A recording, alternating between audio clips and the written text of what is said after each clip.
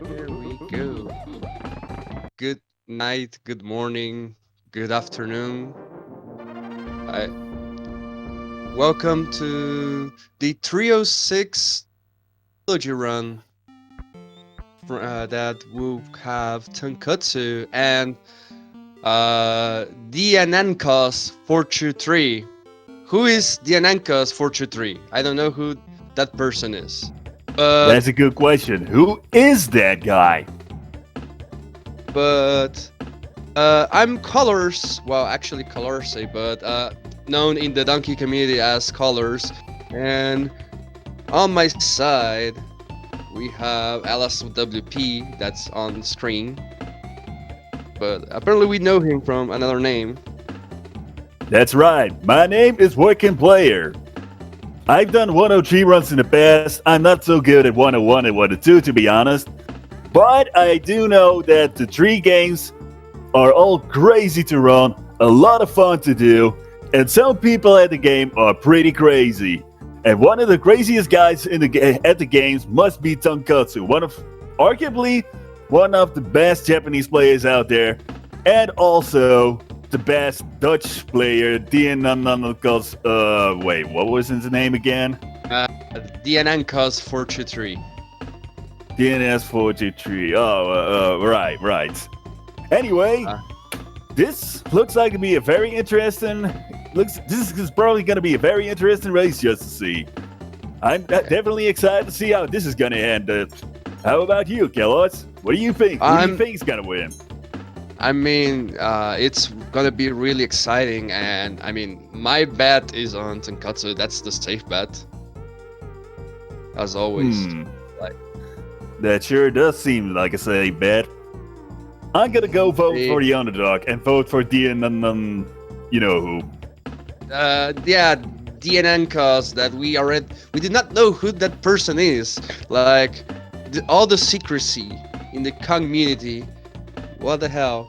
But apparently the countdown is already done. We are just waiting for our restream to catch up on both players pressing one player and going start. And for going basic 306 thing, the trilogy can be run in any order, but both players agreed to go DKC 1, 2, and 3 in order. And we're already going to see the first thing that both players do is that we do not like Donkey. Donkey is slow. But sadly, we're gonna have to rely on Ramby. We do not like Ramby, but sadly, he's the only guy that can open those bonuses. Heck, Ramby. Heck, Ramby. Let's go. Yeah.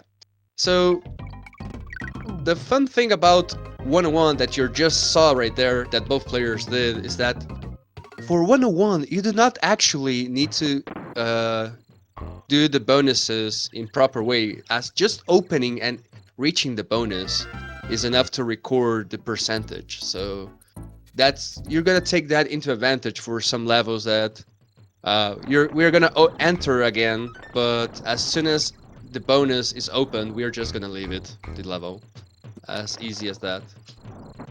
Well, looks like both Tonkatsu and DNA are at the same pace right now. Yeah. But it can go both ways at this moment, so who knows how long this pace is gonna hold up. Yeah, and something that we didn't mention is that Tonkotsu is going for the safe route and actually kept DK. Just he opened the key barrel and swapped, whereas DNA made the quick swap. That's I don't think it's a frame perfect. Just there's a pretty huge window to just take damage and break the DK barrel at the same time. So you're gonna see on Tunk's side that the lag from the end, but nothing major for the safety that he's taken. Talking about frames, there's arguably a few tricks here in DKC1 that are close to frame perfect or even actually frame perfect. Well, I'm not entirely sure what the first trick is gonna be that's completely frame perfect. I do believe that the first world is a little less crazy, but it is quite hard to run the first levels optimally, especially the first one, even if it seems very easy to do, deceptively so. Even that, the crawl spaces, like that zip's just incredibly difficult to master, even on high level. And this is one of the few bonuses that you actually need to complete because you cannot fail it in a certain way. Okay, DNA got it perfect that end, and because at that end of Rectile Rumble is just so scary and Solo Kong that I've died there too many times, that more than I can to admit. Hey, Colossus. Oh man. Aquatic Ambience is playing. Let's not say anything for now.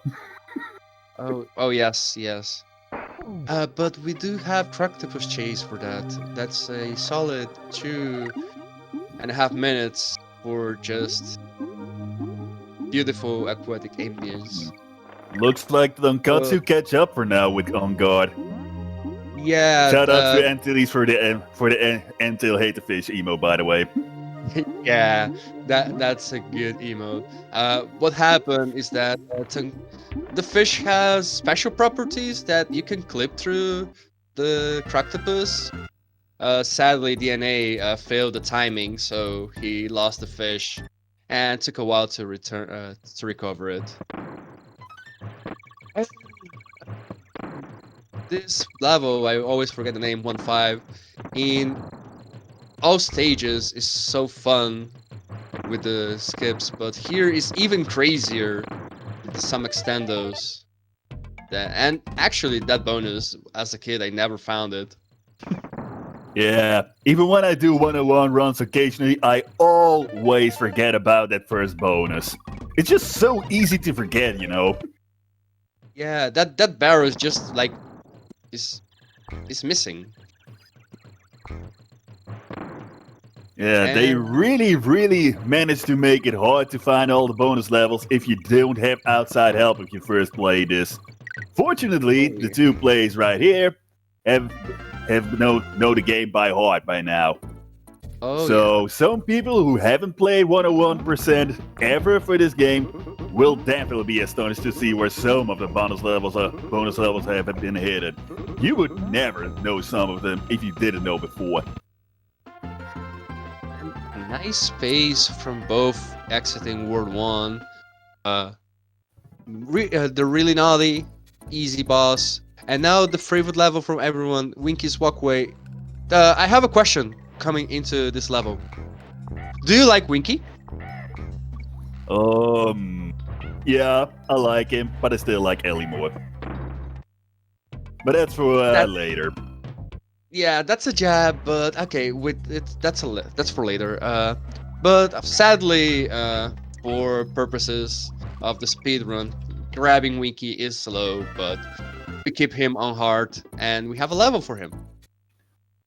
Alright, Winky this is friend. one of the most exciting levels to watch, and quickly. Uh, uh, and also one of those levels that never, never, ever enter the barrel, please.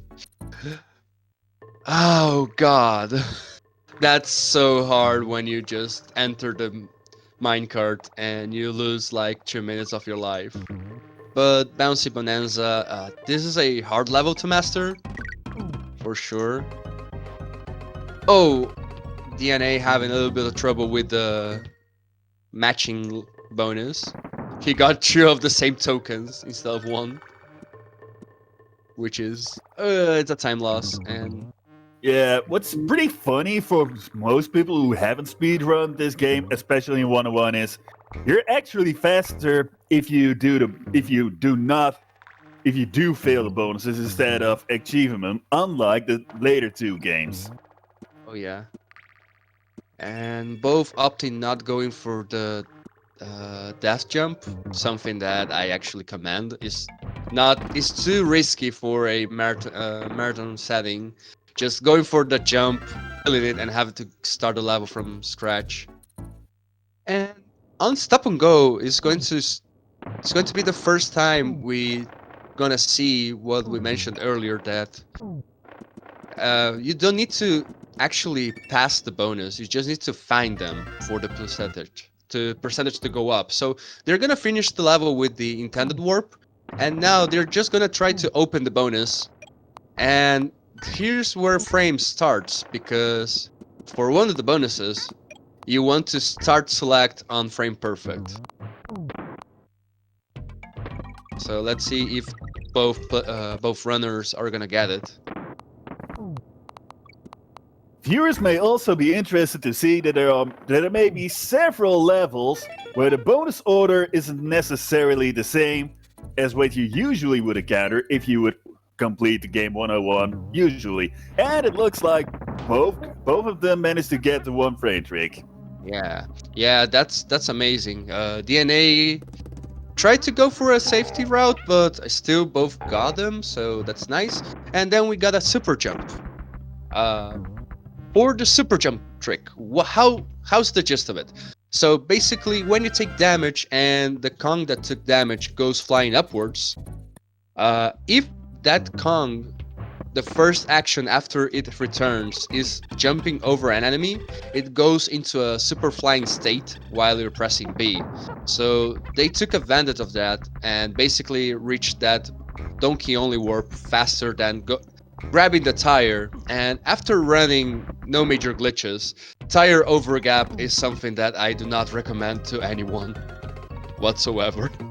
Well, looks like the damage boosting has been achieved for both of them for the second bonus. Alright, let's see if they can get this one. And also, stuff that you might have noticed by Up and Go and right now when they got the first warp is that when you're rolling, apparently you're invincible for some frames. So that's nice to go. And you're Wait, what the hell? Aren't they supposed to do the second boss right now? Okay, here's the thing. In DKC 1, apparently this game is so correctly coded that bosses do not count for the completion percent. Well, that is very odd, isn't it? Yeah, so basically they can skip word to boss and just go straight to O-Gang. And now they're gonna go backwards to grab our boy Espresso, the ostrich, so they can complete the bonuses. And unfortunately, map warp was a thing, and yeah, now Tonk has a great lead, but since this game is plagued with more frame perfect tricks, there's still time to catch up. Yeah, it's also interesting to see how many strats are gonna be safe and how many strats are a little riskier for this race. Because there's bound to be a few of them. Also, gotta love all those bonus rooms in this level. Last time I checked, there were like 5 of them, which is the most in the whole trilogy in amount of bonus rooms for one level. Yeah, it's a pain for one hack run made by Rainbow Sprinkles and more other people that is an entrance randomizer. And going through the spreadsheet for this level only is such a pain to memorize all the bonus entrances. Alright, tonkotsu already in the Clan City. Yeah. Now, the 20 levels may not seem very fast, but believe me, you can still lose some time if you're a little careless. Oh yeah. Yes, there is a entrance randomizer. I'm not sure where it's posted, but I mean, it's a cool thing. We already done races before, and people have done single runs of it. I mean, it's a good thing to get replayability on this game. Shout out to the DKC festival last month, where we actually done an entrance randomizer run, and several other very special runs. I guess some of them VODs are already on YouTube. I'm not entirely sure, but they're definitely on Twitch Lista, if I'm correctly about it. Am I correctly about it, Kellos? I mean, for sure the ROMs and stuff are on the wiki. I'm not sure about the VODs. And for a question that we're gonna repeat it, yes, just finding the bonus and going through the act of entering it, it's just enough for the percentage bonus. Bosses, if we could keep them all, we wouldn't fight them, but sadly, since we need to go back to the first levels of World 3, they're gonna finish the boss, and you're gonna see that tonkotsu is not gonna re-enter. He's not gonna enter World 4. He's gonna re-enter World 3 so he can play the first levels. After all, it is 101%, so all the bonus rooms still need to be cleared. Even if some of the levels were skipped before. Yeah. So as you see, they're both gonna do some different strats. Like DNA already starting the level with DK, whereas tonkotsu had to swap. I mean, it's basically it's just when you swap rather than whenever. I probably miss it, but probably DNA did it on Clam City, which is swapping on water is faster, basically. Yeah, because of the difference in because of the different layouts and different things both tonkotsu and DNA did, it is slightly harder to figure out who's ahead at the moment. But that might change just in a few seconds because anything can happen in these speedruns. Yeah. Remember that, Chad. Yeah. And sadly, okay, here's a fun fact about some vouchers that they do not have hitboxes, apparently. But sadly, how can you hit them? Because this is an awesome programming game. So basically, tonkotsu was able to jump over the tire directly to the bonus, whereas DNA had to kill the voucher. DKC stuff, basically. So yeah, good game, well programmed game. Notice how it's easier with Diddy to get to a few bonuses, unlike with Donkey. You could almost think that like this game shouldn't be called Donkey Kong Country, but Diddy Kong Country. I swear it's just so much easier to play with him. Also, shout out for the Donkey only ROM hack, where you can only play as Donkey. Oh, I do. Oh, please! It triggers me so many bad memories.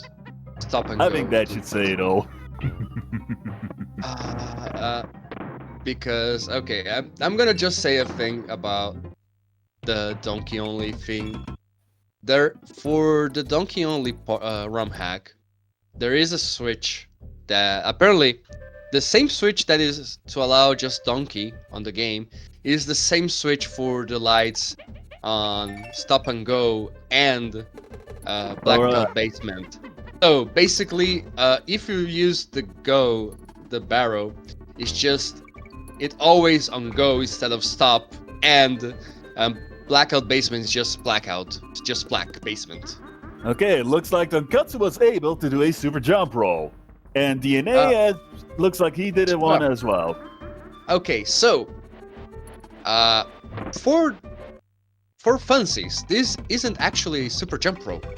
This is the SFR version, the super free roll. So, for explaining, what happened? We stored a super jump that we saw on Millstone. However, when you do a super jump and you do not touch the ground, when you grab the rope, basically you grab the rope. But you still somehow have stored the super jump state. So if you roll, basically you go upwards and upwards, and if you roll through an enemy, you get speed. So whenever you hit more enemies, you get faster and faster. The super free roll was found and was actually super useful for many categories that turned a frame perfect trick into something trivial. Although the Forest Frenzy one is one of the hardest one to perform because of the setup, but still, it's amazing that both players pulled it up. Oh, by the way, that bonus room where you get espresso, you gotta be really careful not to mess it up, because if you do it a little slightly wrongly, you can warp back all the way back to the first level of the game if you mess it up because of a glitch in the game, because, you know, great programming. Yeah, they did an awesome jump for this game. Like, I always wanted to play back World 1. Not that I never got this before. Again, more times than I care to admit. I'm sure that almost everyone who runner has has gone through it at least once in his life. Well, maybe except for me, because let's be honest, I'm not that great of a DKC speedrunner. I don't roll deep enough. But most great players like Peachy, Void, EA Zin, and I think Bluffbird had it happen too, if I'm correctly. By the Okay, way, so Lovebird is the world record holder for 101, in case chat didn't know. amazing person as well. And okay, they already finished Word 3, so now they are on Word 4. Sadly, they both did not go for the 6-frame Joe round in the snow, which is sad. That's an amazing trick just for swag. And they are both going for barrel boosts. So, what is barrel boost? Apparently, the game is so well programmed that if you jump over a hill, down a hill with a barrel, holding a barrel, you get insane speed. So we abuse that to get speed and speed and speed and speed. Gotta roll And deep and gotta roll fast. Remember to push Y. yeah, press Y and please never be donkey. And for a question I saw in the chat, how did the community find those secrets? This is actually kind of true for all games in general. Some games it's found by tool-assisted speedruns and try to apply them for RTA, but the majority of the tricks you can. It's just the story of, oh, I was messing around with the game and I just found this by accident. Shoutouts to Zeret Demand, that is basically the guy that found a lot of tricks just by doing that. I messed up with the game and I found this. It's fun. Yeah. Zara definitely held a lot with this in the game. Another guy who held a lot with the DKC speedrunning, sometimes from things that he found out or things that other people found out, is Stompa. He made he made a TS video, several TS videos did he make for DKC 1. And for DKC 2, there's also been some development from several people, but we'll talk about that in, let's say, what was it again? 40 minutes? 40 minutes, yeah, probably. Probably. Anyway, looks like the ice level's been going pretty smoothly for both of them. Also, shoutouts to Evelyn Fisher for making this awesome music for this stage, which is just so underrated. I mean, he's so underrated. That's so for me, it's the best song in the entire game, and it's so sad it's only in one stage. Like, I cannot believe that's only in this stage. Yeah. In general, this game has a lot of great songs that are actually quite long if you take the time to listen to, but unfortunately, this is a speedrun, so you probably won't hear most of the music anyway. Not completely, that is. Okay, yeah. I mean, we could talk about all the persons who have worked on the development of finding strats of this game, and we probably would be missing a lot of people. And shoutouts to this bonus that in the all stages, you get espresso like early in the level going to the left, but you get espresso here on this bonus, so it's more convenient. And please do not lose the bird on this level. You're gonna have a bad time. Just saying. Yeah, the bird is arguably one of the fastest animal buddies that in all the three games. I think it's even faster than Remy and On Guard if they are on charging. Oh wait, this is the first game, so they can't charge yet. Yet, we're gonna see that soon. They're gonna learn new tricks.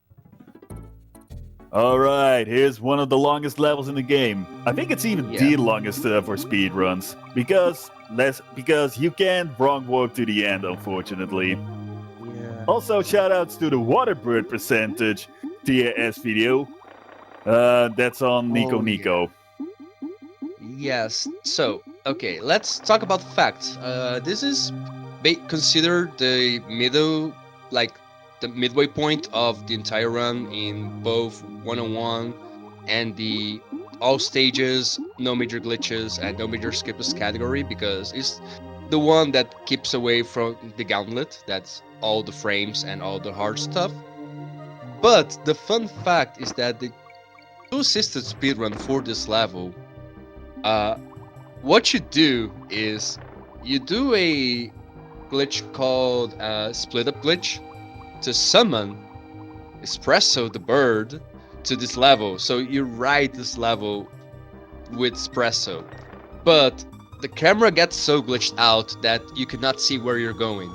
So far until a madman goes and try this RTA, Espresso on Croctopus Chase is so far TAS only, but it's not that you cannot do it RTA, it's just that you're going for a bad time and probably soft locking.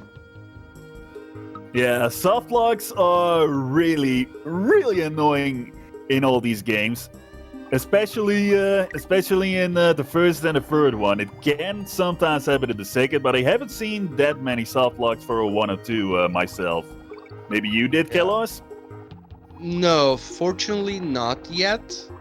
I mean, in 101, unless you're going for super jump in elevator antics, like you normally do not, that's no many places where you can soft lock on this game. I mean, unless you're doing some any percent glitches, but probably they are not going for the sake of marathon.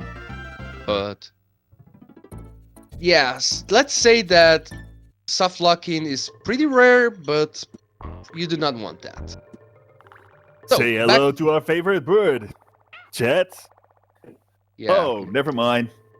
But wait, Yeah, no. how the hell can they finish this level if Squawks can't even light it up for them?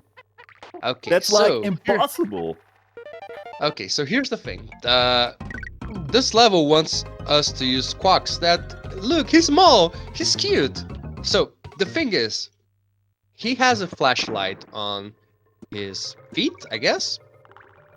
The problem is that having this bird using the flashlight lags this level a lot. When I say a lot, is a lot. So we opt to not have him.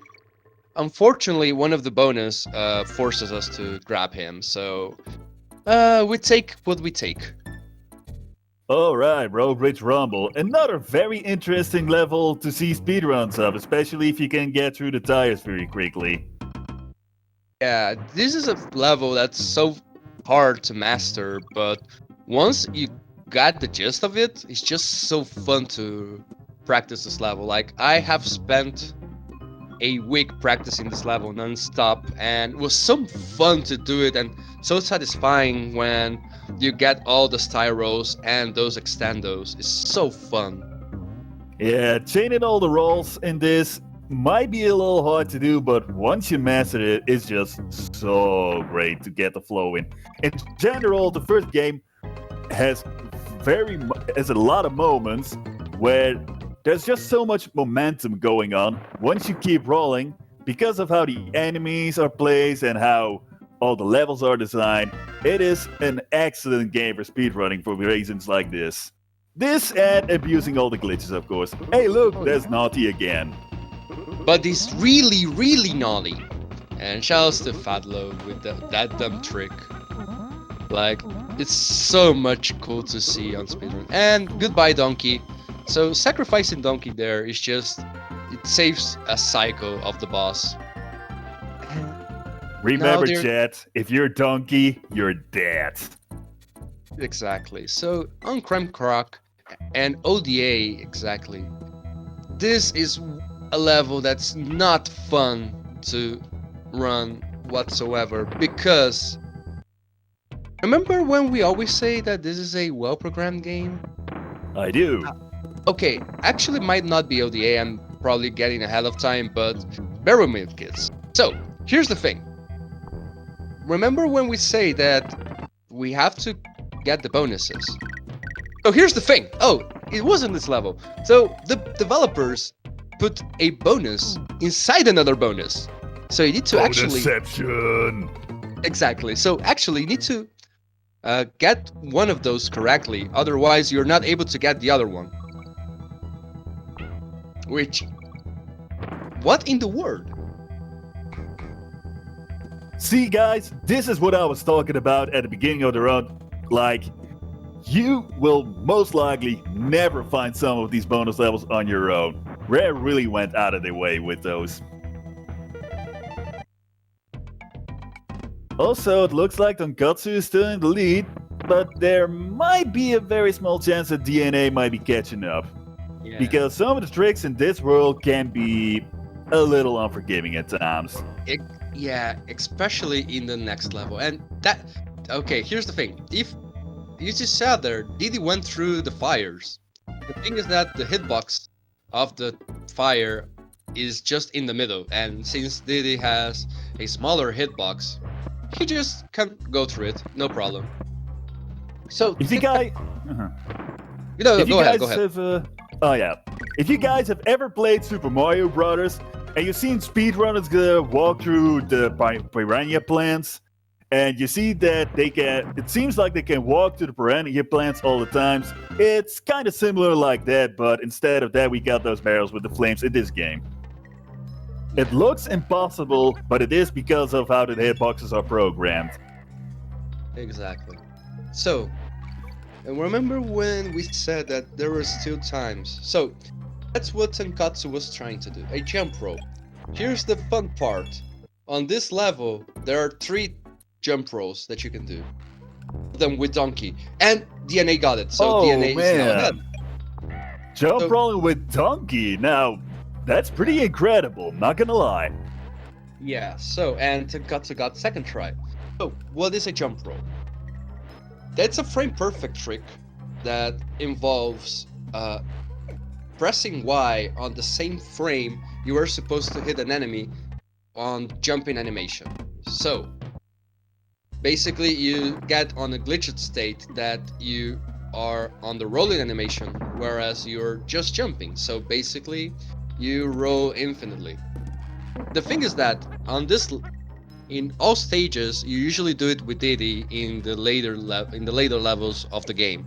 However, on Tic Tac Track, you do it with Donkey because it's faster, apparently. Donkey faster for once. Well, isn't that great for a big guy? Oh yeah. And now it seems that DNA is ahead. Well, look at that. So let's switch audios, I guess. So, elevator antics. It's actually a cool level. I have not checked if they went for the roll through the can. That's I believe is a 4-frame window to not mess up, and because rolling when there is a rope nearby is not fun if you jump. So let's say that there are so many deaths on this game caused by just messing around with that row and jumping ahead of the time. There is one death in Misty Mines that's pretty much fun because of that. Yeah, remember when I said that most levels were designed for a very fast pace? Well, this is probably one of the only ones that's a little hindered because of the lifts. But it does seem that both tonkotsu and DNA are able to still get pretty quickly through them. Yeah. And okay, DNA had a little bit of trouble with the bonuses in Antics, so because sadly he lost Didi. So tonkotsu is ahead again. See guys, it's anyone's game. And now, Poison Pond. Sadly, the last water level, so let's say goodbye to aquatic ambience. And here's where I want to point out something that's just unique to this game, that there is no bonus levels in water levels. And one extra thing is that whenever you find every bonus and, well, actually do 100% of the level in all DKC Trilogy, there is an exclamation mark on the next to the level's name. That's when you know you have found and done everything, which is a cool indicator if you have missed something. Yeah, And and you're really gonna need an exclamation mark because in the first game, as I said, it might be a little hard to find out the bonuses. Also, it looks shout like out both to of them seem to do on the poison point pretty good right now. yeah, All right. yeah. Shoutouts to Donkey and Ward, by the way. Also, let me mention that the all stages run of this level is pretty fun to watch because there's like one glitch in there where you gotta be hit as Donkey, but then if you do if you do the same trick as in the first, it's in the second level in this world, you can keep jumping. Alright, it looks like tonkotsu has achieved it. Yeah, I mean it. You do the setup, but you do not perform it yet because you need to enter a first bonus. So they store the state for reaching the second bonus faster, which both Tunk and DNA got them. So, which is amazing. Sadly, whenever there is a floor in quotes, the glitch state ends. So that's when we see the tire in the wood thing platform. And now they're just finishing up the level with tire rolls. Alright, coming up is probably one of the most annoying levels in the whole game because, oh god, it's just so annoying when you can't suddenly see anything for a second, and then you do, and then you don't, and then you do, and then you don't. Even for speedrunners, this is arguably one of the most frustrating levels. This has killed so many runs. Oh yeah, and okay, here's the thing. For us that we're commentating, and probably everyone who's watching right now at their homes, when everything is with no power, you're not able to see anything. However, for the ones that are speedrunning, there is a trick. You can set up the brightness of your TV or emulator, whatever you use, to the highest, and when there's no light, you can actually see the yellow patterns on the floor. So there's kinda something you can see to guide you. However, yeah, you need to set up the brightness way high, so it might kill your eyes with a lot of on and off, basically. Well, even with the yellow and black stripes at the edges, it's still a pretty good idea to memorize this level by heart because you're really gonna need it. Oh man, and DNA got hit by a claptrap. Here's what Oh happened. man. Well, actually, he got hit, but here's what happened. Actually, he despawned the metal keg. So after it despawned, he basically could not open the final bonus. So he has to do this whole stage again, just to reach that part with the metal keg and get the bonus. And he died. I know, that's so unfortunate. So with Tunk is on dump barrel. Basically, you just avoid getting hit, and the boss defeats itself.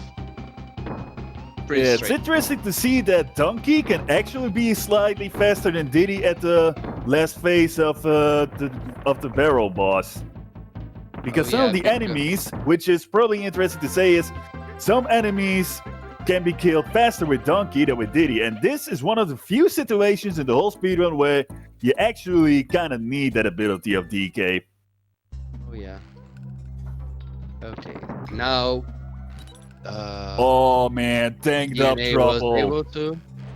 Yeah. Let's see if they can do the cramp tut. Oh yeah. Cramped up will save the run. It'll probably do.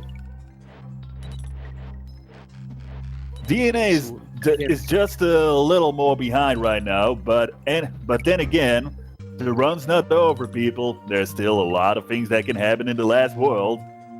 Especially if Cramped might be a little less successful. Oh yeah.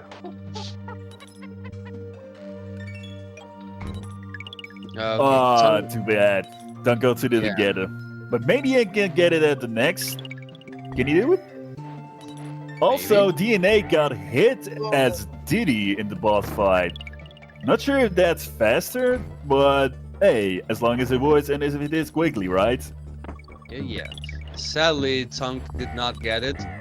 When you see the animation that you jump over the enemy when trying to do the jump roll, is that you were a frame slower, which is a bit sad because Tonk will have the great setup, but unfortunately was a bit slower. Yeah, if you can keep rolling in Grand Theft, it can save so much time in many categories, like this one 101 in all stages. And wait, I think it was in NMS as well. Unfortunately, you can't use those glitches in NMG, so Yeah, yeah. sadly. Sadly. But yes, so Tonk is ahead because, well, he didn't die on Blackout Basement. But if DNA can manage to do the jump roll, he might catch up. Let's see if he's going for it. Well, looks like he's at least trying. Oh, he And tried. He unfortunately, the was a frame Grand late. Theft at first didn't work. Let's see if he Well, gets then bird. again, people, it is very hard to pull off in real-time attacks. Oh, Oh, bird looks will like save the DNA run. did it once, and this might be a very, very big catch-up for this part. Yeah. Oh, man. Also So, notice that at some points he's rolling back a little, and then going yeah. back. So why he's doing that? So when you're on this jump roll state, basically every frame you go down a pixel.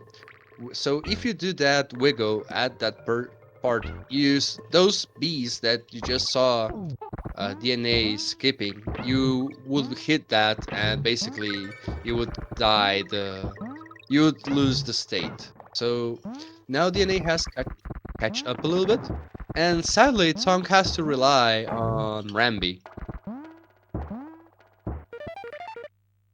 Yeah, unfortunately, you really need to use Rambi a few times, like in the first level and in this one.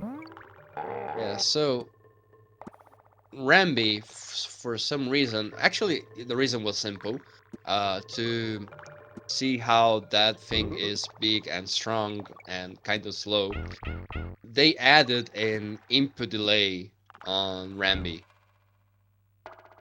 which I mean it's okay, it's perfect. Just that messes up so much.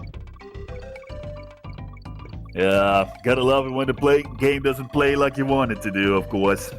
Yeah, But but that's okay. fortunately, we gave Rambi the Yoshi treatment. Hashtag save Yoshi, heck Rambi. Goodbye, Rambi. Oh man, the mind levels in this world. You're so creepy. Yeah. But So some here's of what the we're going speedrun to tricks are pretty see. great. Yeah, here's where we're gonna see the super free roll on max level because Alright. Looks like the Tonkotsu managed to do it. yeah. So I wonder if this DNA can do it as well. yeah, I mean it's free. Basically the name it was free. So for Yeah, those who right, missed free rolling. the this, for those who missed Forest Frenzy earlier, basically the super free roll is an advanced state of the jump roll state that we saw on Tanko Turbo and Tic Tac Track, and the jump roll. Sorry, the super jump that we saw on Millstone. Basically, you set up the super jump, and since you did not touch the ground, you grab the ropes. However, you still keep the super jump state. So if you roll, you're gonna start going upwards, and if you roll through an enemy, you build up speed. If you roll through sufficient enemies, you just get insane speed.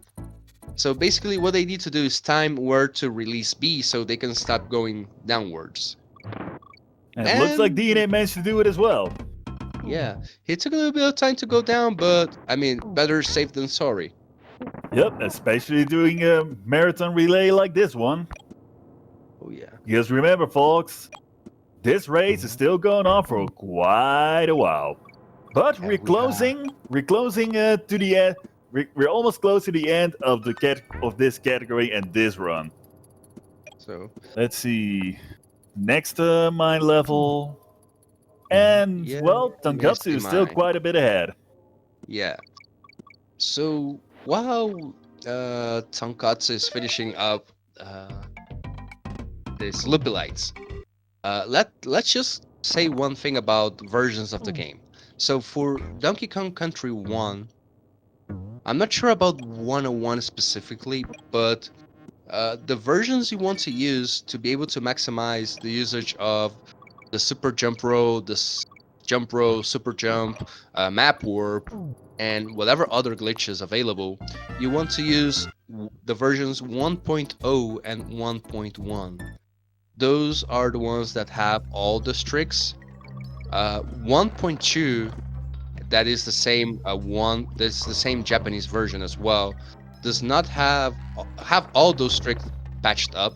And something that we didn't even mention about is that whenever you finish a level, you see there is a little fanfare that both runners have pressed all the face buttons where Tankatsu got the jump roll on platform barrels. Nice run. And Tonkotsu did another free roll. Yeah, Oh, so what's it? if you press the face buttons when you finish the level, you basically skip the fanfare. In 1.2 and Japanese versions, you cannot do that. So basically you lose a minute over 1.0 and 1.1. Yeah, so for people who want to play this on Virtual Console or on the SNES or want to play it on something like the SNES Classic or on whatever newer version, you most likely won't be able to do most of the glitches you see right in this run. So However, make sure to use 1.0 or 1.1 for those. I mean, you can still use those, but you're gonna lose like a billion. And I mean, you can still use those versions to practice up. I mean, there's no one that cannot. I would not say not play those, but you're still gonna lose time over optimal strats. Alright, Final Neki. Wait, did it say Final Neki? Well, okay, it is Final Neki, but it is also final regular boss of the game. Coming Oh, right yeah, up will be the last boss in the whole game. here's the Also, fun fact. shout out to the last The- bonus. Yes, fun fact. That's the first time we actually see the first Neki because the second we saw a Neki in general because the first one we skipped. OP. Shout outs for next boss. Also not having one boss. And shouts to King K. Rool. King K. Rool for Smash Forever. Oh yeah. Everyone was so hyped with the reveal. It was so amazing. Yeah, it was crazy. Yeah. Also, shoutouts to the remix that I cannot sing because otherwise I'm gonna get yeeted to oblivion. Oh, shoutouts to don't want to get the Slap NCA'd. Shoutouts to Slap Slides. Oh yeah, So gotta love Slap slapping Slide. the DK. Yeah, Slap Slide. So what's Slap Slides? Is a swag that does not do anything, just swag. That basically, as you saw there, if you press down and Y with Donkey, you just do the down B for those who play Smash. However, if you also press on the same frame, everything together, directional, you go to a side, like just happened there. And looks like DNA finished out the last regular level and the last regular boss. He's also at the game rule. But it looks like Tonkotsu will be a little ahead for now because we're very close to the end of 101. Oh, DNA playing with fire with those Oh man, almost frame Tonkotsu perfect. killed him! He killed K. Rool! Looks like Tonkotsu is... Wait. This doesn't seem Clap. right. Claptraps, Prussia, Bitter, Clump. Oh, the commander. Commander. The And- end. Oh, G-baited. This game lied to us. Oh yeah. So Alright, let's Shout face out- the cable kicking in. also shoutouts to the optimization from both runners, like almost frame perfect killing K. Rool. Like that's pretty difficult to achieve. Oh, too bad for DNA he got hit as Donkey, but hey, at least DNA can be a little faster with D, right? And looks like Tonkotsu finished up 101. Oh Well yeah. played, Tonk. Yeah. So, for those that are asking, this is Trilogy, why Tonkotsu is pausing his timer? So here's the thing: for DKC Trilogy runs, instead of going with a continuous timer, we allow timers to be paused between games. All games need to be done in one single setting, but only individual times are counted and summed up. So probably what they're going to do is, yeah, so they're just swapping games after Cranky appears. So DKC2 time. Alright, looks like DNA is almost ready with DKC1. Yeah. Just one more hit to go. In the Please. meantime, Tonkotsu has begun the oh so glorious 102%. How about you Yeah. give us some explanation about 102% of what you gotta collect in 102%, Kalos? Because it's So- not just unlocking the bonuses, right? Is it? Yes. No. So here's the thing. For 102, basically Rare realized, oh, we made an amazing job coding this game. OPOP. So what happened? You actually need to complete the bonuses. Because what bonuses gives you is those creme coins. With creme coins, they allow us to enter some special levels that we are still needed to complete the game. So basically we need to complete the bonus to get those coins. And even though this not sum up for percentage, we actually as well need to collect the DK coins. So as you saw there, Tunk got the coins, so we Gucci. Smooth execution for the first level by Tonkotsu. Oh yeah. Meanwhile, DNA is about to start the first level. So, and just for versions, both Japanese and American versions, North American versions, well, better said, have 1.0 and 1.1. For 102, for some specific glitches, we want to use 1.0 because, well, it's faster for some levels. And both players, I did not see DNA though, but actually you want to use Japanese version because there are some levels that has less bees, which means that with less bees, it's easier. And I think By that the way, if people are wondering why hack Rambi is a thing, well, Rambi in this game is basically the biggest reason. You can go fast, but things can go wrong so quickly when you do a charge just not right enough. oh yeah, and also shouts to the bonus level song is a banger.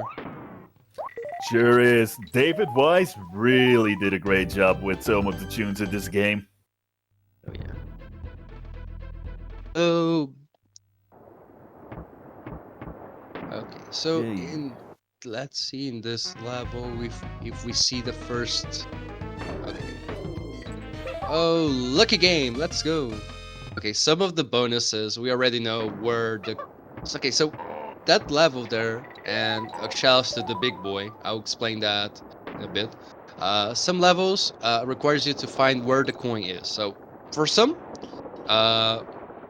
we already know where the coin is basically, but for some it just requires you to open all the chests.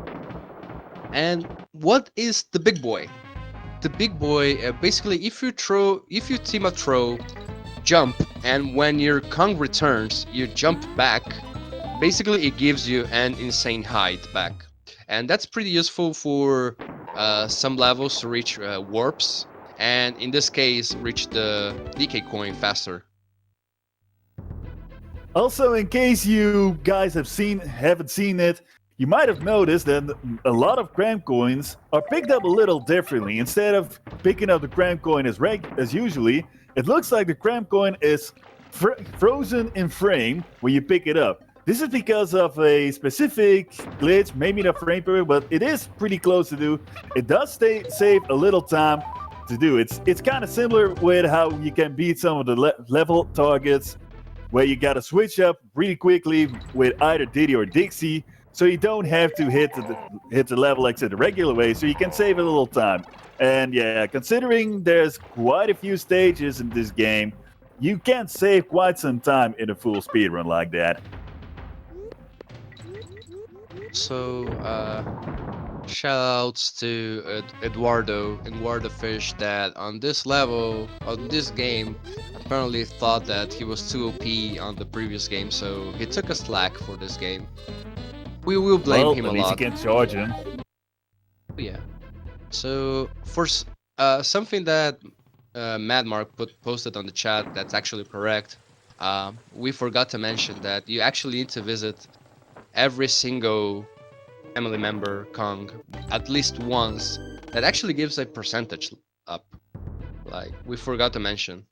Yeah, And to be both fair, the game isn't really clear on it, but you gotta visit Wrinkly once, you gotta visit Cranky once, you gotta visit Swanky once, and I believe you gotta visit Funky too as well. But they routed it in such a way that they can visit them, but not lose too much time by visiting them. So it only takes like, what, 1.5 seconds at most? oh yeah. Also, shoutouts to Luckjaw that they did not get it. Neither player got it. That basically is it's not a difficult trick. It's just very precise. That you can reach the warp barrel fairly easier and faster by rolling specifically. But we are not able to see it today, sadly. Well, that's fine, because I'm sure they're gonna be able to do a few other tricks. Oh man, here we go. RNG Crow, worst boss in this game ever, I swear. Yeah. Yes. We have a leaderboard in our Alright, wiki chat. Count for amount. how Bet many for fake fakes. eggs. How many is gonna be? Let's see. One. Okay, one. Oh, looks like tonkotsu has been quite lucky at the moment. Let's see if the final is gonna be many fakes. Ah, not too many. Only 2 fake eggs. That's actually normal. I will be counting on DNA's side when he reaches. But that was pretty standard RNG for tonkotsu. For those who aren't familiar with DKC2 speedruns, Crow is arguably the most RNG boss in the game. Aside from him, it's maybe not free, but it is a lot more depending on getting the patterns down good as well. Yeah. Alright, so tonkotsu entered second world, and it looks like DNA is about to finish up the first one. Let's see how his growth gonna be. Awesome. By the way, shoutouts to Funky's team in this game. Oh, it's so funky. Oh yeah. So let's see for DNA. Oh, for Crow 1. Yes, Crow 1.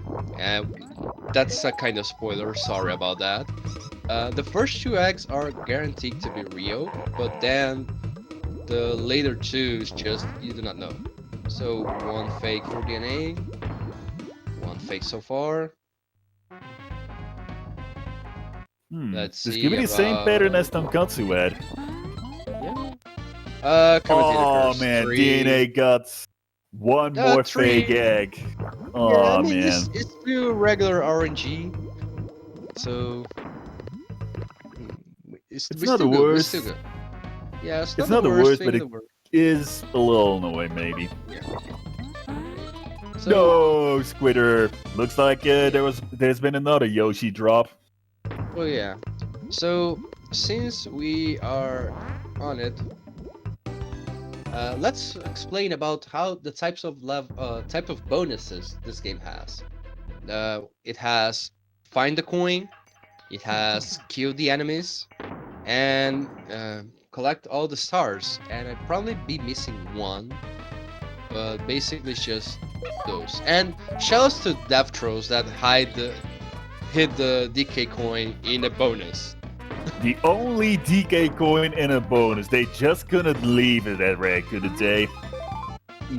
No, they are. Oh lord. So yeah, basically those are the types of bonuses, coins. Well, we have to find the coin, either by killing all the enemies or just finding it, or by collecting all the stars.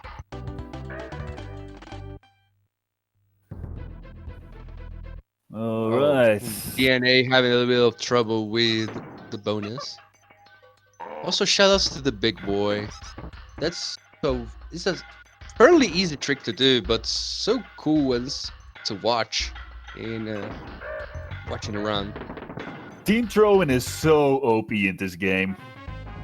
Also, maybe yeah. interesting to know, with Squitter, you can create web platforms really quickly here in this game.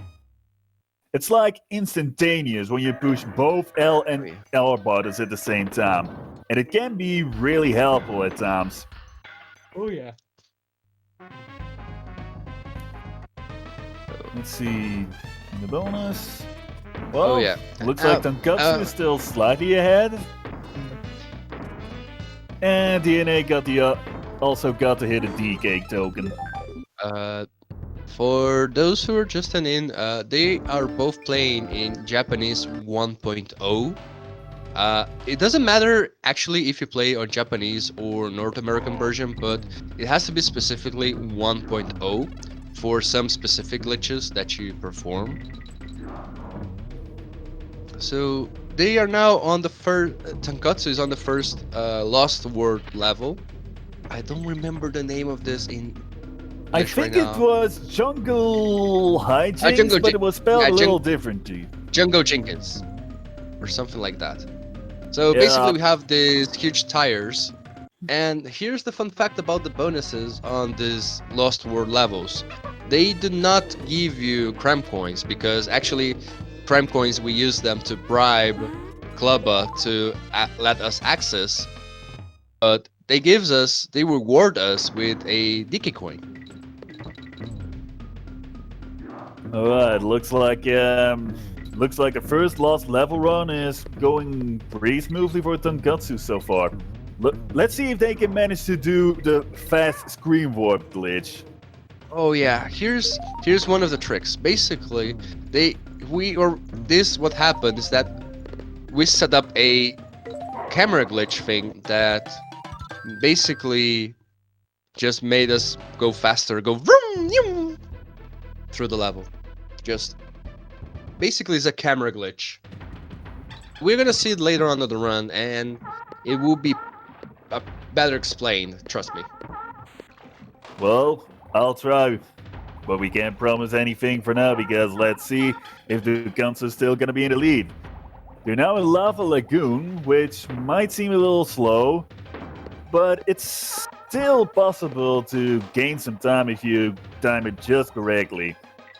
Also, doesn't Lockjaw... Can you even get hit by Lockjaw and get fast at this level? I don't think you can. No. It's just... There's so many I mean, that's not many optimizations on water levels. Unfortunately. Also, shout out to Lockjaw's team. Such a great song. song. God damn, man. Yeah. So epic. Yes.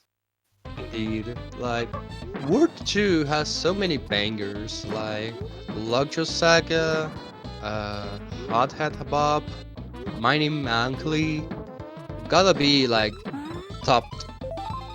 You can bring and those with top 3, and you cannot argue against those. Let's see. Now DNA is about to do the fast screen glitch, and it looks like he succeeded in doing it as well. Oh yeah, that's a cool and trick to perform. He finished Jungle Jinx. Yeah.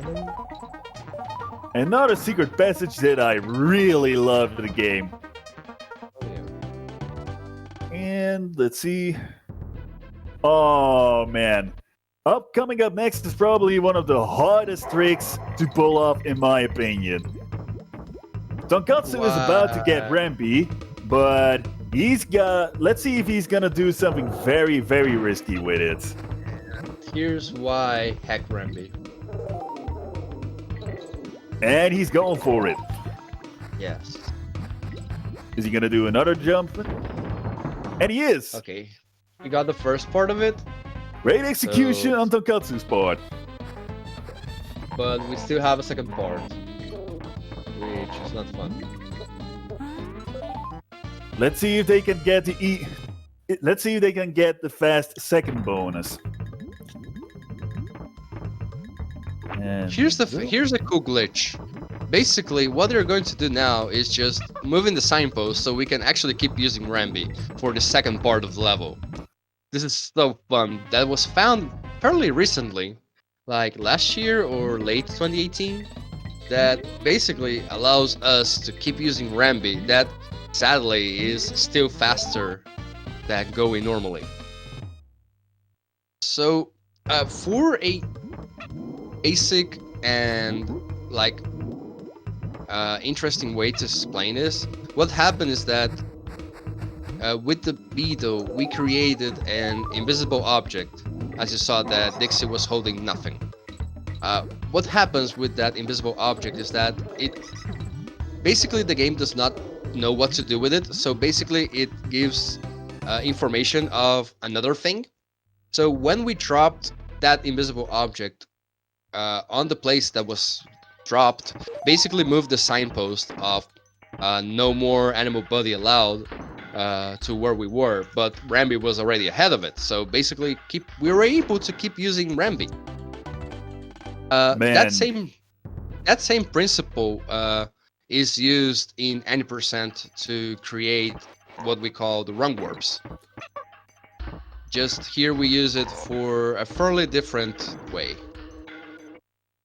Man, Tonkotsu was just blazing it in a hot balloon ride. Let's see if DNA is able to pull off the same trick for the second bonus before, and he also managed to do it. Oh, Tonkotsu got the lottery. Hey, hell yeah. Whoa, man. This run is going places. So Also, shoutouts for first Squawks level in this game. Oh yeah. Also, shoutouts to that 2-1 jump there from Tonkotsu. Yeah, see 2-1 plenty of jumps those. are pretty hard to do in this and the third game. Oh, DNA had a little bit of trouble with the second part of Rambi, but he got it. Still pretty smoothly on the on the final part for DNA for a hot balloon ride. Oh yeah. And here's Quarks. Shoutouts to Softlocks. That has grown up. He grows up so fast. Yeah, gotta love a boy. Also, you might have noticed that that if you're fast enough with Squawks, that you can actually throw balls against the throwing hooks. This may not save the biggest time if you manage to pull off. You can still get by it pretty quickly if you don't manage to do it perfectly, but it's just so much more fun to see it done, executed perfectly or close to it. Oh man, this boss right here has also killed so many runs because of a very, very specific trick you gotta do at the last phase. Oh yeah, and is a common trend for like tricks in speedrunning. It saves, like, in this case, this one saves 4 seconds, but if you fail it, you lose 1 billion.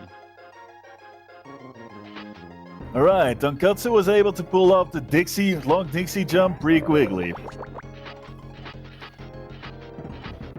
And okay, for something written on the chat, I mean, rung warps actually works in 1.0, it's just you do them fairly differently. Just keep it that way. But since it does not gives the level as completed, and shoutouts to Flying Diddy, doing rung warps in 1.2 is useless.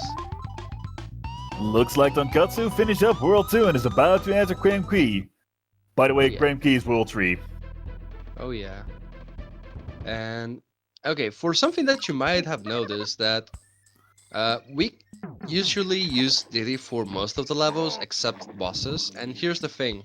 Uh, Diddy's fanfare by defeating a boss or getting the target goal, like with really height or just using a barrel, is slower than Dixie's guitar solo. So yeah, Dixie is faster for bosses and some levels. Actually, you want to have Dixie as well. Also, another interesting thing to mention is that in the any percent category, you also use Rambi for the fast part you just saw, but you don't have to collect the DK coin, so you can just jump off him right before the stop sign. Just an interesting thing to note. Also, Let's see if they can do a fast bonus, and Tonkotsu did the fast bonus.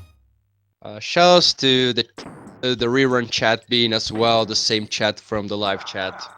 OP. Yeah. Unfortunately, I have a chat open, so I can't reply can reply to questions in chat. But I'm sure that Kalos will be able to answer as many as he can. Oh yeah. So here's what Tonkotsu did. Oh, and OG. So basically, if you saw earlier, he just team up throw that seemed kind of slow, but that served a purpose to set up that super jump. So when he took damage, he just repressed Y at a specific frame. Not specific frames, just has a fairly big window. And basically, you just fly over a huge section, and it's way faster than waiting for the barrels to be shoot, and all that fun stuff. And shouts to Lockjaw Saga. Now that Here's we our actually boy have the Glimmer. Lockjaw. Glimmer Scallion. Sorry. Oh boy. And the level's names. Fortunately, they're a little DKC3 is confusing. going to be in English or French for the memes. But there I can read the level's name, I guess. So Yeah, that's definitely something. so here's the thing. Water levels in this game specifically, if Good one you for Dna. if Mhm. you just touch the wall, you lose a billion.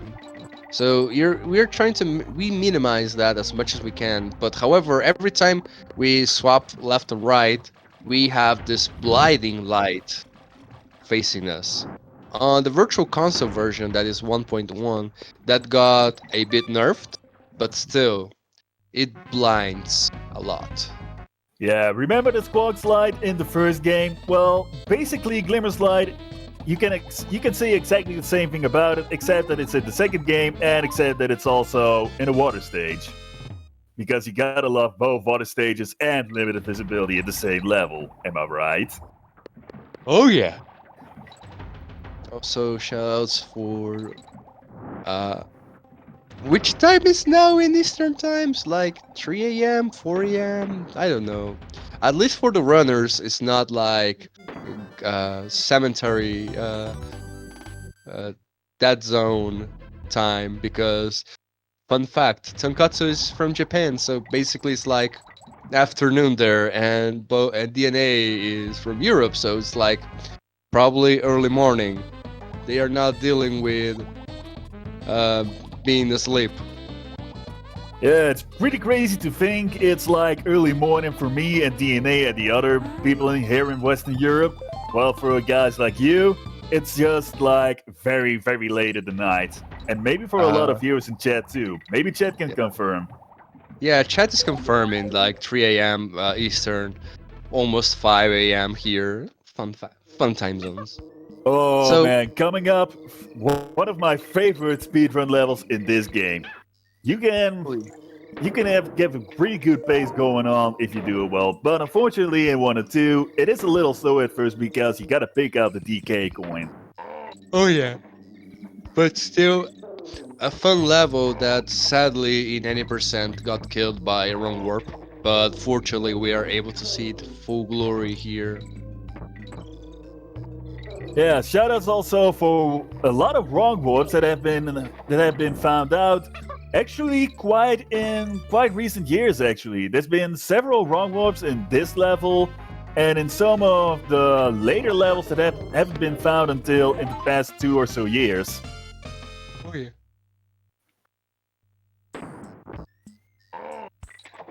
Also, shoutouts to that Rose and loading so many sprites that banana coins get sprite colored differently. Yeah, we're probably about to see several of those recalled sprites in the rest of this run and the run after this.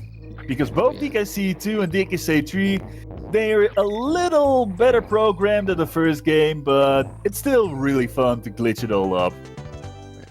So, Tonkotsu made this level look easy, but rolling through those crackheads is not easy whatsoever. It's like they sometimes tend to eat your inputs, and that's not fun when it happens. And also, shoutouts to Radley. RIP OS Komodo. Shoutouts to Komodo Hype. And okay, here's something that I do not understand, and I have a question for the chat. Which one do you like less? Radley or Engward in DKC2?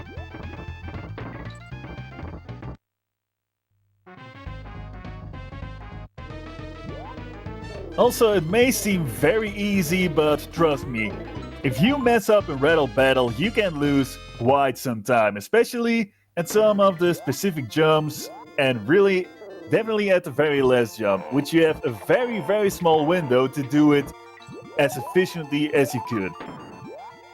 Well, let's see if Tonkotsu is able to get the jump at the end. Okay, so while we wait for that, in common sense, who in the world decided that a animal that specializes in jumping would be great for horizontal platforming instead of vertical platforming? Like, also, this stage has given in the community a lot of animal versus guy moments. Because hitboxes are not what they look like, apparently. It's true. And Tonkotsu was able to do that jump. Oh, let's say it was just simply perfectly. At the same time, DNA is also caught up in Rattle Battle, so he's actually going on the grid pretty good pace right now. Indeed.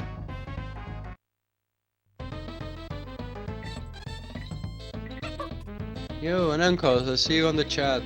Do you know who the Dna423 guy is?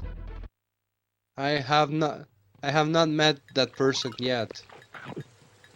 Okay, so here's Dankatsu setting up a super jump, swapping in the water and taking damage afterwards. Set up a super jump that basically Right into in the any bonus. percent, yes, in 102 you go straight to the bonus. In any percent you do a little bit of setup to set up a wrong warp, but I mean it's the same. It works.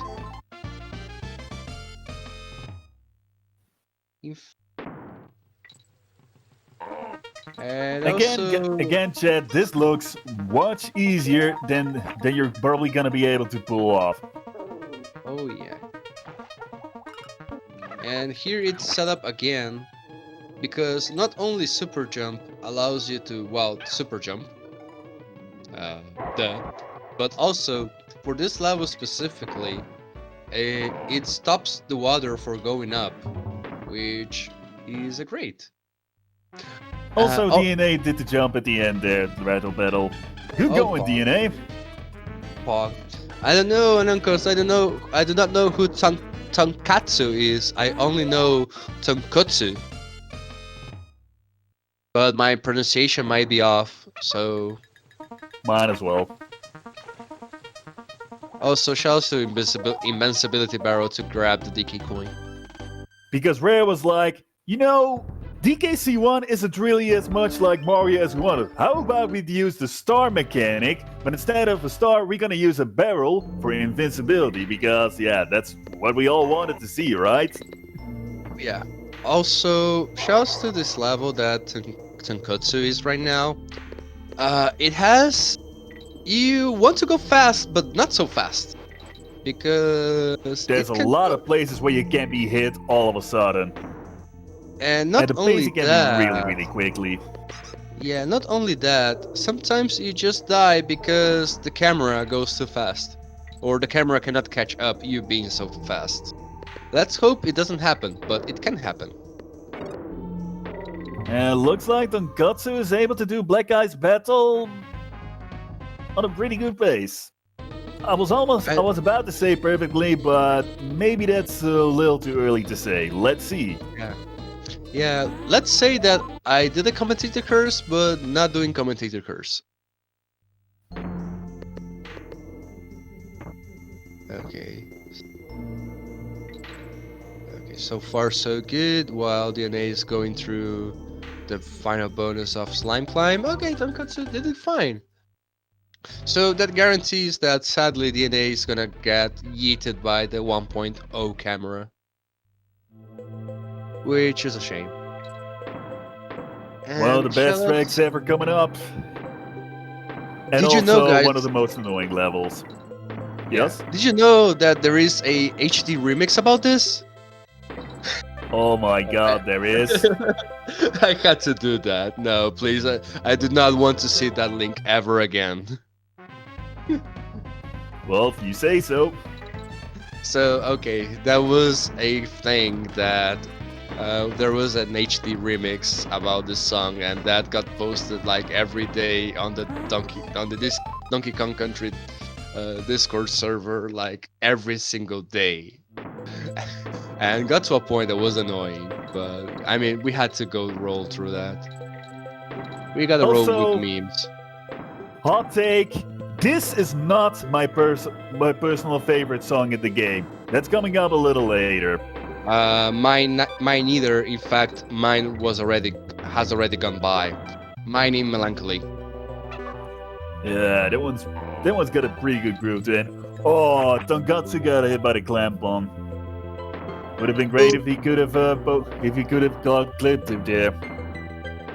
So Tonkotsu tried to go for something called Vine Clip. That basically the name is self-explanatory.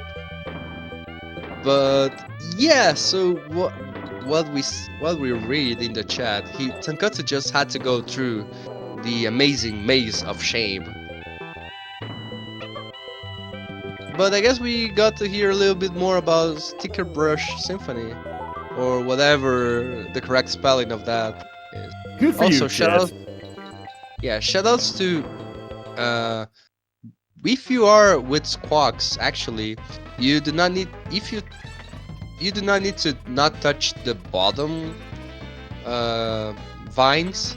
Actually, you can just you can touch the bottom one and you don't take damage, apparently.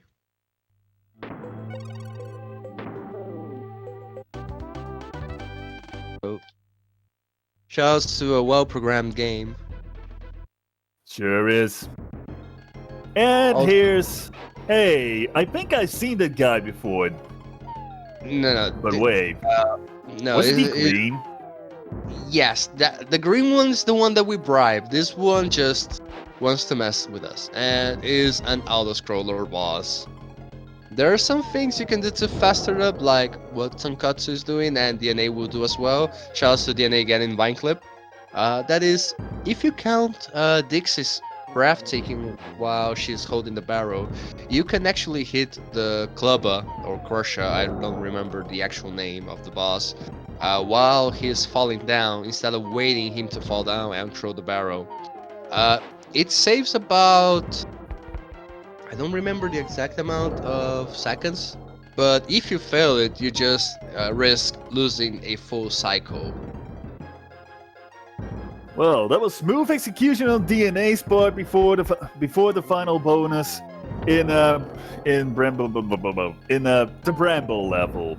I Bramble always Scramble. keep confusing the two. Let's say Bramble Scramble for funsies. Yeah, Bramble Scramble.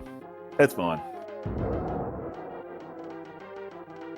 Also, for people who haven't played DKC 2, you gotta make sure to jump at the moment that this boss is jumping on the ground, because if you get shocked by the earthquake, it can be a little hard to dodge when he's jumping on you.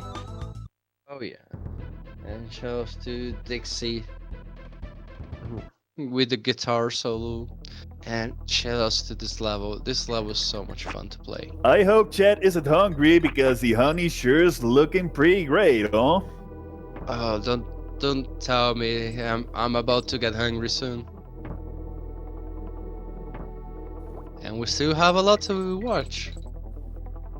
That is true. There's still 3 whole worlds to go, and of course, K. Rool.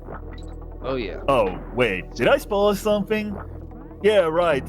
So K. Rool is also in this game, but at the same time, he isn't.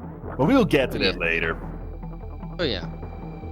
So a difference between 102 and any percent is that on this level we use the trick that we saw in Jungle Jenkins, that the camera glitch, that we actually call it in this level scrolly scroll. That basically what we do is just we force the camera of doing something that is not supposed to, and since the camera pushed us up forward, we just go fast and go yum. But since we actually Nice, need platforms. yes, since we need squidders for some of the bonuses, we just cannot, we don't do this here because it wouldn't save any time whatsoever. Yeah. The fast green glitch is just so fucking great to see, whether it's in this category or in any percent. Yeah. And now Disco Train. This is No, we probably. sorry. Oh wait. Sorry, we need a couple bonuses. I went ahead of myself. Me too. But let's be honest, it's just so easy to overlook those 2 bonus rooms. They're right up there at the beginning, but you can't see it directly. You gotta jump to an invisible hook, if I'm correct about it. And there are 2 of them. Because, of course, there's gotta be 2 of them at a hidden place. Man, Rare just loves to hide those bonus rooms so well, don't they? Oh yeah.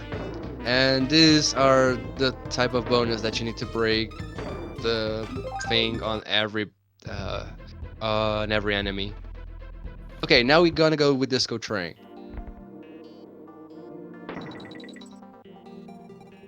This is arguably my favorite track in the whole game because of how awesome the beat is. You couldn't believe that something like this would be possible on the Super Nintendo, but it is. It is. Also, I love the fact that in the Super Nintendo version is like a night thing, and on the GBA remake is a sunset. Like I love the difference. Like they put the effort to say, okay, now it's the same game but different platform, so let's make up a little bit of tricks, and they put like a sunset. That's so beautiful. And also this on this stage is another scroller, but you are bound to miss some bonuses. You guys might have seen there's a Bramble bonus in this level, while this isn't even a Bramble stage. Well, get used to it, people, because you're gonna see a few of those bonuses quite a lot later. But sadly, on this level, there's a little bit of things that you can do to speed up, like trying to skip some of the squidders, that to jump over them. But there's only one trick mandatory here, and I'm pretty sure neither of them are gonna go for it, which is sad. Well, to be fair, some of the tricks in this world can be a little hard to pull off, especially in a marathon setting. Don't want to lose too much time in a race like this. So please, we're gonna wait for that when it happens. I know DNA is not fond of that trick. I do not know about tonkotsu. I believe he isn't as well. Well, that's at least one G that's gotten in this run. Oh yeah. And DNA at the Bramble bonus. Also That doing it. song, sad. No swag. Feels bad, man. No swag balloon. Let's see if DNA's gonna get it later. No, DNA is a non-believer. How For a can fact. he? Oh look, another Bramble stage. Yeah, and this one is... You can actually get the wrong warp in this one, but... Oh boy. It takes a long to exit the stage. And we need the percentage, so we have to. And Have look, not. looky there, another Bramble bonus stage. But Well, at least this time it on a makes sense. Oh yeah, it makes a lot of sense.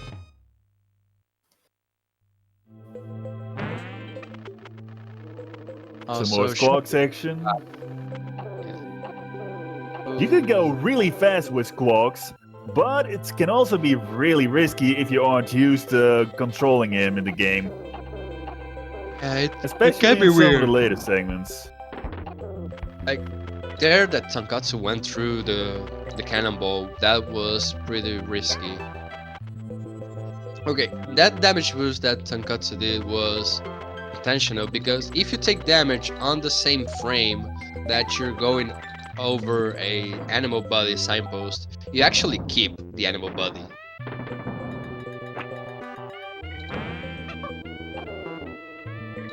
I guess the runners really like to use their animals as much as they can. And it definitely helps saving time with squawks at that segment. Oh, DNA went for Also- swag and I missed it. Feels bad, man.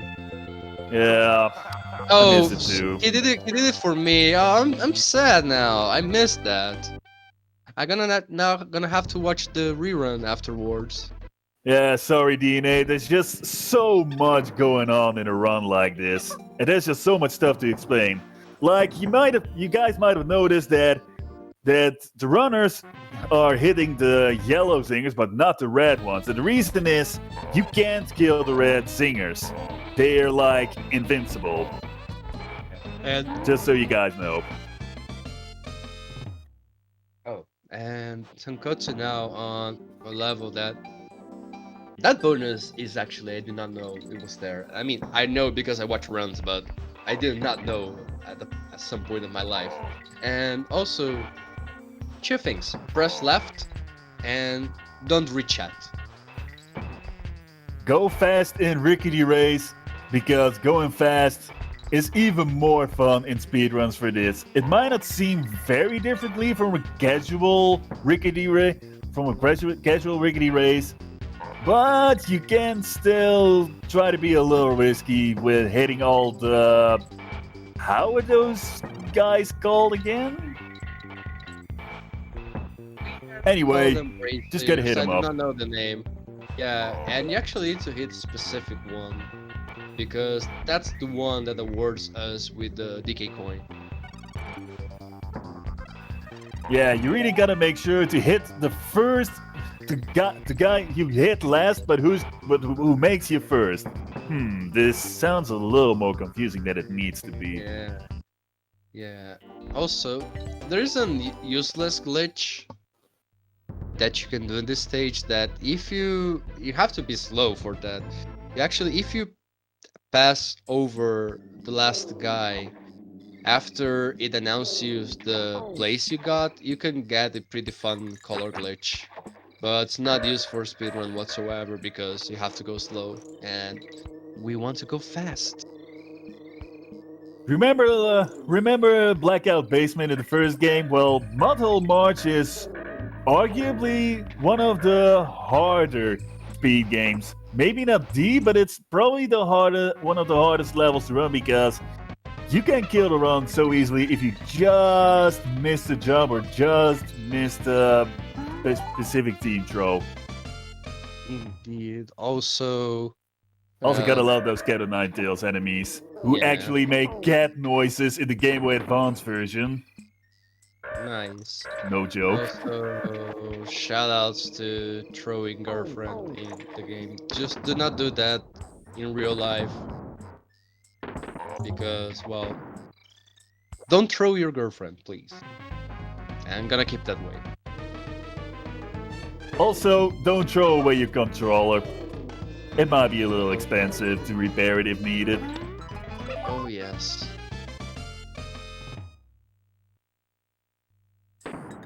And DNA also got the DK token in Rickety Race. The, the mud holes level, uh, the forest the marsh ones. I do not even know the names in English anymore. Oh, by So the much. way, this is one of the few stages where you gotta get the DK token from the end target. So it's one of the only times that you need to hit the end target because you gotta collect the DK tokens. There's gonna be another one later on. Yes, and we bribe another time our boy Clubber. And okay, here is a fun glitch you can do in this stage. That seems to always forget the names of the Lost World levels. Basically, we are going to use a invisible object to basically mess up with the IDs and create a super jump-esque state to go Nyam is coming up really shortly. By the way, for people who have only played this game on SNES, you're definitely gonna hate this level because in SNES there's like a glitch where if you try to rotate the barrel, it keeps rotating until you push a different direction. So it's much harder to try it on SNES than if you do it on another emulator or just on console. Fortunately, both tonkotsu and DNA are running this on console, so they don't have to deal with that BS, fortunately. Oh yeah, the CSNES was so fun because you cannot even see the lava steam on the lava levels,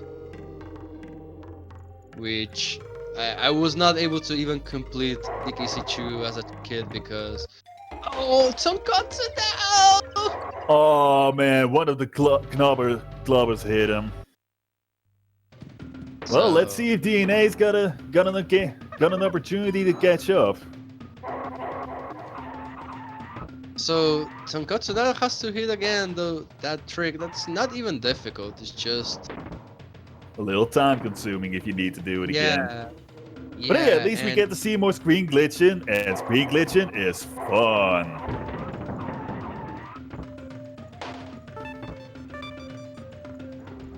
Also notice that the clubbers do behave a little differently. The red ones can take away lives, the gray ones can, the red ones are the ones that can kill you. The gray ones are those who get lives from you.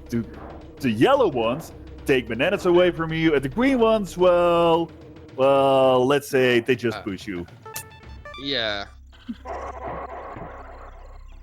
They are just for chaos. Also, shouts to that bonus. That does not even have a bonus barrel. It looks like a warp. Just gotta follow the single bananas, which is definitely a trend in all three games.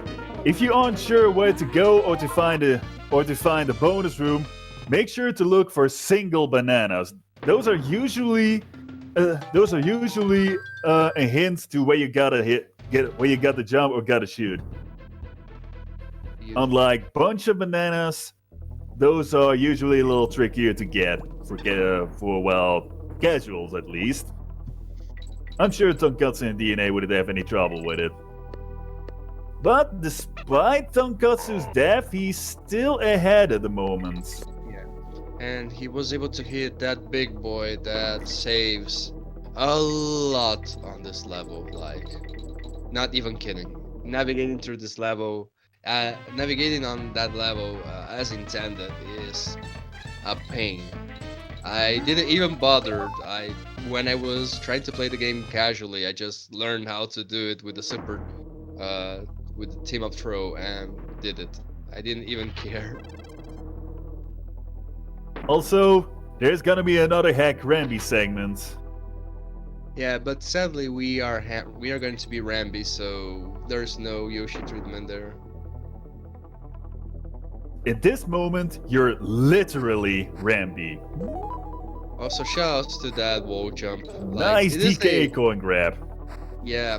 Basically, that's a Rambi double jump, but since you have to change directions in order to get it, it looks like a wall jump and so cool to watch. Oh man, such an epic song. Too bad you can only hear it once in the game. Yeah, and basically we're going so fast that the queen sting does not even catch us. Because this is actually a cool continuity from the first game.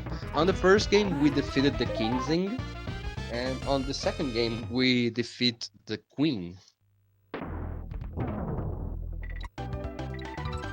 Yeah, from what I heard, the first one was called Queen Bee, the third boss in DKC1, and King Sing. What's the name of Zing. the boss that tonkotsu is battling right now? But the stage Yes, name is King Sing Sting because, yeah, rare because they love to make their level names so rare. they, they love puns, and this is the only downside of playing in 1.0. This is actually a resident sleeper boss because the bee moves so slow that like is you can even forget it actually moves. Also, it can be a little hard to hit the angle in the big form, especially Also, if you never played the game before. But also this was a pretty good Kingsing for tonkotsu. Also, shouts DNA to is the also at raiders. Kingsing. Yes, And and here having no coming up, trouble. favorite track in the whole game for me, Forest Interlude. Oh man, it's so smooth. I love it. Shouts to all the raiders that are coming from all the channels that are that are raiding the speed gaming and the SNES Superstar Marathon. Thank you so much for sticking around and on this unholy time for well for Westerns. For Europeans, is actually a correct time to leave. Yeah, and if I'm correct, I believe it's also a little later in Japan. I think it's like noon, early afternoon right now in Japan. Should be around 5 p.m. So they're good. They are on awake time zones. I would love to differentiate between asleep time zones and awake time zones at this point. Well, Oh, fair enough. Tonkatsu missed the big boy. Now he's gonna resort Oh to man, looks like it's got to be a slightly slower, but that's time he's for still DNA led to for catch up. DNA. He got it. Oh, 5:16 p.m. in Japan. Thank you so much for information in chat. I wasn't that incorrect. Also, shoutouts to being able to roll through the advanced form of claptraps by going upward above them instead of downwards. The Because advanced otherwise, form. You mean spinies? yes, no, the claptraps, not the spinies. Oh, right. Of course, the That you claptraps, the can if clamp-ons. you yeah if you that you can roll if you're above them, not if you're facing them directly. Also, shoutouts to Spooky Stage. Yeah, shouts It's always to fun to watch it. yeah. In the community, we like to call it the library, the 2 packs library. Also, shouts to those bonuses that you can miss. Yeah. And this I think bonus, you actually get to ride backwards. which is fun. It's probably the only time you'll ever see going backwards with a card stage in 3 games, so enjoy it. For all our Japanese viewers, arigatou gozaimasu for watching. That's my basically Japanese knowledge. And for what's on the thing, the 120 stars that we are getting faster than cheese, simply amplification. Shoutouts to Just being press B. faster. Yes.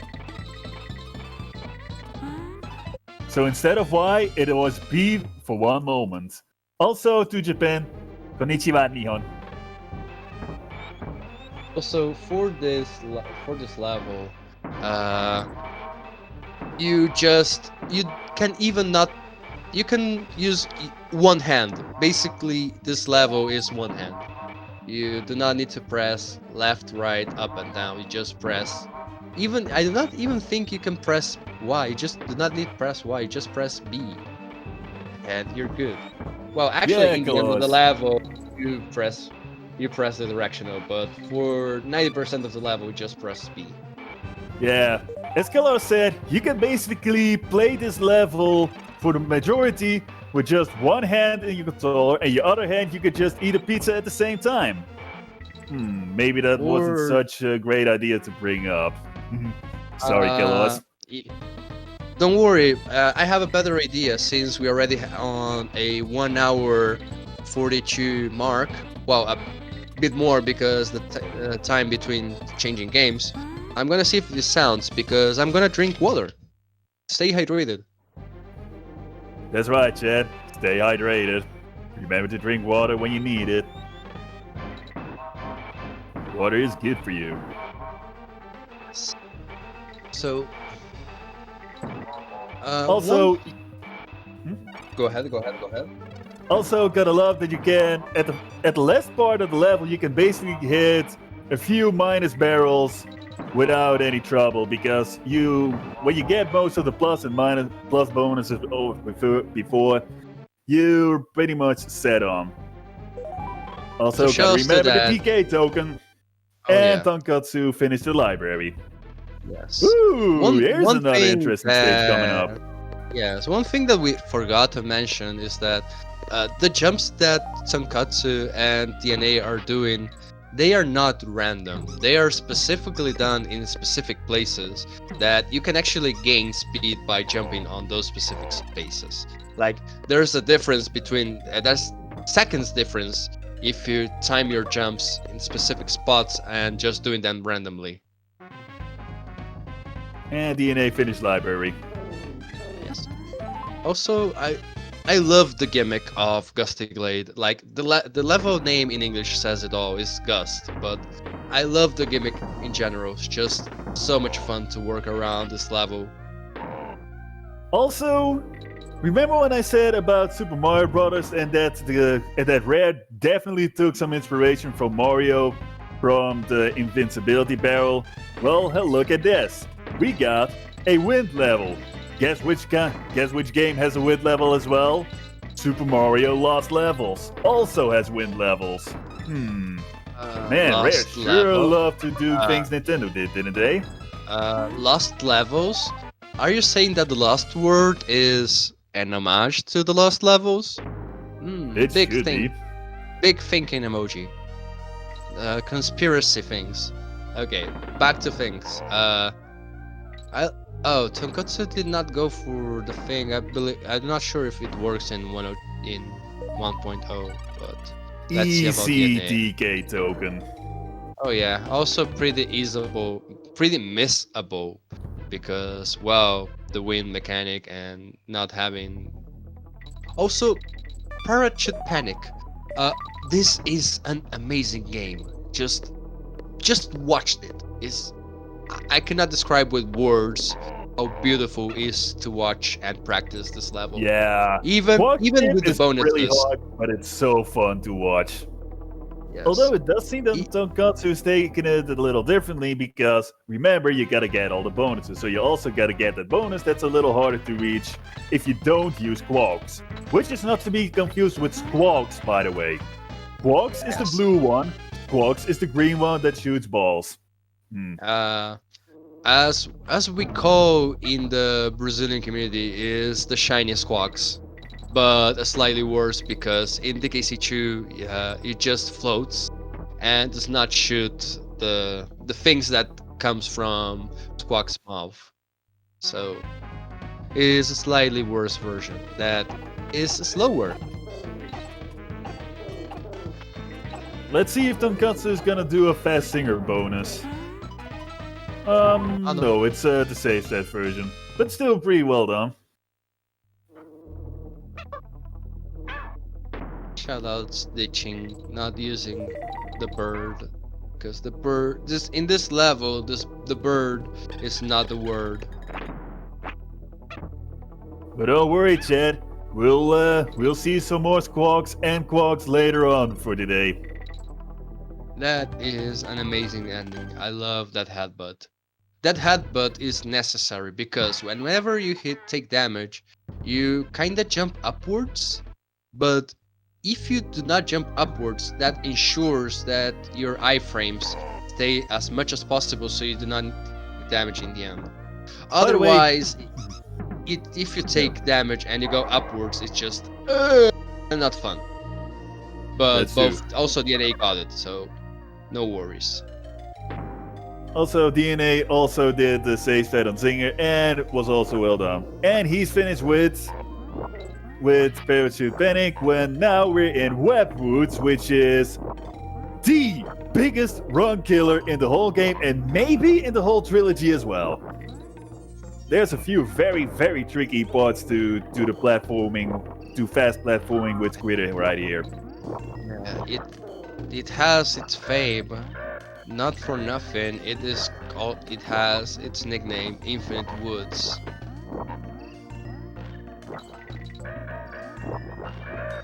Also, DNA has also entered Webwoods. This can give either Tunk a great advantage or DNA can catch up. Ah, fast cannonball. Nicely done, Tonkotsu. And oh man, DNA got hit by the in Webwoods.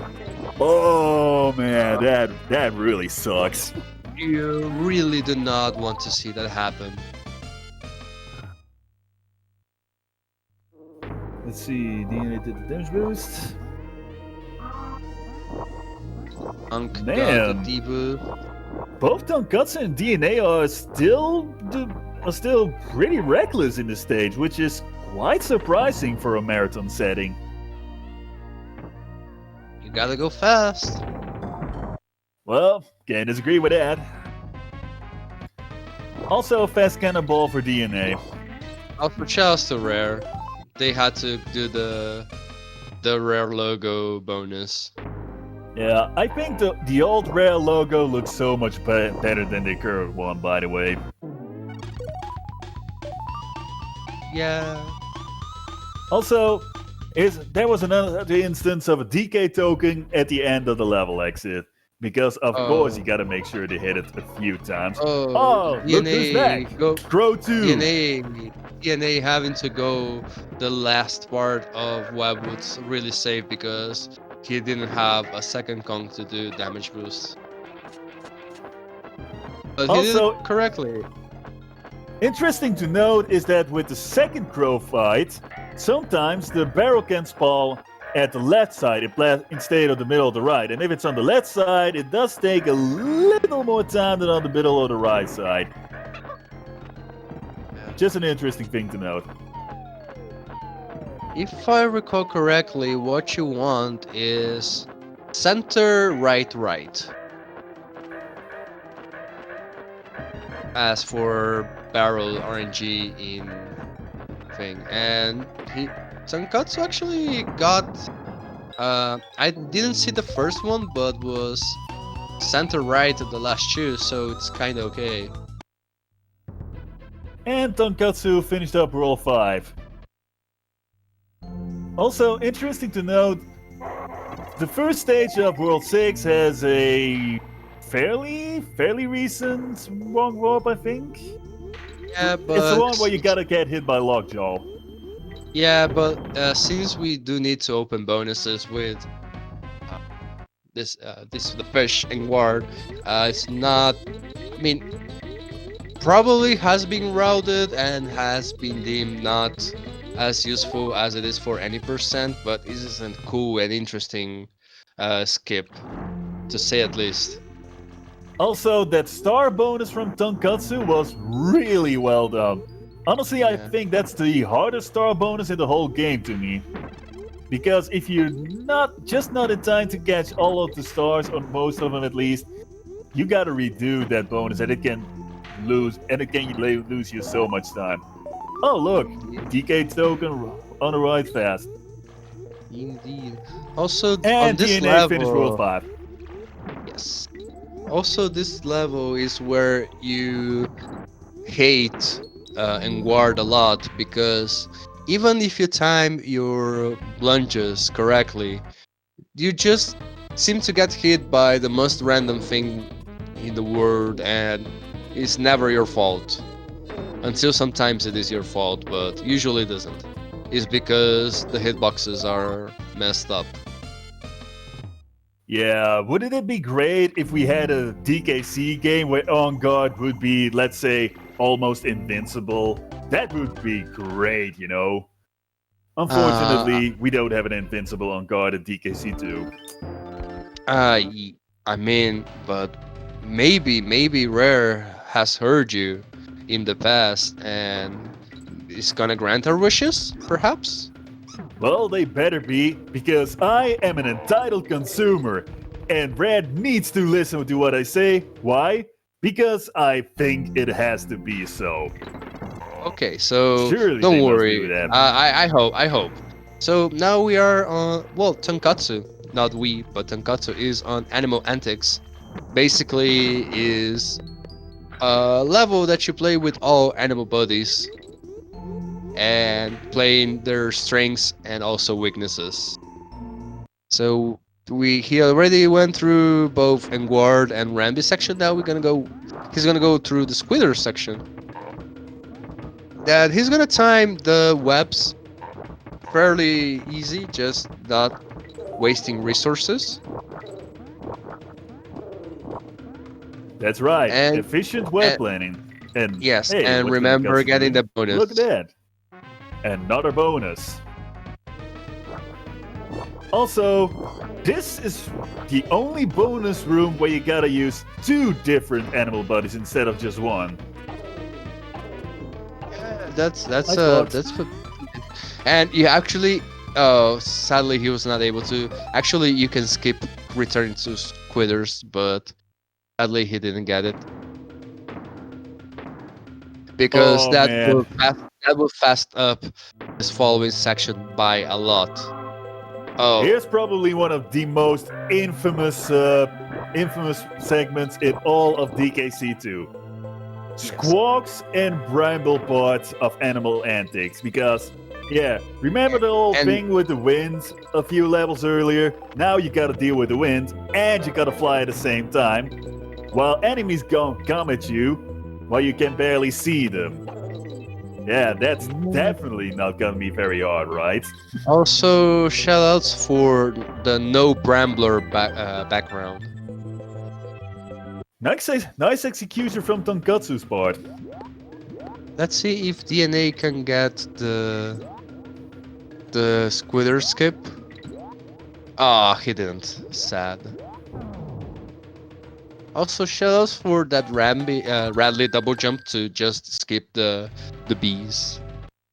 Yeah, some of the Redley jumps can be really tricky to pull up, but once you do them successfully, it just looks so amazing.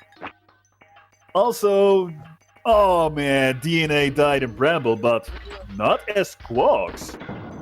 Well, Oh unfortunately, boy. he has to redo the Squidder part.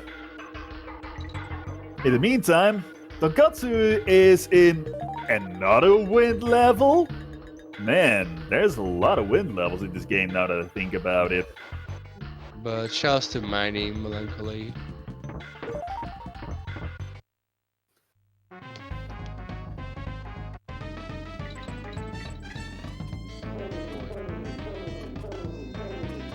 Shoutouts of killing all the enemies.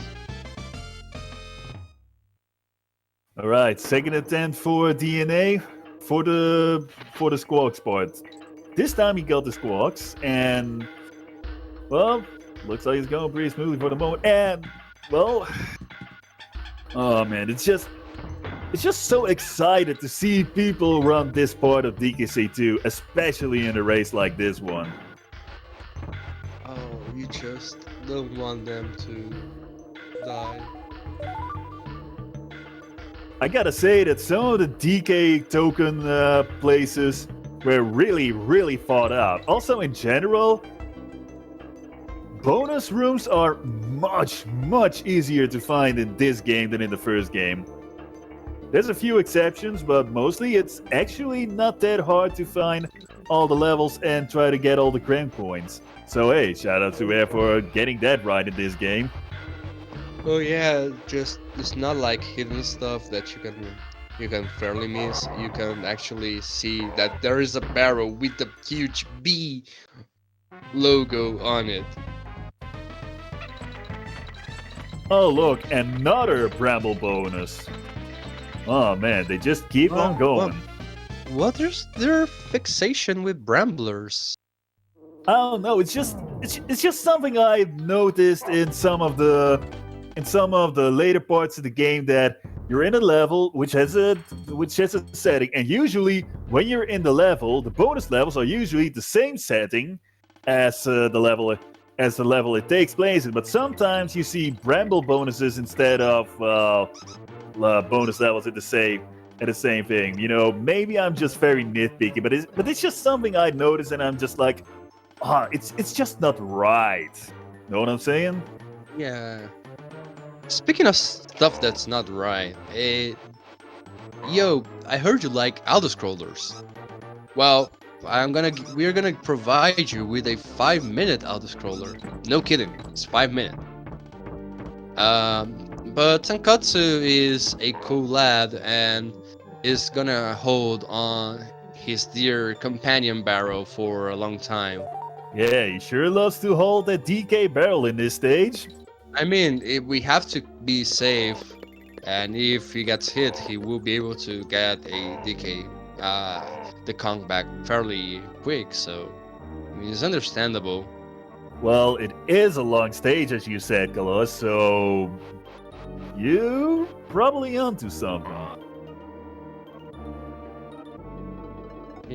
It's a companion barrel. It's just for funsies. He could have just disregarded it. Wait, what? Well, that's never happened before. What the hell? Hell? Well, What? that exit came there all of a sudden. Okay, so no, yeah. Did he get the bonus, or I missed that? Yeah, it wasn't really clear to me either. Did he get it? It went by in a flash. Yeah, there's only one way to find out, and that would be in the end. But for explanation, what happened? Basically, as everything that happens in this game, black magic. Basically, if you hold down the barrel, that's going to get crushed by the crusher. That is the level going up, and you re-grab it at that specific spot, take damage. Basically, what happens is that the goalpost gets summoned in like where you are. Basically, the level gets all messed up, and you finish the level. Why we do this? Because we have to re-enter the level afterwards, because it's even faster just going through Arctic Abyss, or no, the other level that, yeah, Arctic Abyss, let's call it Arctic Abyss, where you throw your girlfriend. It's faster than going back to Castle Crush to redo all the bonuses we have missing. So He's rolling. and Bye. for the chat, yes, we already knew that this was gonna happen. We just baited, because it's always fun to bait on a marathon. Yeah, there's always a few new people who don't know about a few of the tricks. By the way, Castle Crush in general is a very glitchy level compared to the others. Remember when we said that DKC2 is a more well-programmed game compared to the first one?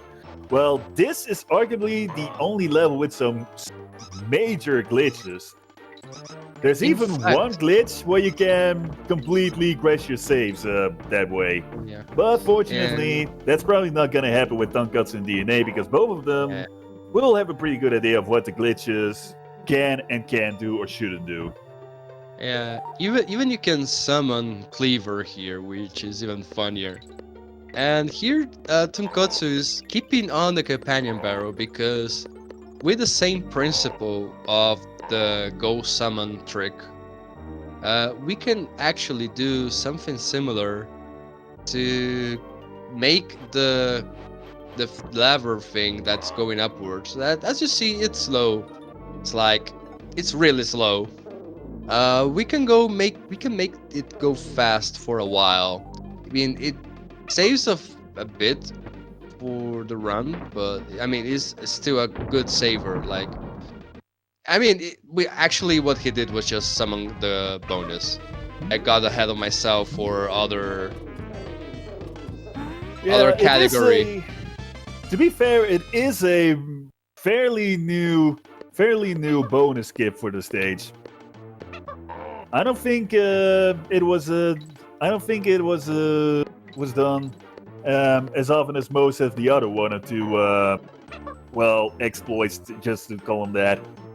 Because just saying glitches just sounds, I don't know, unintentional. Yeah, I think Yeah, exploit sounds a little more intentional on that part. yeah. I Also, mean, I got man, nice team throwing on Tonkatsu's part yeah. for Yeah, getting imagine squats. that I got confused the warpless trick with the 102 trick. Feels bad. I mean, it's the same principle though. We just go enter a bonus in a place we're not supposed to. That's the same principle. We just hold a invisible barrel that holds the correct values that allows us to basically create the entrance for the bonus we want to enter. Oh, great, an auto-scrolling bonus level, because of course we needed a few more auto-scrolling stuff. Thanks, Rare.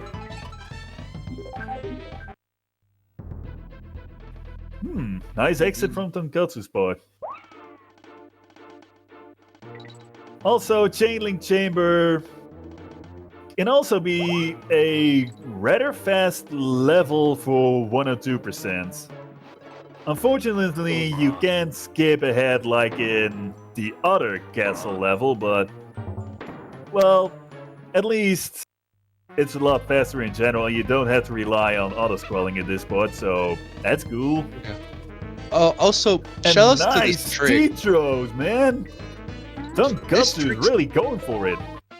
yes, this trick actually is exclusive to 1.0. That is the infinite team up throw. That basically you just throw up and gain height. So you use that to base. I mean, it's not used as much, but when it's used, you save a long on time because that bonus is really slow if you do the intended way.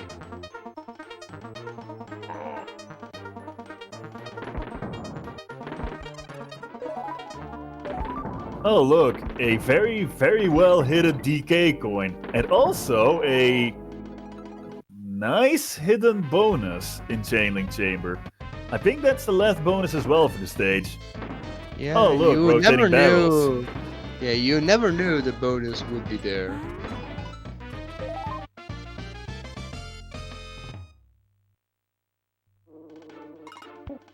Shoutouts to the level designers for making such, such great places for bonuses to find. But hey, at least it's not as obscure as, well, you know, in the other game. Yeah. Also, okay, let's gotta go with the questions. Which is the hardest Donkey Kong country? Hmm, Hmm, that's a good question. I think all that's a, three can be really tricky if you try to speedrun them as well as possible.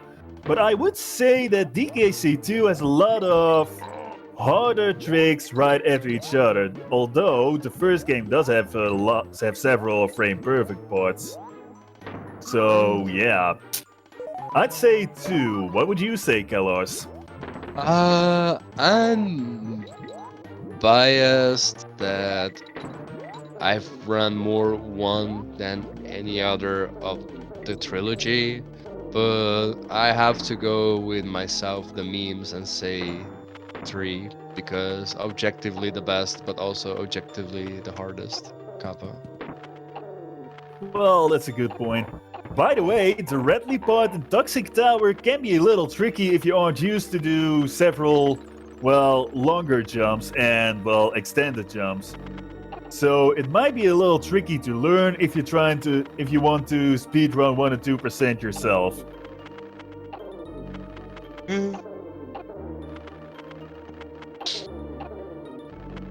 And also, Tonkotsu has to remember to enter the last bonus. Oh yeah, he did. Yeah, again, it can be really, really easy to forget a few of those bonuses when you try to do a 100% run. Also, shouts to another Brambler bonus. Well, at this point, I can't even be mad at Rare, you know. I mean, come on, it's Rare. You can't possibly hate old school Rare, in my opinion. Okay, so finally we have rescued Donkey, right? He's there. He's Donkey. Yeah, this has Yeah. gotta be the ending of the game. Hey, What? wait, what the hell? Oh, come on, Rare. Nah, come Stop baiting on. us. Come on. Come on. Nani? Oh, wow, there's another level. And it's a Bramble level. Yeah, of course. Of course, it's gotta be a Bramble level. Okay. Tonkotsu bailed out of the jump, pretty safe, because you actually need both Kongs to reach one of the bonuses. So had he lost one of the Kongs, he would have to start the level again. Also, this bonus is a pretty interesting one to watch because you're actually intended to use both Dixies and Diddy's tricks, but, well, speedrunners can be good at both Dixie and Diddy, so why not just only use Diddy if you can do it well enough? You just roll deep. Also, Exactly. shoutouts for getting midpoint and getting Screech Skip. That basically we just save 3 seconds on the cost of not having to hear a Screech song. And wait for the signs. Well, too bad we can't listen to the song because honestly, it is a pretty good song actually. Yeah. Shoutouts to the GBA version because you can hear that song both in the Ramby sprints in the one Ramby level in World 5 and in this level in this segment. Man, the GBA version sure is a wild version, isn't it? Oh yeah. And Tonkotsu did not get the Reeve skip, but at least he was able to navigate the level correctly without dying. So, who's gonna be the next boss? It is. Oh my god, it's K. Rool! But wait, that's not King K. Rool. No, sir, this is Captain K. Rool. Totally different guy. Captain K. Rool. Also, DNA being an absolute lad, asking if he needs to do the jump, and of course he has to. Like, why wouldn't he? Gotta be swag at a marathon, am I right? This is a fairly long boss battle. I believe it's even the longest K. Rool fight in the 3 Oh, wait, did I spoil something again? Man, I really gotta stop doing that. Perhaps, yes. Oh, and sadly, DNA did not get the jump. That's, if I recall correctly, people that might have more knowledge can correct me, is a 3-frame window. So, yeah, I mean, I don't blame DNA for trying. It's just, it's not a huge gap to actually get it. Yeah, as Color said, it is very tight to do, and again, this is a marathon run, so yeah, don't want to lose too much time, especially if you're behind at the moment. Though I do have to say that despite the fact DNA is a little behind right now, he's still doing rather well.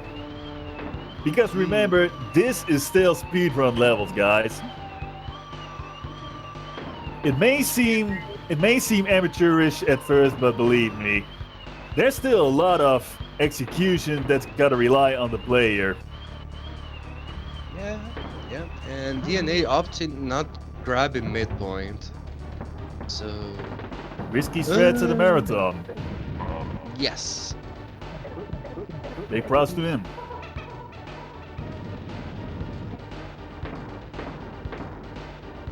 Oh man, the colored clouds, gotta love those. Blue Diddy! But no blue Diddy for the rest of the fight. Well, that's Sadly. okay. I like other colors as well.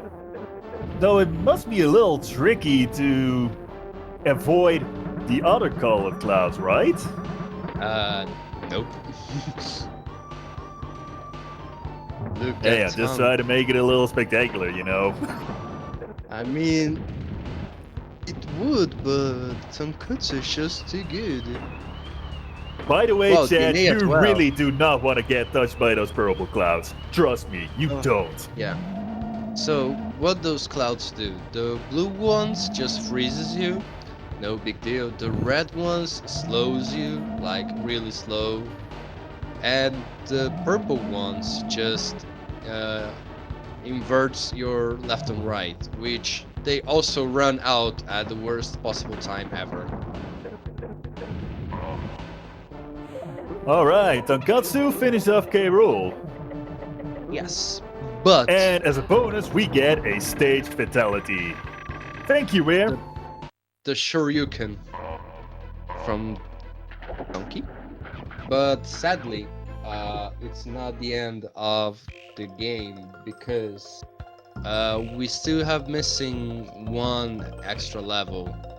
So while Tonkotsu is waiting for credits because he needs to start the credits in order to reset the console.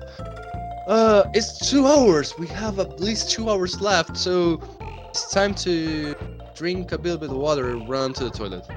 That's what I'm going to do. Like right now, speed run the toilet, washing my hands in 20 seconds. That's okay. In the meantime, I'll be giving a few more commentary. Dna is still busy with K. Rool, but Tonkotsu still's got to wait just a little more because he's got to reset. Because remember, people, if you don't reset at the right moment, well, you might have to redo the whole game again. And trust me, when you had that happen in 102% of this game, that's really not what you want to see happen.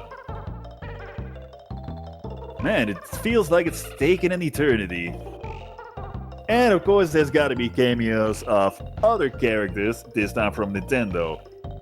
Also, a few cameos from non-Nintendo characters. Unfortunately, you won't be able to see those cameos in the GBA version because, well, it's a GBA version. Should we expect the same thing at this point? Also, remaining part of DNA's fight with K. Rool is still pretty solid. He's at the red clouds, he's almost finishing up. Alright, one more phase to go for K. Rool for DNA, and Tonkotsu is able to do a reset. If things going smoothly, there's only one more level to go, and one additional thing. Okay. Hi, back. I'm Colors. Sorry, I'm back. Hi, I'm Colors. Oh, I've messed up the thing. The hand sanitizer RNG was bad.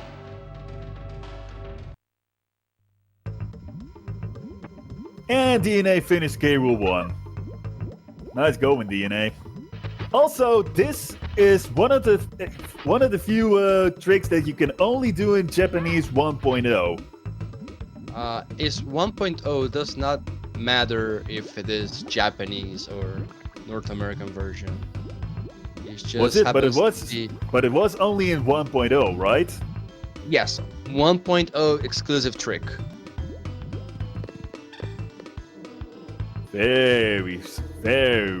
fast screen clearing. Also, this bonus room is pretty cool, especially if you go out of bounds. Well, yes, if you are not hit while going out of bounds. That is a fair point. Also, DNA's gotta wait just a moment before he can do a reset. Man, it just feels like it's taken an eternity for some reason, and it's barely a few minutes, or not even 2 minutes actually. Look at Tonkotsu go! He loves to talk. Our boy Cranky. He loves to brag how he's able to beat this game in less than an hour and with only 1 life. Yeah, Cranky is basically me in real life. Because I always say from old games that they are so much better than new ones, and I'm always saying things like, back in my day, we used to have good video games, and now it's all just about the graphics. Now Look, it's King K. Rool, sorry, Captain K. Rool back again. He survived. God dang, how did K. Rool survive that? Well, man, he's gotta be resistant for Yanyas. Here's the thing, he has super armor on his belly. Yeah, that's gotta be it. Also, there's a lot of patterns to learn for K. Rool too. You gotta get some really smooth movements. Also, DNA about to reset and entering. Whoa, wait, what was that stage called again? Something with HOTS? I don't know. Sorry, it's still early. It's still late. Actually, it's still now it's early here. I've seen lights coming out of my window. Yeah, I've also seen light for like for only 1 hour. It was still dark when I was getting a line. Shoutouts to northern and southern Prangmosphere. DNA about to do the 1.0 trick. And Tonkotsu finishing up DKC2. And is gonna wait for credits to appear to begin the objectively the greatest game ever created in humankind history.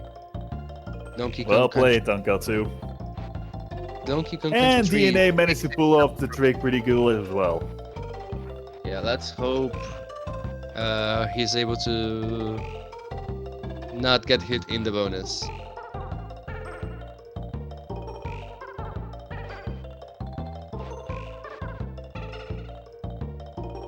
Also, an interesting thing to note, technically you do not need to collect the DK coins for 1 or 2% in DKC2, but the community decided to collect the DKC tokens as well, DK tokens as well, because, well, if you wanna go 100% it, well, might as well do it.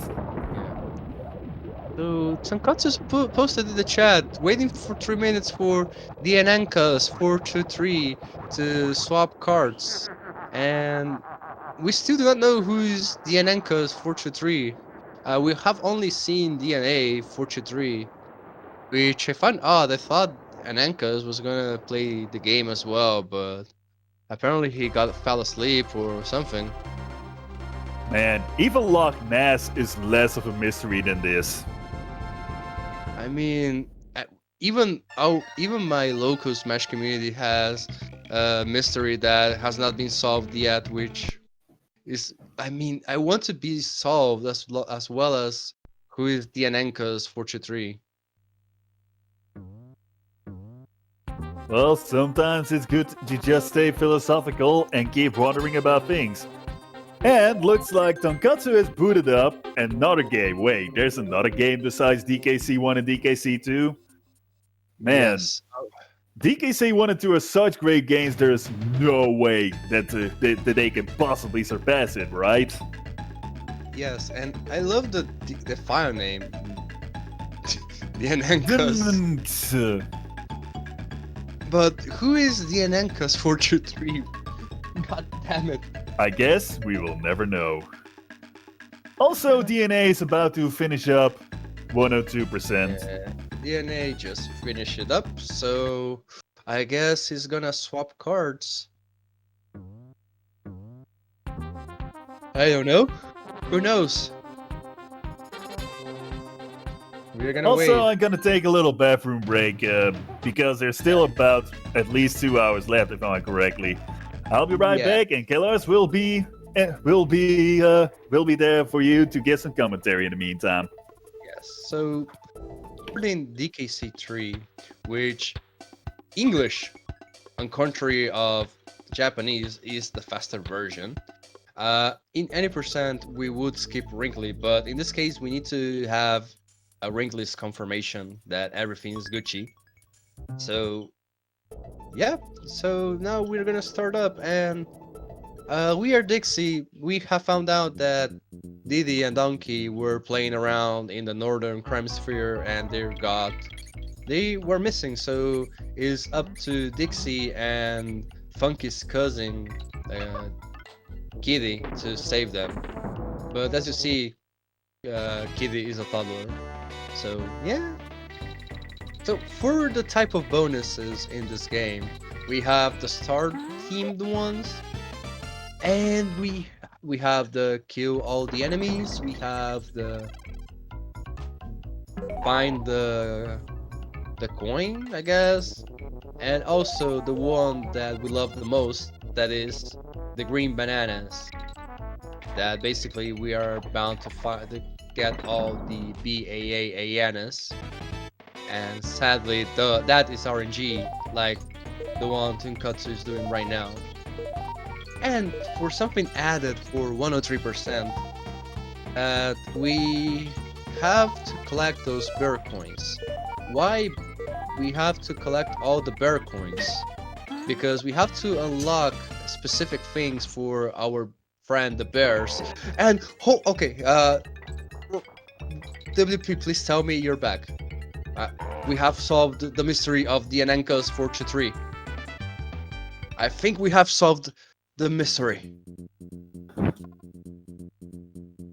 So we need to him to come back to release spoiler. Woo! I'm back, guys. Did I miss anything? No. I just solved the mystery of the Dna423 423. Is Oh, really? Yes, it's trust me, hear me out. They solved something special as well. They solved the fusion dance. The fusion dance. It's That's the fusion impossible. between DNA and Anankas. I thought it was impossible, but they made it. Bro, that's just incredible. I mean, that I'm speechless. I'm trying to figure this out, but it's speechless. Man, I can't believe it. me Also, looks neither, like but- Anankos has started 103%. In case Colors hasn't mentioned it yet, in this game, if you want to beat it on 103%, you not only have to find all the bonuses, get all the coins from the bonuses, but you also had to collect the DK tones, and that's not all, because you also gotta collect banana birdies. Although, fortunately, there aren't many banana birdies to collect at the first part of the run. Just occasionally in some worlds when it can be a little faster. So, yeah.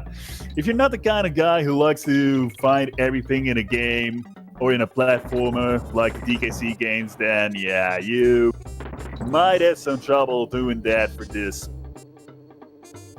I forgot about the banana birds. I mentioned everything, bear coins to buy stuff from the bear bros, but I forgot about the banana birds. That Well- we have to play a Simon Says game. That they are not fun because they increase difficulty as much as we get the banana birds. Yeah, I agree. The Simon Says game can be so annoying that even the best top runners usually write down the order from the latest games because it can be really, long. And if you do one mistake, just one wrong input, and you can lose so many seconds. after one failed attempt. So yeah, you really don't want to risk that, especially when you're on a great run.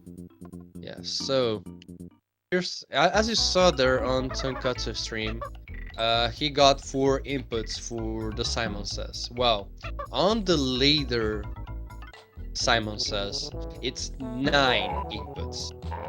Uh, if if you remember, or if you have played Pokemon Stadium, the first one for the N64, it's basically the Clefairy game, but way harder. Dude, those mini games in Pokemon Stadium 1, those were so much fun, especially in multiplayer. But as for a general idea, what are those? Simon Says. But Also, yeah, on guard at this game, fucking powerful, man. Excuse me for cursing. It feels so powerful, you know. It's just hard to contain myself. Yeah, basically, here's the thing. Hear me out. Donkey Kong Country 1 and Guard was okay, was good. Donkey Kong Country 2, it took a slack. Like, he was kind of OP, so he said, no, I'm top tier, no one can beat me, and well, he became low tier. And on DKC3, he became like Brawl's Meta Knight. For those who follow competitive gaming, or yeah, Meta Knight is pretty OP. Or for another game, like we can say was Akuma on Street Fighter 2. But okay, back to game. We have ice levels, true ice levels.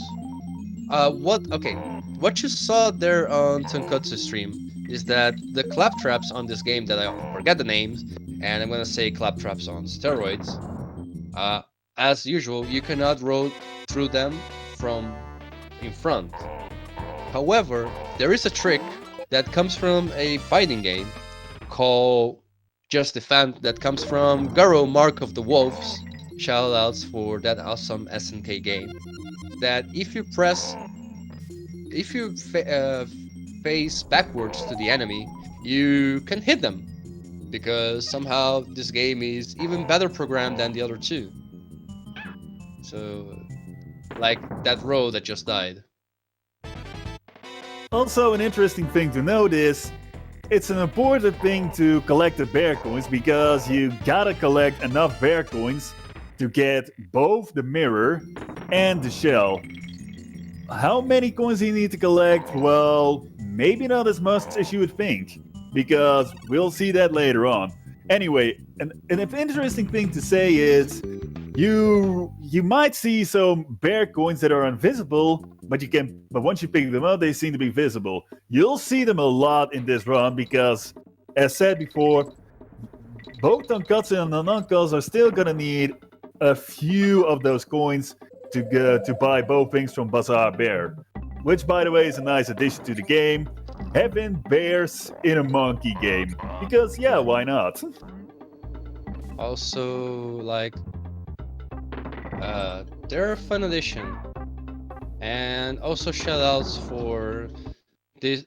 Sorry, I was about to say that the bear coin route is, well, it's routed. Like, they are not picking bear coins at random. They are picking the ones that are faster for a speedrun setting. And now on Tonkotsu stream, you're gonna see a very cool trick called that's basically skip playing as Ally on this stage. Let's see if he gets it.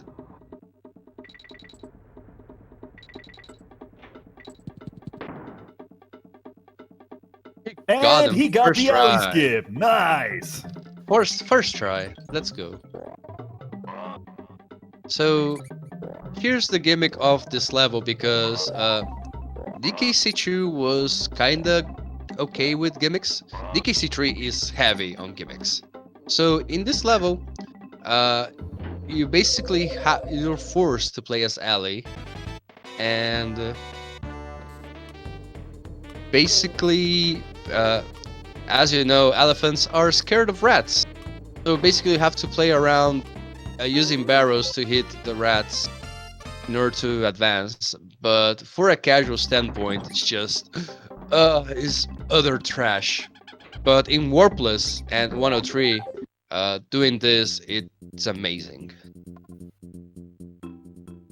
Also, DKC3 in general has a lot more stages based on a simple, well, I'm not sure if I would say gimmick, but it's more like stages are designed about usually one or two specific things, and the rest of the level and the bonus levels are usually based around that. Although there is one exception that's coming up later in the run.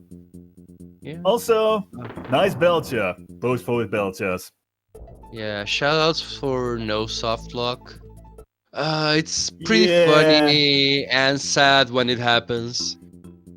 Yeah, Void had that happen during the 103 race on the DKC festival last month. That was really painful to watch. I missed that, but oh shoot. Okay. Tonkotsu. But hey, okay. at least we got other 103 runners to see the rest of the run. Okay. Let's watch Tonkotsu. What is going on? He's somehow failing a trick that he's always got it. Okay, got him. He got the team throw zip, which is a trick that's used several times in 103%. Yeah, and this one even was applied for any percent.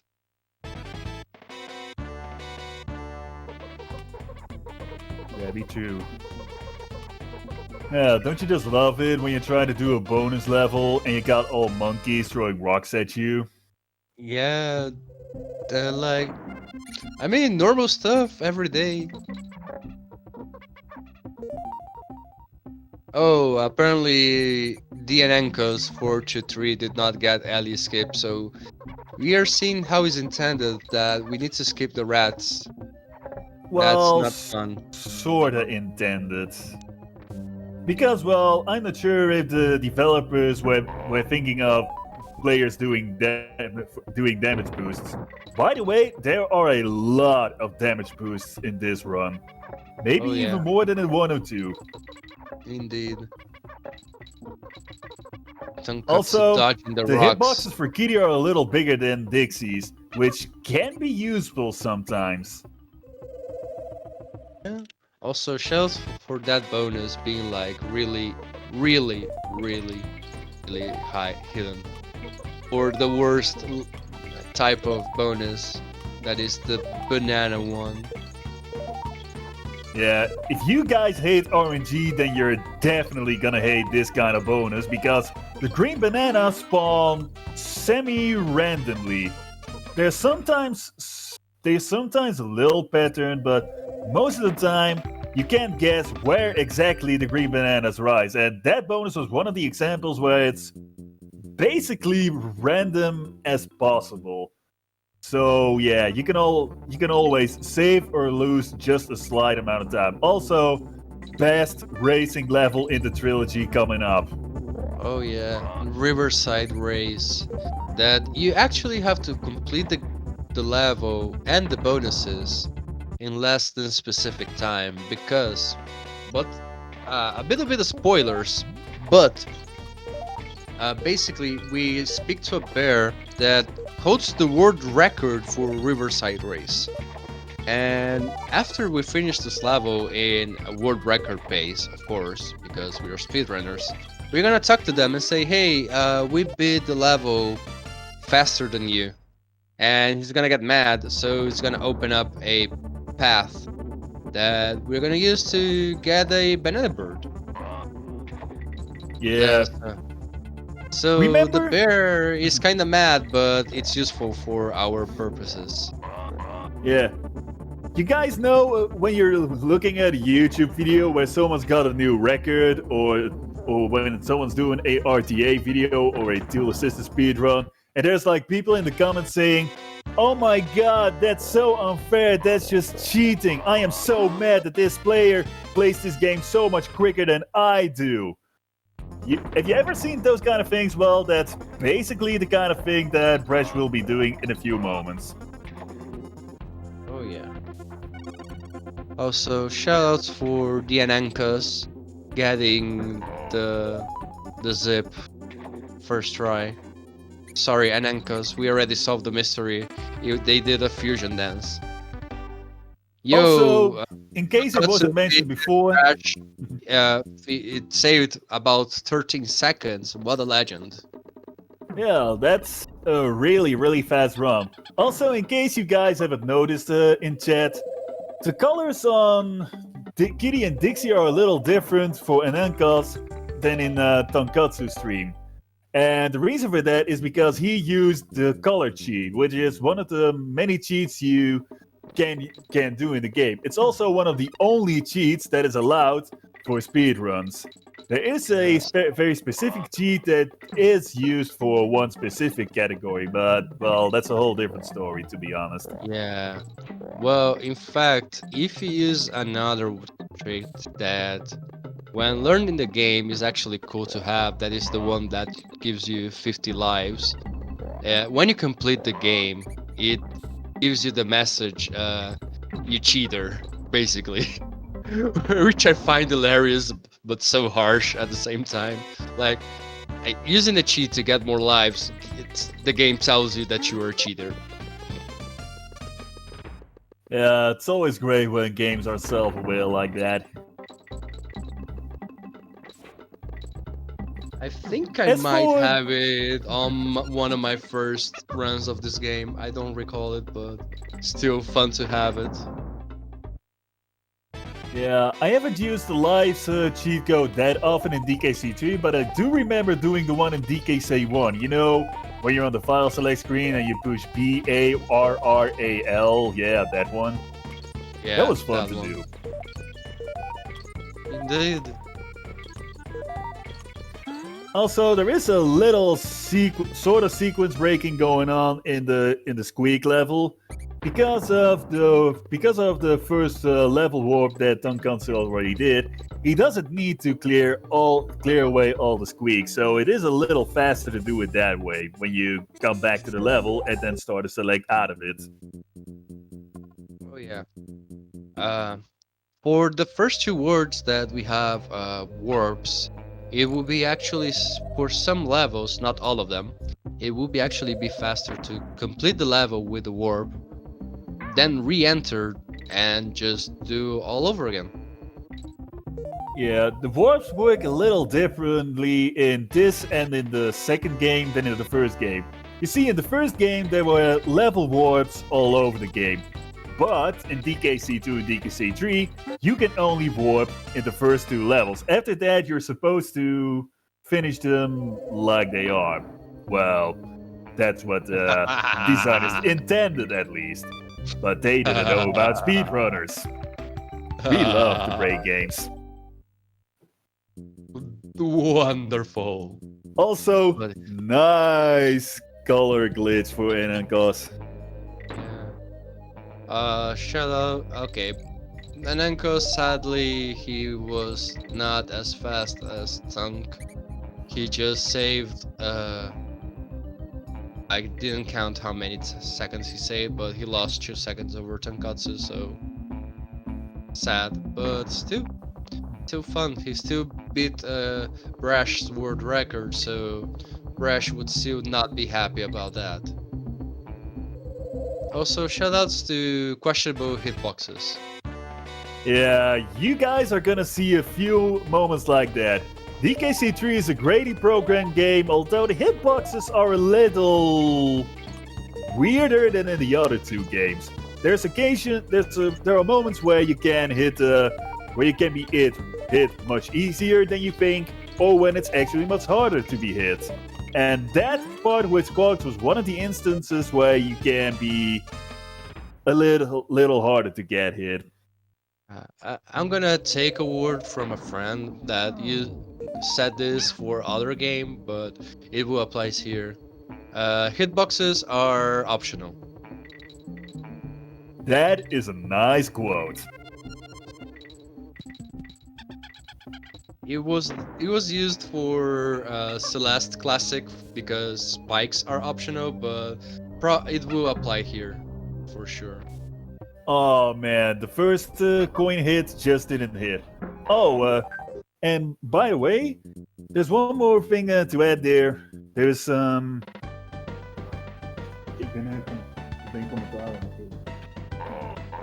Anyway, where was I? So Brash you is gotta. mad.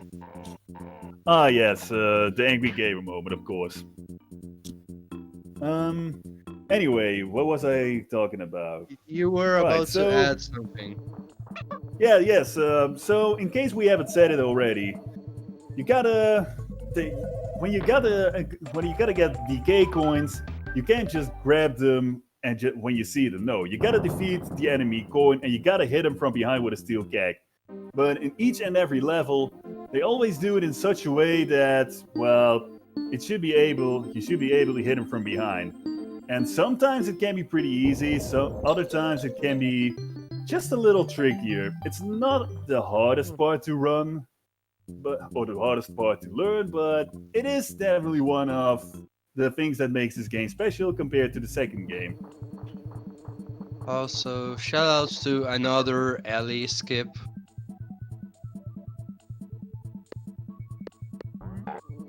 Because we do not like alley. Ellie is a nice animal, but unfortunately, she's not very fast. Yes.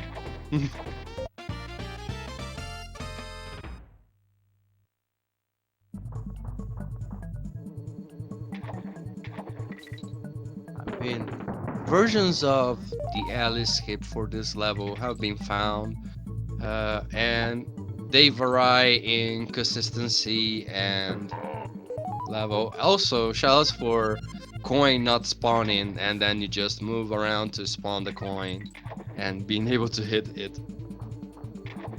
Also, shoutouts to Glenn for coming up with an easier second Ellie skip thread, and for coming up with several other threads for this game. Oh, also notice how for some levels, uh, having both Kongs just basically lags. The game was so ambitious by its time. I mean, it got released on the late cycle of the SNES. Even Wrinkly has a N64, and she plays Ocarina of Time and Super Mario 64. But at some stages, you just do not want both Kongs just because of the insane amount of lag it creates. Yeah, it's pretty crazy to think that Mario 64 was already released in Japan and America by the time this game got released. Also, gotta love that funky team. Yeah, it's so different. I love how all funky themes are so different between the trilogy. Yeah, it's all different vibes, but they're all good vibes. Also, here's World Mechanos. It's honestly my least favorite part of the run because that's usually the part where most of my runs die. Yeah, I and don't know if it's the also, same for you, Killers. uh, yeah, at least for my any percent runs, because that's all my knowledge. My completionist percentage knowledge comes from watching and reading the Discord, but for any percent as well, it's a pain because it has two auto scrollers back to back to back, and why? We do not know why. And also, Word 4, by the way. Yeah, World 4. Don't listen to chat. It's World 4.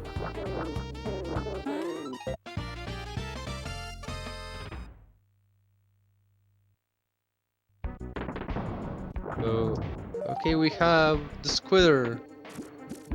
Choose the spider. Yeah, too And bad we don't see much of them in this world. yeah. Or actually, now that I think about it, I don't think Squitter is I don't think we see Squitter as much in DKC 3 as in DKC 2. Or at least not in the first part of the run.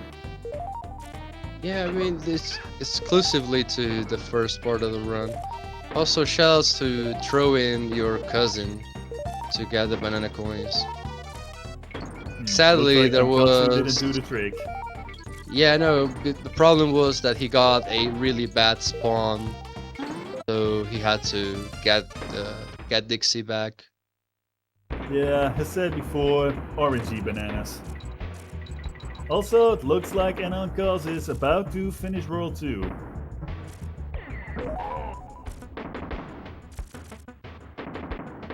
So, okay, so for the debate, the instruction manual says Mechanus is Word 4. However, for speedrun purposes, it's actually faster to do Mechanus as the third split, let's call it that way, because the Kong order matters a lot in this game. So if you start in Cotton Top Grove, basically you would have to make an extra swap. At least in 90%, I don't recall the details for 103, but I would assume it's pretty much similar.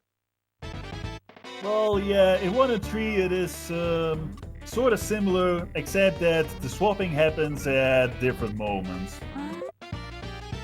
Also, gotta mention how you gotta basically do perfect movement in the bonus rooms in this toboggan level. Yeah, toboggan, please. You just don't want to fail any bonus in all the scrollers. Do yourself a favor. Don't So, practice. Practice all the scrollers. If you guys want to run DKC3, especially 103%, be sure to practice several segments because the run is long. Really long. Yeah.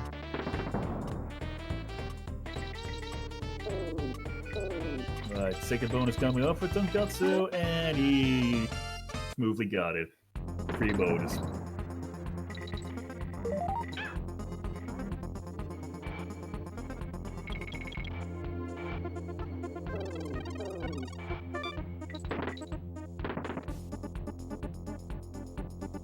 Remember to get the DK coin. Of course, there's gotta be a coin. Alright, second other scroller coming up. Rip Also, Rage. Shoutouts to the GBA version of this stage because it's got such a happy camp music while a Saul is about to split two Kongs in half. So weird. Yeah, I don't know what it is about the GBA versions of these games being so different, but also fascinating. And another zip. Yeah, this one to get into the bonus, but here's the thing. DKC3 for the SNES, the songs weren't made by David Wise. They were made by Ellie Fisher. So when they did the remake on the GBA, they actually got David Wise to remake all the songs. So that's the reason why. But also, a thing for this auto scroller is that you do not want to kill any rat more than necessary because you lose a frame of lag by killing every enemy.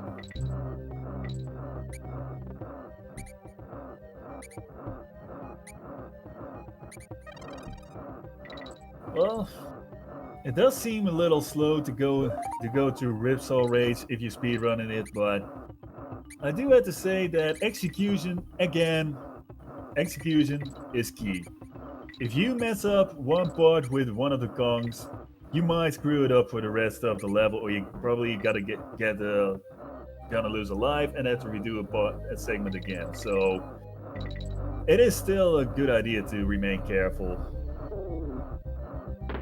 Yeah. Even more on a marathon and furthermore on a race setting is just You want to be safe. Also, screw this bonus that you were standing on the saw that somehow it's cutting the thing vertically, but I'm not the one to say if it's correct or incorrect. But also, you keep getting pushed left and right. Yeah. Also gotta mention how team throws, when you do them successively and at the right moments, it is sometimes a little hard to pull off, especially like in this part from the end of Ritz or Rage, where you gotta try to be at the top a little faster than in another scroll. Oh, but man, too bad the first barrel didn't hit coin. But yeah, team throwing in general is definitely something you want to master in this game. Maybe not at the same level at DKC2, where it can be very precise, but it's still close to it in terms of precision. I mean, Now on this level that I couldn't catch the name because I blinked. Imagine blinking watching a speedrun, but uh, you saw there that tonkotsu sacked a kitty. That serves two purposes. One, basically every time you enter a barrel with two Kongs, the game waits for both Kongs to enter the barrel, so it's slower, but also it's just a little bit of lag reduction. So, oh, oh failing the man, bonus. Tonkatsu got hit with Squitter. Well, looks like he's gotta run back a little part. Also, gotta love how you can simply jump into an enemy and get through the barrel, and you don't even have to kill the enemy to get the Squitter barrel. Nice hitboxes, Hit, game. hitboxes are optional. You know it. Not And he hit it again. again? Yes. Oh man. Not again. And Tonkatsu was on such a great pace. Although he's still quite a little ahead from Tonkatsu, who's still doing Ripso Rage at the moment. Yeah, I mean it's.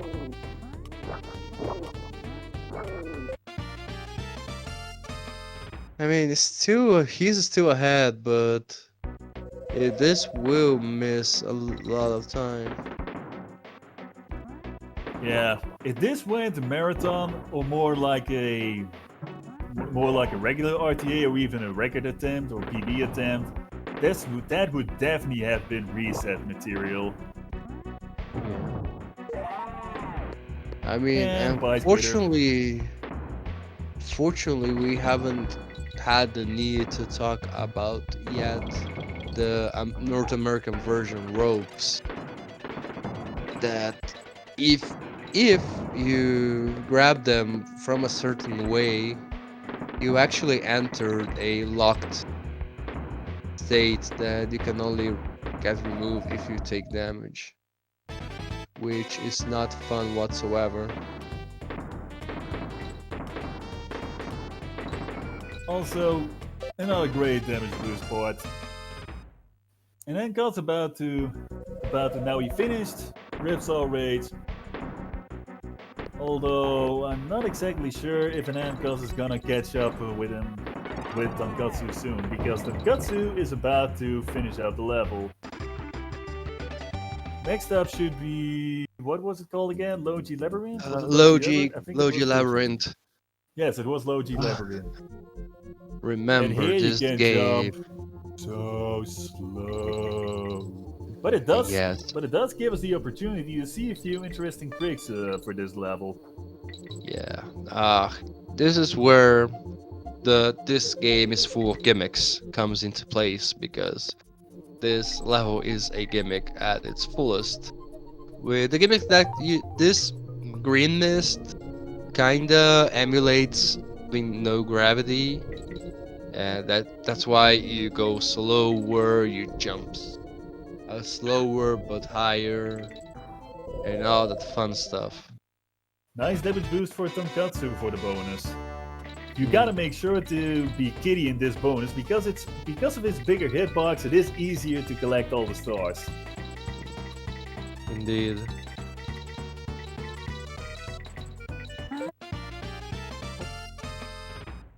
also one thing that we have not mentioned that might or might not come into play is that in DKC2, whenever you get transformed into an animal body, like in this case, you kept the the Kong order. So if you entered with Didi and grabbed a DK barrel and you took damage, when you get out of the state of animal body, also shouts for no hitboxes there. You were back to Didi. In this game, actually the Kong order is stored, so if Tonkotsu takes damage, since he entered the parrot with Kitty, if he take damage, he will beat Dixie when he's not the animal anymore. Not gonna lie, I've been running this game for a very long time, and I actually had no idea the order for the Kongs was fixed in DKC3. That's a nice trivia. In in fact, this takes importance because finishing this level, uh, for the boss fight, we want to be Kitty in front, but also, uh, for a level in Ward 5, at least in 90%, the order we want to be. We take this, the purple strawberry milkshake factory level. We take damages in a certain way that we finish the level with only one Kong, and it should be Dixie in front, at least for any percent, in order to reduce lag in Lemwins and be faster in general, because having both Kongs in Lemwins, it's just... Oh shoot. And here's the boss fight with Chaos. This is one of the reasons why you want to use the US version for doing 103%, because you can do a pretty neat skip here. Although skip, Yeah. I think it's more like a fast trick. Let's see if Tonkotsu can go for the one cycle. Okay, so far so good. Okay, so far so good.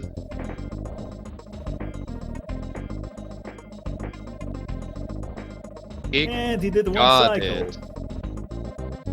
So to explain up the trick, when you in the North American version, when you team up throw upwards and the Kong comes back to you, you can throw up again without losing any height. So what does this mean? That you can actually stall in the air enough so for Chaos to go back and forth, and you just can hit him without having him to just, I don't know, go make his head go vroom vroom. This is the referred to one cycle. In the Japanese version, that's the one used for any percent. That is fixed. So in order to defeat Chaos quickly, you just resort to some fancier stuff. Yeah, in the Japanese version, it is possible to do Chaos a little faster than intended, but instead of doing infinite team throws, you need to be Kitty. No, wait, you need to be Dixie, and you need to throw Kitty to the wall, then jump on Kitty when he bounces back from the wall, and then you jump on Chaos. It sounds a little complicated when I say it, but if you ever seen it, it isn't actually that complicated to understand. I have never tried that sort of chaos fight, so I can't say if it's really easier or harder than the way you can do it in the US version. Oh, and by the way, Tonkotsu has ended Rule 3 because of Oh, Topko. and Enko's gonna get a choose cycle. I don't know if his height was a little bit off or his throw timing was a little bit off, but Yeah, one cycle can be a little tricky to do, to be honest. One small mistake and it can lose you several seconds. oh, yeah, it's a 3 cycle, sadly.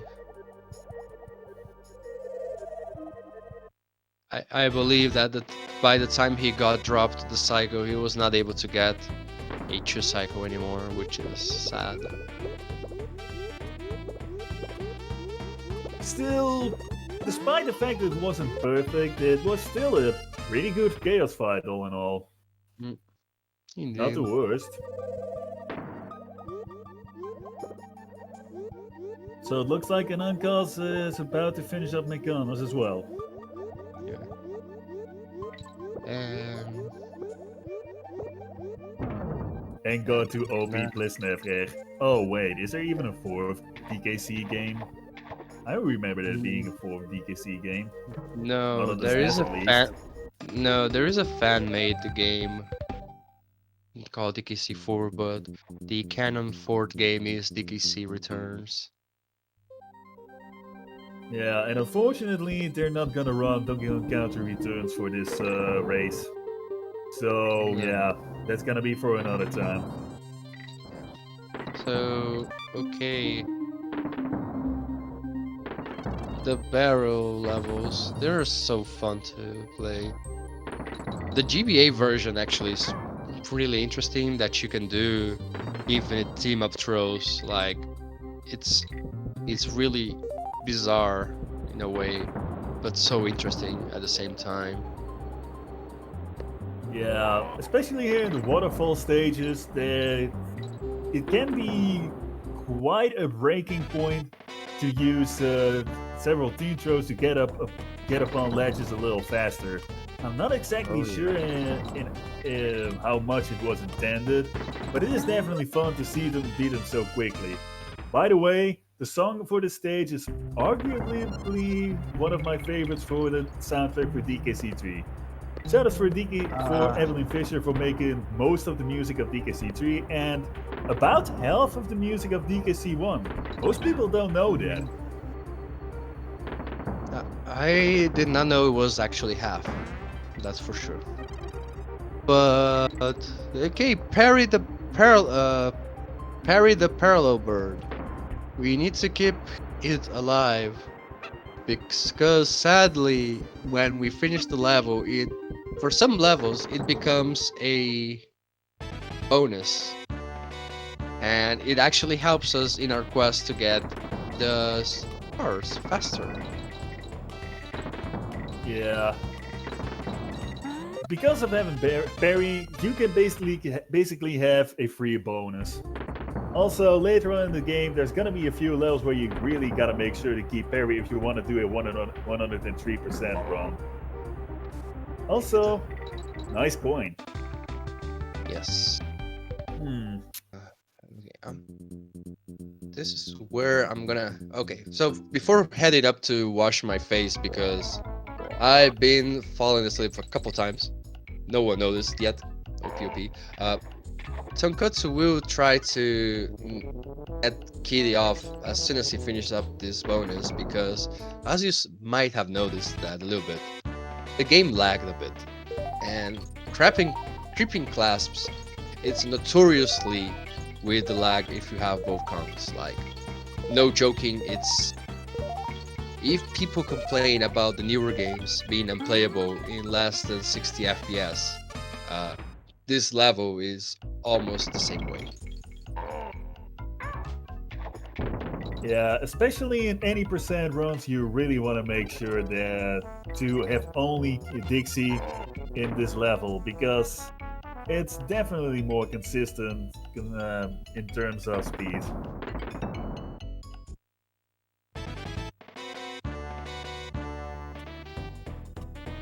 Also, nice roll from Tonkotsu for the bonus. It's quite a little risky strat, to be honest.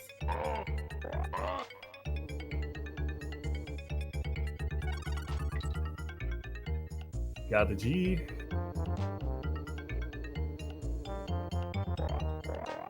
Also, Ananka's about to get a parry bonus.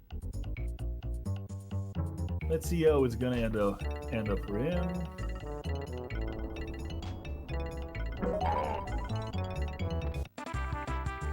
And nice enter for Anankas as well.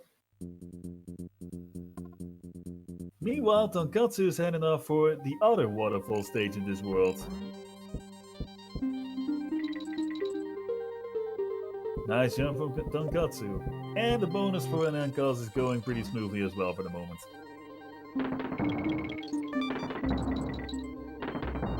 Let's see if he can get the coin. And he got the coin first try. Nice going, Uncles. Also, make sure to be kitty in this star bonus because you're really gonna need the bigger hitbox.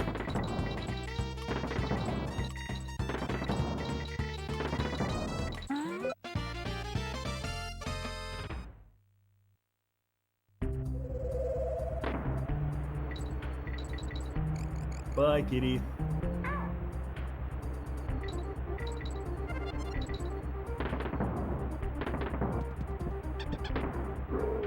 Alright.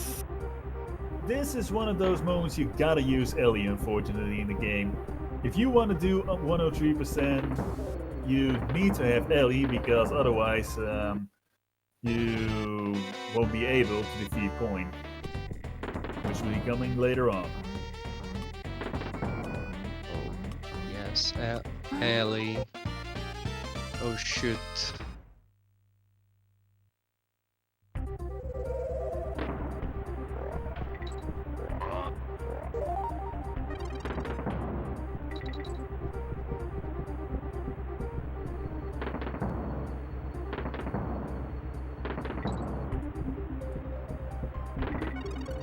Also, here's an interesting part that's probably unintended, but you can sort of, well, cancel your movement with Ellie when you're in the barrel. Instead of jumping all the way, by pressing R all the time, you can basically do shorter hops with Ellie, so you can be sure to not to get hit by the buzzers. And nice coin cut for tonkotsu. In the meantime, Anankaz is about to enter the second waterfall level while tonkotsu just about finishes it. Coming up next is another gimmicky level. Oh, Nibla, dance game. Yep, Nibla. You gotta be really specific to let Nibla eat the fish, and make sure it's the fish and not the lurchers. Otherwise, well, he's gonna turn red, and trust me, you do not want to get him turned red. Also, you want to go fast, but also not so fast because there are like unlimited amount of clips of Nibla just deciding to no give a damn and getting off screen, and then it reappearing in the worst possible moment. Also, this is a rather regular bonus level, actually. No gimmicks, just you're in an area, collect the green bananas, and that's it. And honestly, I like the change of pace. Don't get me wrong, I like the gimmicks in this game. I think it's actually one of the good things about this game, but I know a lot of people don't really like that approach for DKC3, so I'm sure they at least kinda sorta like that bonus level just now, I hope, I think. Let's pray.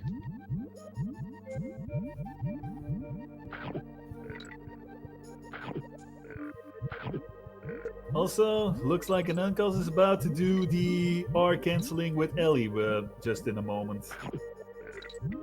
Or canceling. Yeah, that's basically Yeah, the term I'm using if yeah. you're using the R button, just so you don't Yeah. do the long I jumps was, with Ellie. I just missed the opportunity to say the first time you were explaining it. Are we talking about Smash Brothers again? I wasn't actually, but if you want to talk about it, well, I you mean, want to L talk about it? canceling. I mean, L canceling. We are L canceling our momentum. That was a forced one. Oh, that Nibla tonkotsu eating movement. something. Yeah, but Nibla being RNG and eating the fish that was far above. You know, in general, I think RNG has actually been pretty good so far for both runners up until now.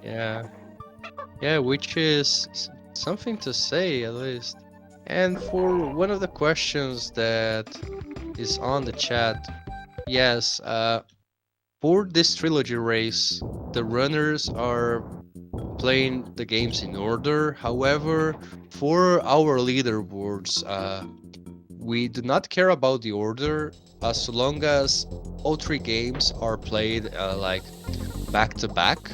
So you could start on DKC2, play DKC3, and finish up on DKC1, or even go like random order, like start in DKC3 and finish up in DKC1. It's a preference for the runner, but for just for this race, it's in order. Also, Tonkotsu is about to fight the weirdest boss in the whole trilogy, Squirts, who blows water at you and tries to knock you off from the platforms. And yes. It's a little tricky to hit the eyes, but it is definitely satisfactory if you can do it. And Tonkotsu just beat him. Yeah, and now he's gonna talk to our buddy Funky, so he can upgrade our transportation method. Now we can go really fast on water. You know, now that I think about it, DKC3 has a lot of places in water.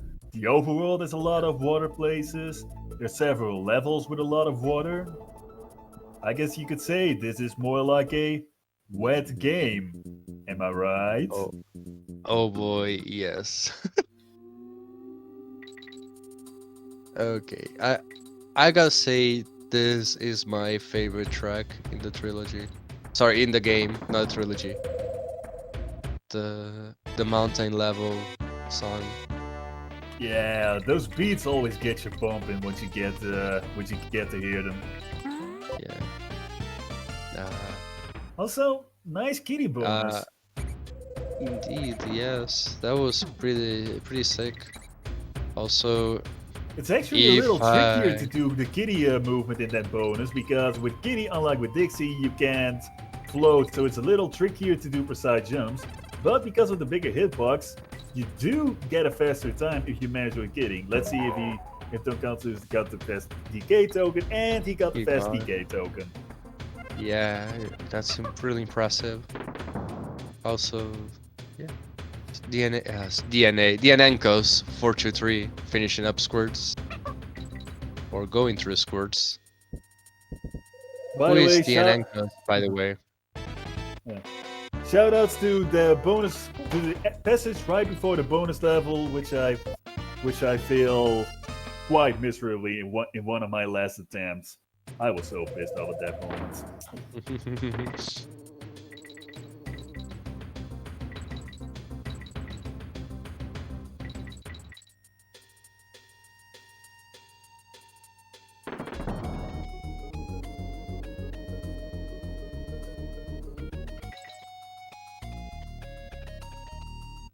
Oh, that's a certified banger there.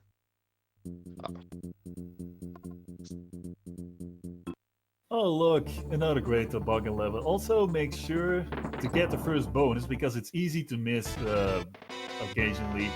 And Tonkotsu got there with a pretty good fall actually.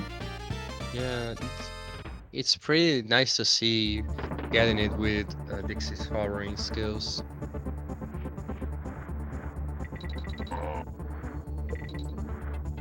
Also, make sure to collect all the bear coins in this level because it's pretty easy to miss one or two of them if you don't know the exact locations. And especially at this point in the game, it is very important to get as many bear coins as possible because if things go smooth enough, it should be right after this world that the player should return to Bazaar Bear and purchase the 2 items needed for 103%.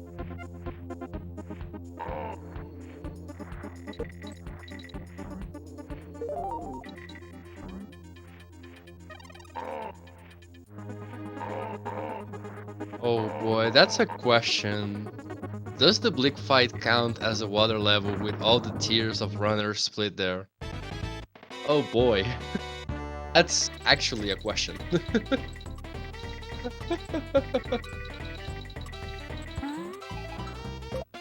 That was that is a question that I'm not able to answer because it's a sad question.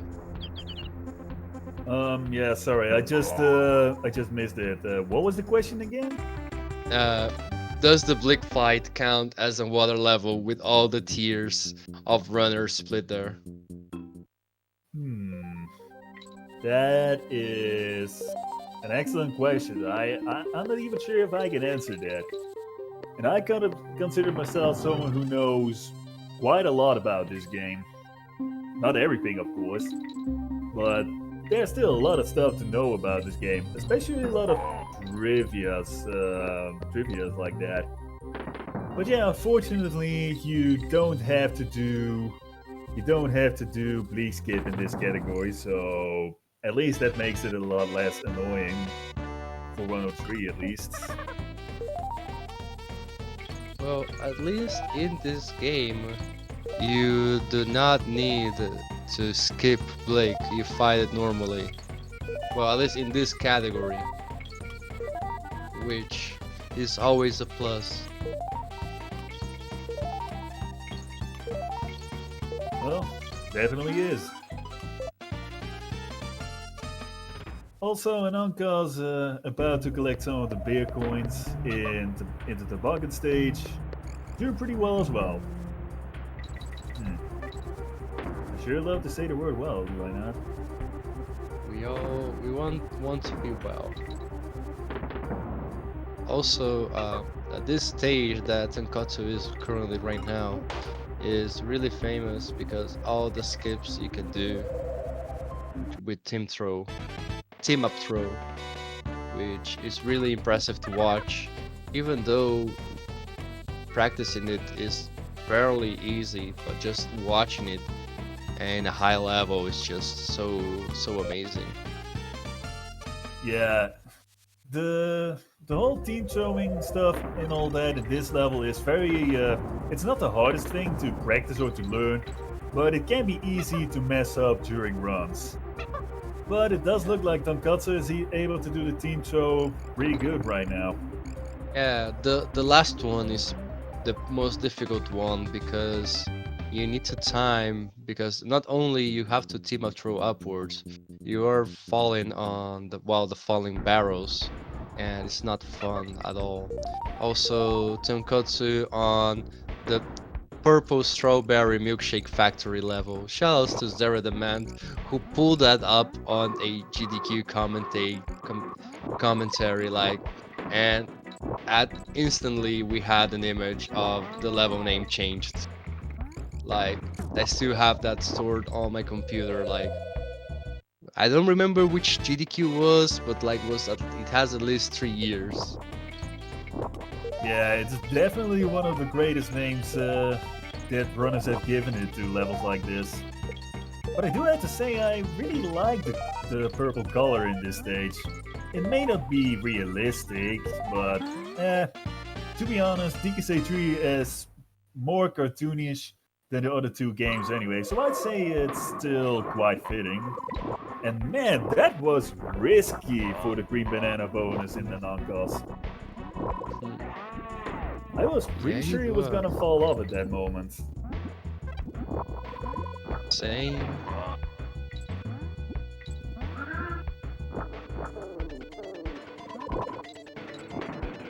By the way, the next bonus that's coming up in just a few moments is gonna be a very interesting one. Just so people who haven't played this yet or have forgotten about it, just so they know. And don't forget about the hidden bear coins. Because of course you gotta get the bear coins. Oh man, Takatsu missed the jump. Yeah, never forget.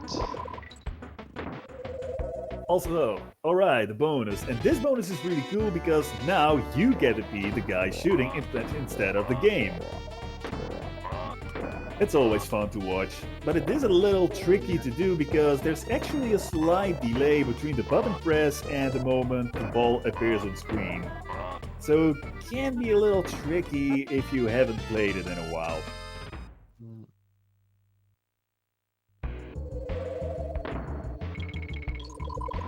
And looks like an uncast is doing the team throw, and oh man, he missed the second throw. I saw the fall. I was like, damn, I was asleep, and then I saw the fall, and it was not fun.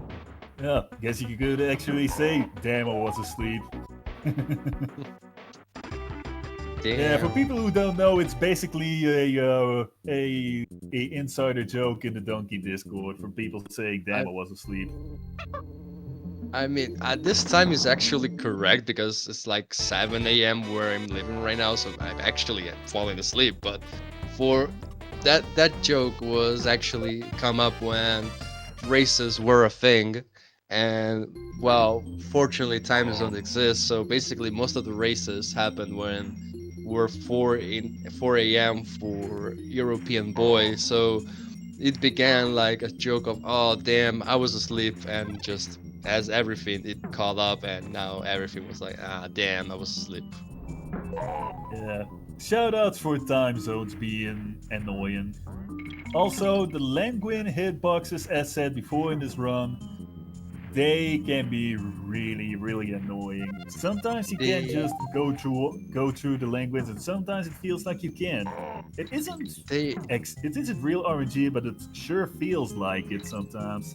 they are deceptive. They hitboxes in their game in the game are not what they seem, and keep it that way because that's sometimes with the Lemguins it messes up with you, but with other stuff it's just is on your benefit. And you do not know what to think. Alright, looks like Tonkotsu finished up Languin lunch. Now you might be And thinking he's going right to Bleak, but no. First he's gotta do a few one-offs. First is gonna be a banana bird cave, and after that he's gotta Tonkatsu's gotta visit Blizzard Bear, and Blizzard Bear's got a present for one of the other bears, Blue. It's a good moment now to pick up the present, so the runners can give the present to the other bear just a little later in the run. Because yeah, there's some mandatory trading you gotta do in this game. Just like you had to trade a few things in Link's Awakening. Which, by the way, this game makes a few references to Link's Awakening. Like when you talk to Bazaar Bear and you talk about Shell, they do mention something about a fellow collecting shells, which is most likely a reference to the shell collecting in Link's Awakening that you can do to get a better sword.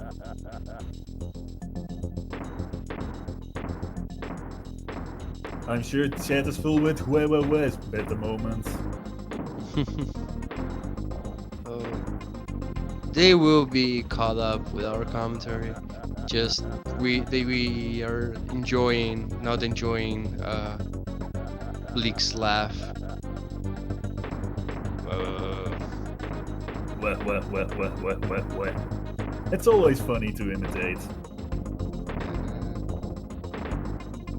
As for Anankaz, it looks like he's about to be sort of midway, more later part for Languid Lunch. It's a little hard to see right now. DK going, and Tonkatsu has finished off Bleak. So now he's got to head off back to Bazaar Bear and, as said before, has got to collect the mirror and the bear coins. You actually need around 55, 56 for the game actually, but the runners know a very interesting skip. And what it basically comes down to is they're able to get both the shell and the mirror before paying all the coins. So basically they're simply robbing Bazaar Bear. It's gotta be tough to be a merchant these days, isn't it?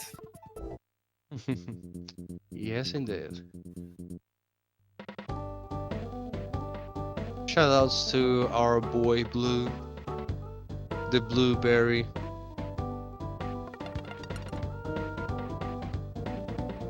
Let's see what is inside. Blue has got a bowling ball, but he doesn't want a bowling ball, so he gives it back to Kitty. this bowling ball will be necessary at the end of the run. We'll probably talk about it again once it happens. In about 40 minutes ish. And Tonkotsu is about to open up the Lost World in this game, which is actually not called Lost World, it's actually called Krematoa.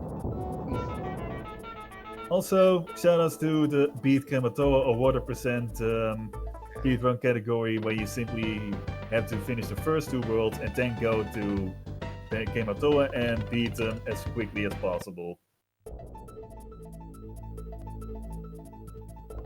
So and Razor Tonkotsu Ridge. is about to start up my favorite level in the game, Buzzer Barrage, where hitboxes are definitely optional, but it doesn't make it any less fun to run. Oh yeah, it's a fun level. And Ranka's about to beat up Bleak. And start You know, the and start the gifting process. That Yeah, was a right. yawn. He's about to start it indeed.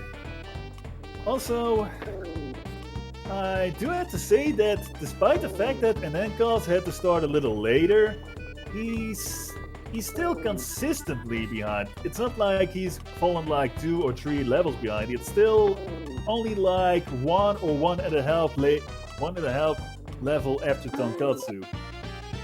And sure, Tonkotsu and Anenkas are both top players in the 1 or 3% category on the leaderboards, but it's still very impressive to see how well their pace is compared to each other, especially during this race and during this whole relay. Just a reminder, Tonkotsu has been running all 3 games in a row in the past hours. Yeah, whereas That's quite an achievement. Whereas Anenkos just got in to play 103 since DNA played 101 and 102. Oh, looks like Anenkas is about to rob, and he robbed Bazaar as well. Well, I hope Bazaar has some extra money out there, because he's gonna need it. Which I do wonder, would they all use bear coins, those bears? So they're basically paying with a currency that has them on their own currency. Yeah, their faces. I guess you could say that those bears' faces are valuable. Oh boy. Oh boy. Yeah, sorry guys, it's been a very long stream now, so bear with me, please. Oh boy, and I mean, at least I have a reason to just leave the stream because it's freaking 7 a.m. and I'm about to fall asleep. Like, I'm falling asleep on my chair. But oh my god, I don't have words, or I have words but in other language, and I don't want to express them right now. Please don't leave us, killers. I promise not to make any puns. Well, I try to at least. I mean, I Also, cannot Anenkas promise is to not about to leave. enter a Buzzer Barrage. And now, Tonkotsu will start the Elder Scroller Burn Your Rope update. So, Yep, a classic in runs. yeah, so hi everyone, how everyone is doing in this lovely morning, afternoon, evening, or whatever dictates your time zone.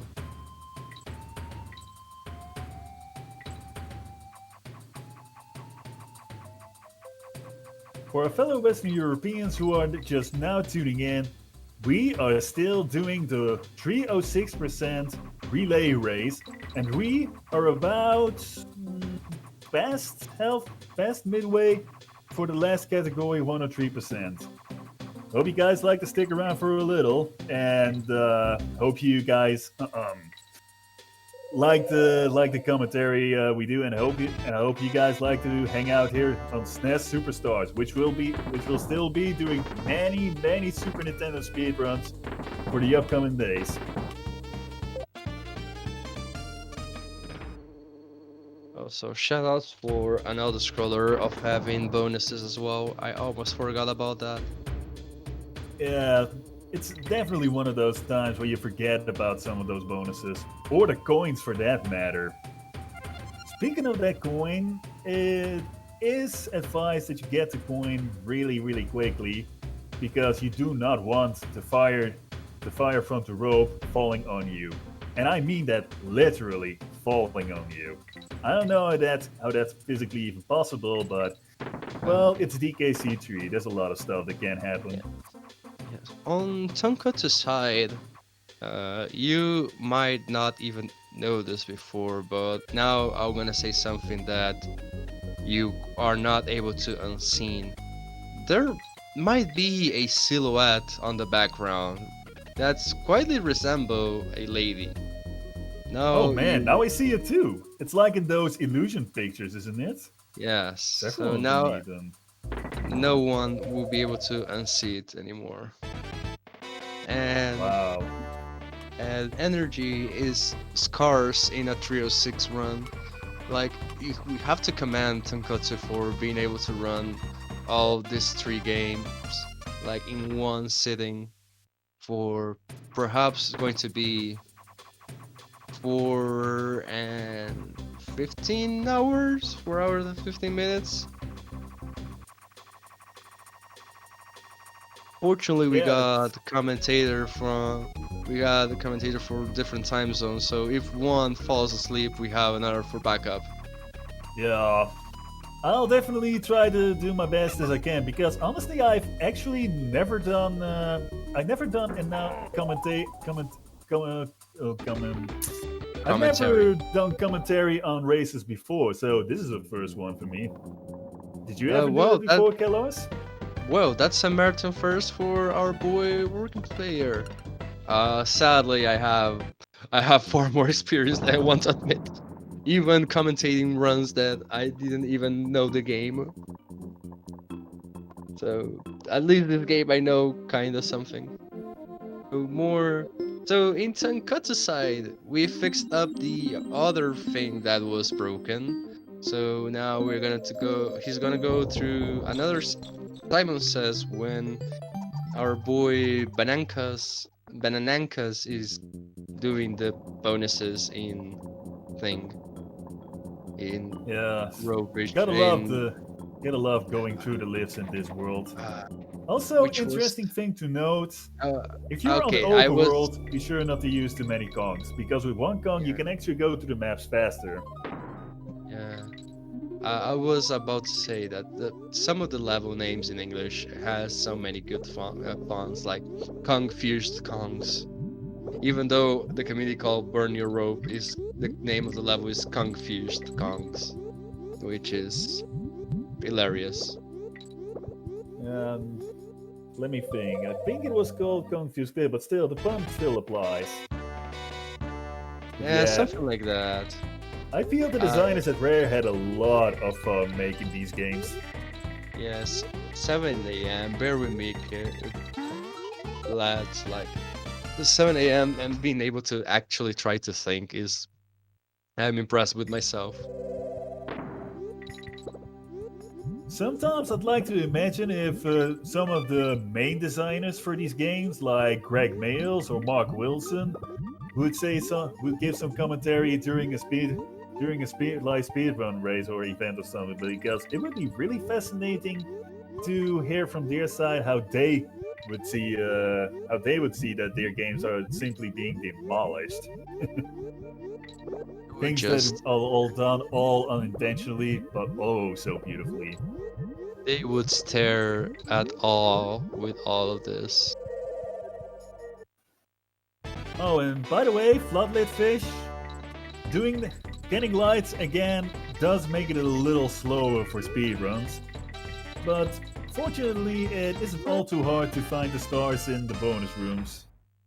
So at least that's one good thing. But there is one specific moment where, yeah, you gotta make sure not to hit the lurchins in this stage, because if you die in this stage, you again can lose quite some time there.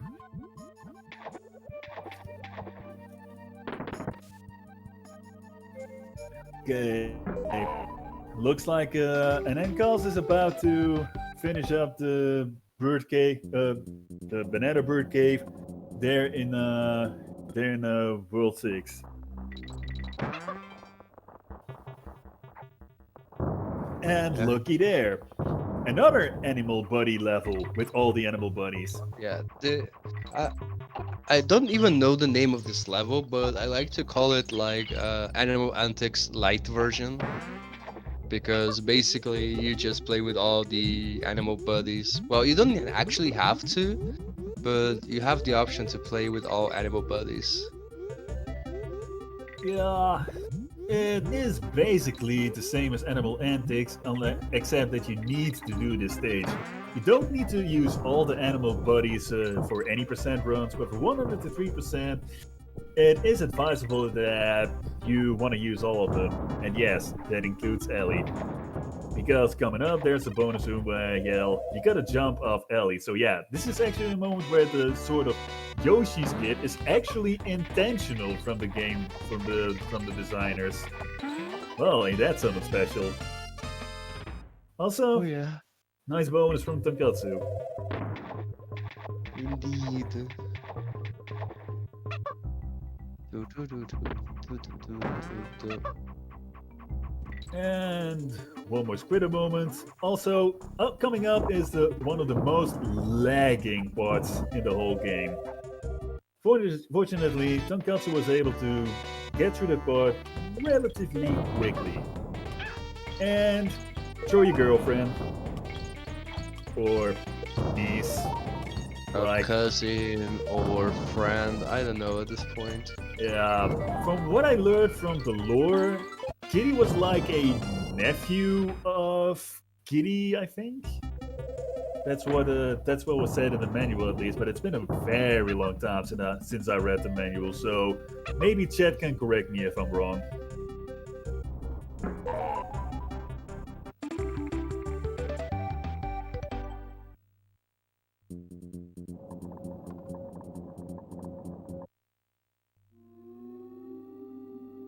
Alright, Ropey Rumpus. Another mountain level, which can be pretty quickly.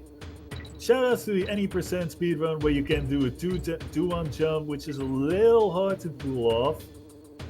But if done correctly, you can skip a really big part of the stage but that way. Oh yeah, the chore jumps are really swaggier.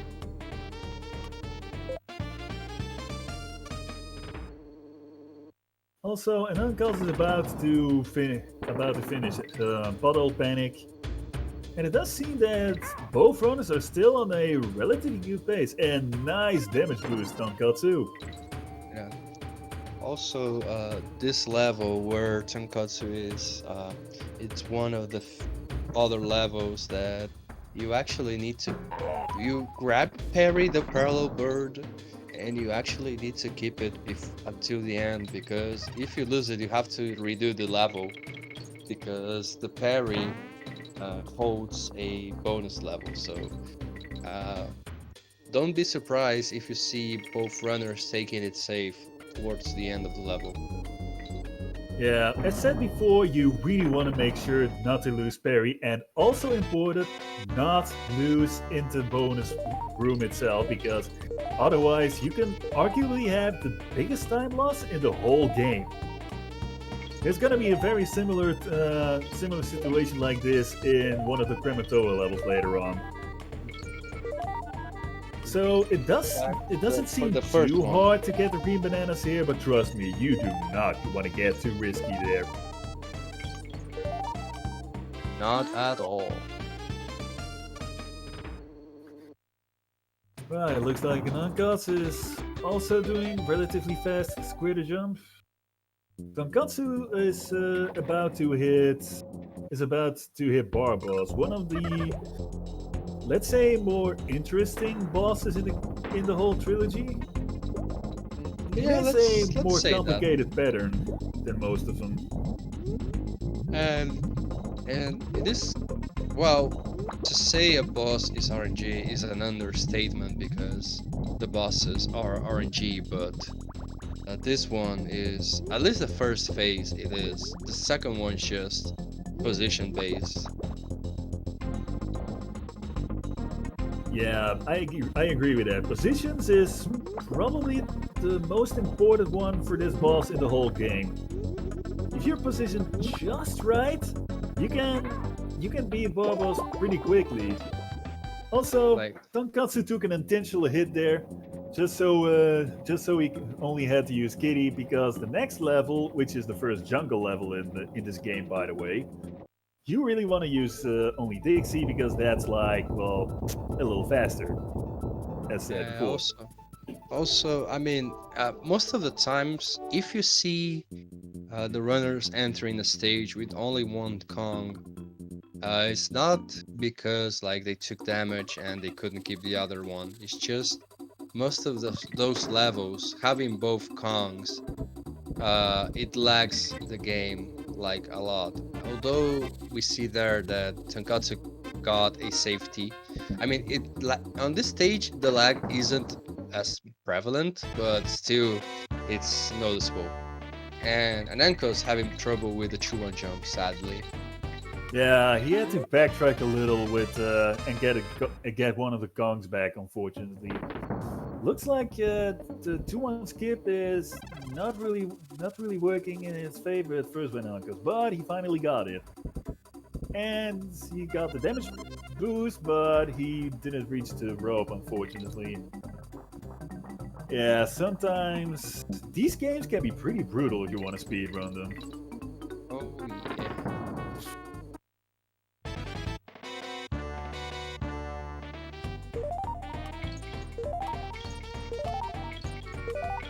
This is also they one can of be the tough. most automatic green banana bonuses.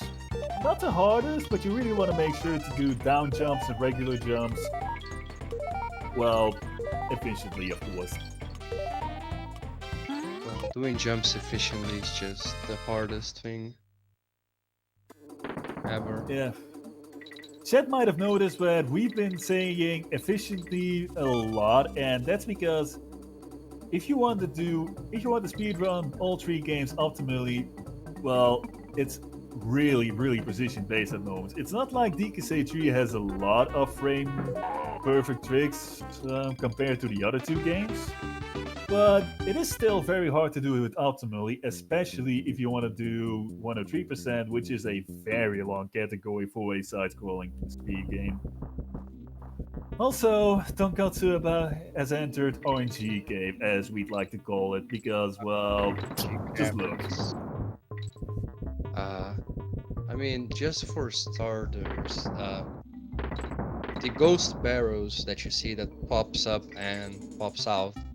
I mean, the time that they appear on stage is on cycles, and if I recall correctly, it's on a global timer. I might be wrong on that, but however, the direction they face is totally random, except a few exceptions. That there is one that is not random, but the rest basically is totally random.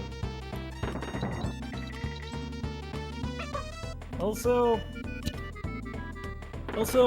with some of the star bonuses later in the game, you gotta be well using a lot of very specific team throws to get all the stars as quickly as possible. It does seem that Tonkatsu was doing a pretty good job with that star bonus just now. Also, intentional hit for getting Squitter.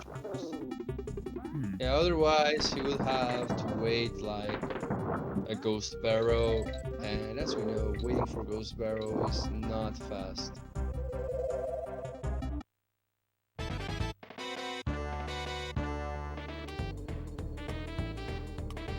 Oh wow! Looks like Tonkatsu went for the more risky strat with Dixie. What you're Boy. actually supposed to do there is use Quitter using platforms and avoiding all the ghost barrels. But if you can roll very quickly with Dixie, if you have just enough momentum, you can actually go so fast with Dixie that you can basically skip the RNG barrels, which is something you definitely want to do if you want to speedrun this level. That's the barrel that is not RNG. It always goes up rightwards, but yeah, that you need to use it in order to get the DK coin, and also nice damage boost in the end. Also, the bonus that an ankles just entered to the jungle level is a very tricky one to find. It is barely hinted with just one banana, but because of the foreground, it is a little harder to see it. So it's definitely one of those bonus rooms in this game that you can easily miss if you haven't played it as often. Oh, yeah. Also interesting to note is that what Tonkotsu just did was he swam an A form to the two rocks in the lake. Because, well, what you're actually supposed to do is that the game gives you some hints with one of the bears telling you that you need to do something special with, let's say, swimming the A form in that lake. But because the players have already played this game so many times, well, they don't need to be explained. That they can already do that. Also, nice jungle for an uncos. Meanwhile, Tonkotsu is quite a lot more ahead right now. He's now in the Lightning Lookout, which is also one of those levels that can waste a lot of time if you get struck by the lightning. Oh yeah. Word 7 is the word of gimmicks, and sadly, this is one of the worst gimmicks. Like, legit one of the worst gimmicks. Many runs have been lost on this level alone, and the fact of being in World 7 makes it worse. Yeah, I gotta agree that World 7 has a lot of those levels that are a little more questionable. But hey, at least in this level, the lightning isn't exactly RNG. It is based on the way your Kong is directed its face to. So it is a little easier to manipulate where to let the lightning strike. That being said, you still better not be caught off guard because, well, again, if you get hit by the lightning, whether it's in the bonus or in the level itself, you can still lose quite some time. And I know I say this a lot, but seriously, you can lose so much time in this category. I mean, losing time in 103 is like, it's everyday job. You have to get used to it. In a way, it is also one of the reasons why it can be a thrilling experience to do 103% speedruns. But yeah, you really gotta plan out moments when you want to do runs or want to practice it, because it's not the kind of thing you do in like 10 or 15 minutes. When you practice it, you usually gotta take at least a few hours or even a whole evening or a whole afternoon just to say. So yeah.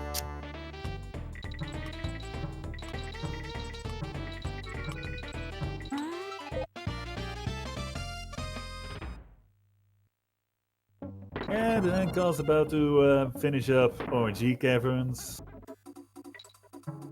Meanwhile, Tonkotsu is now 2 levels ahead. But good news is we're close to finishing up this world.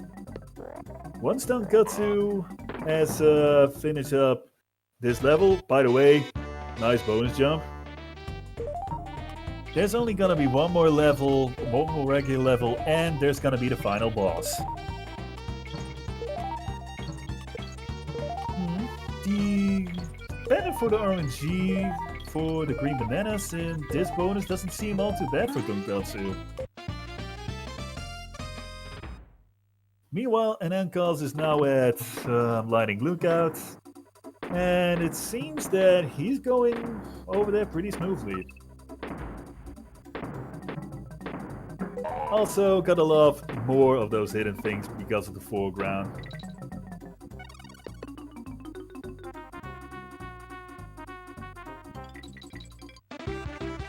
And Tonkotsu finishes up one of the more annoying stages.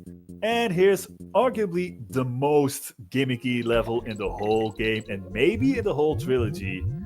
When you're in the water, left and right are both reversed, so it's a little annoying to get used to it. And what's even worse is, once you're out of the water, it's reversed back. So left is left and right is right. But when you get back in the water, it's again reversed. So it's really, really annoying, especially the first times you want to play it.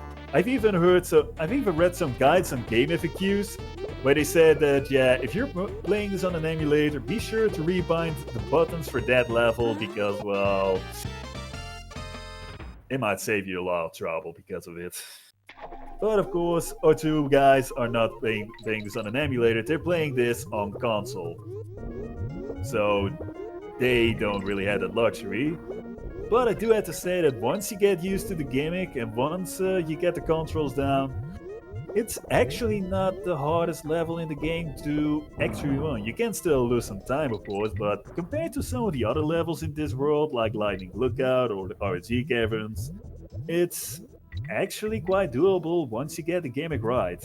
But then again, a lot of people might be asking, why the hell is this gimmick even there? Also, excuse me for cursing, but well, let's just say it can be a little frustrating to do these runs here. So yeah, And again for an uncast, English is hard. Being pronounced pretty good now. Also, English is hard. That as well. So yeah, excuse me for chat if I'm not always as clear. It's just that, well, yeah, sorry, I've never done this before today, so please be patient with me.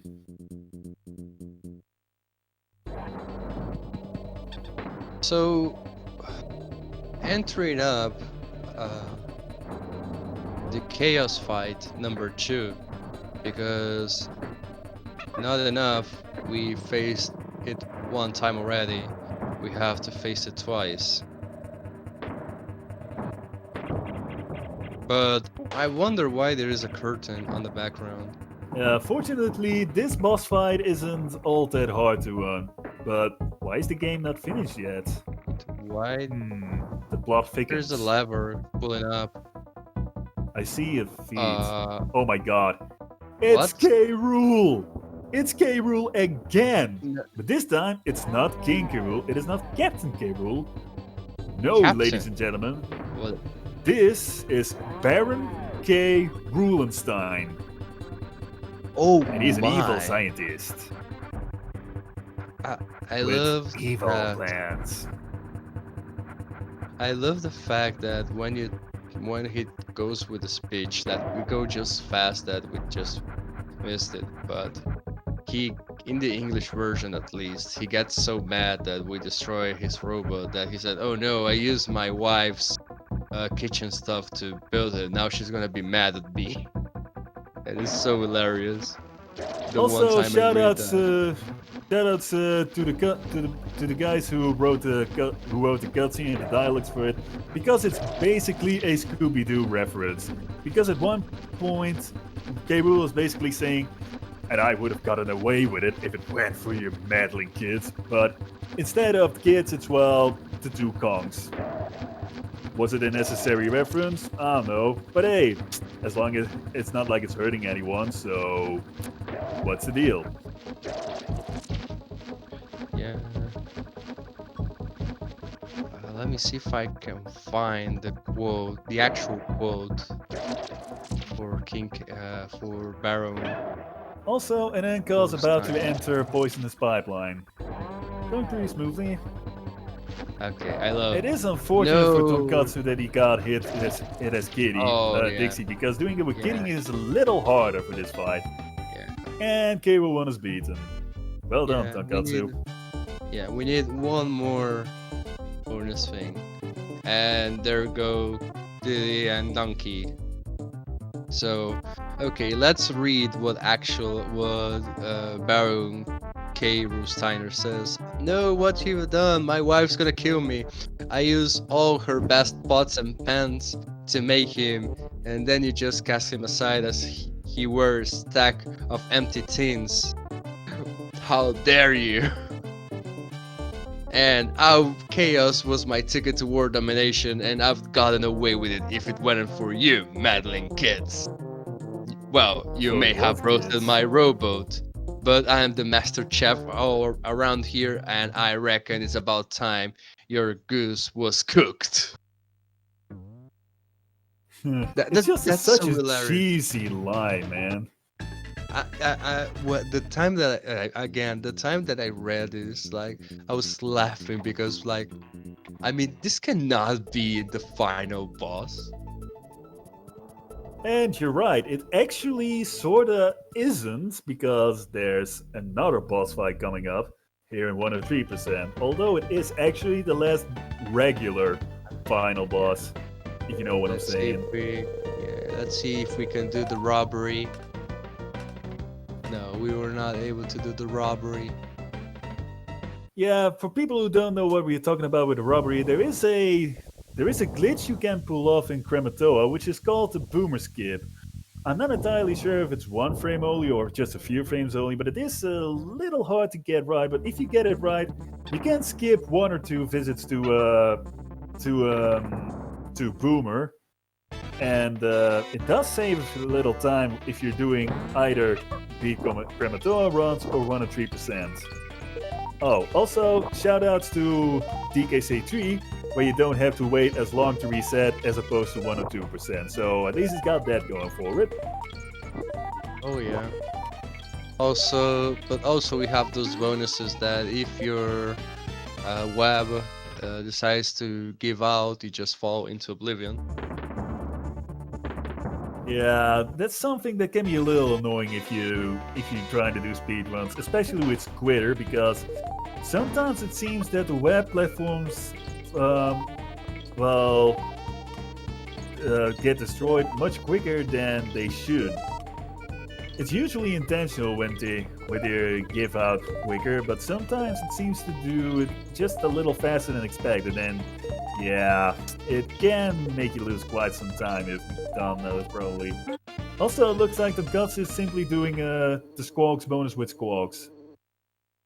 Because, yeah, I'm saying this because sometimes you can do the Squawks bonus with Quitter instead, but you do have to be very precise, although you can save some time with it. Also, Shoutouts for Ellie and being scared, and keeping Perry, the parallel bird. yeah, remember when we said about one of the levels just several minutes ago, where you really want to keep Perry and you really don't want to do or lose the bonus? Well, this is the other moment.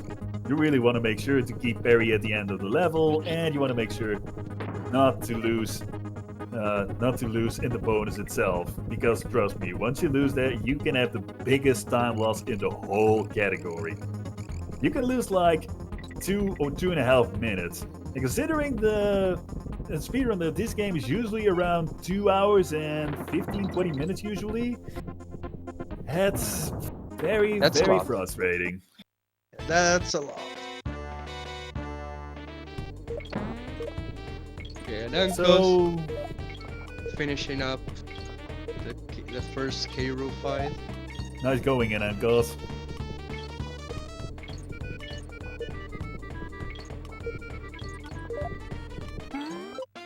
And that was a pretty good banana bonus.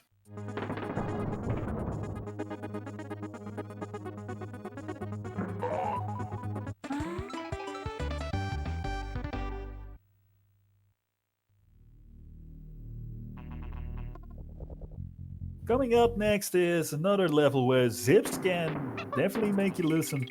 Can definitely save you some time. Let's see if Tonkotsu gets the free bonus.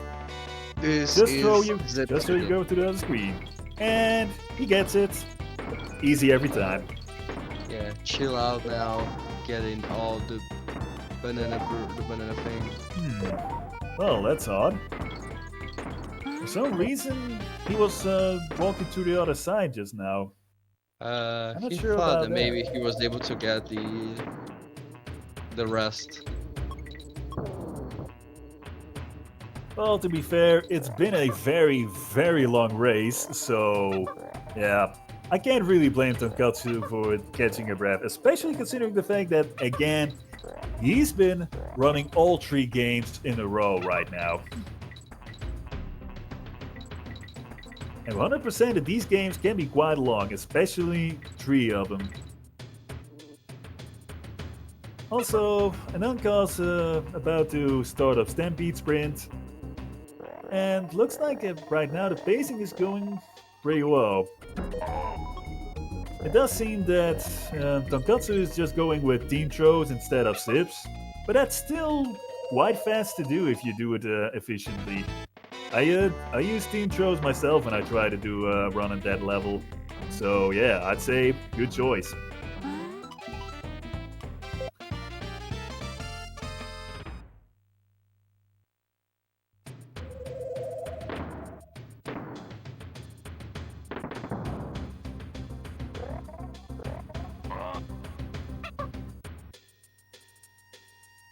Looks like Tonkotsu is about to try a zip. But this is probably the hardest zip to try in the whole game, so... Well, considering those circumstances, it's still really well done. Also, Ananka's about to do the fast Ellie sprint. Meantime, Tonkotsu is about to enter the 3rd level of Kamatoa. Hello, Tough and Clough. You really want to make sure not to get hit by those guys usually because they take a lot of space and it can be a little tricky to dodge them, especially if you want to do a really good speed run. But hey, at least it helps that you can use quitters, so you can at least make it a little easier. Also, be sure to know in which gap you want to go into for the coin, because I had it happen a few times that I got the wrong hole. Yeah, excuse me for wording it like that.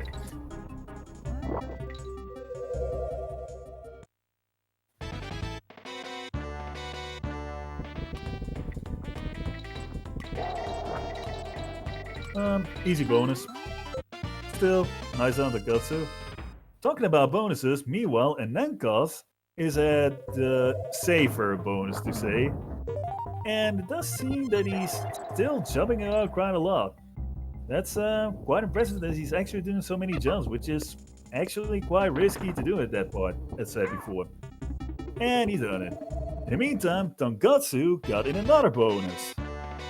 Man, this is all bonus at the moment. It's so hard to keep up at the moment, man.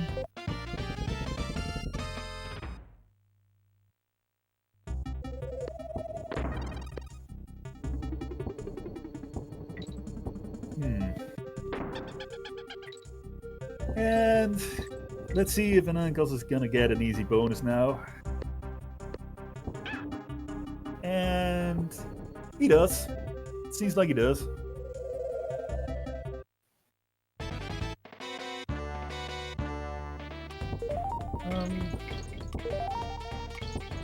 Unfortunately, Tonkotsu will be able to do the same kind of throw in this bonus at this segment, because that would have probably saved him some time as well, but this is still a pretty good pace overall.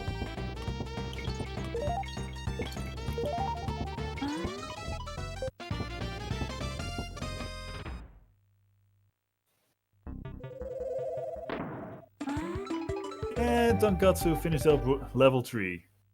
Which means there's only 2 more regular levels and 1 more level to get less bonuses. Swoopy Salvo, it's arguably one of the hardest levels in the game casually, and also speedrunning wise, you want to make sure to get some of the tricks like the zips and all that, to get that as good as you possibly can, because, well, again, it can also be a time waster.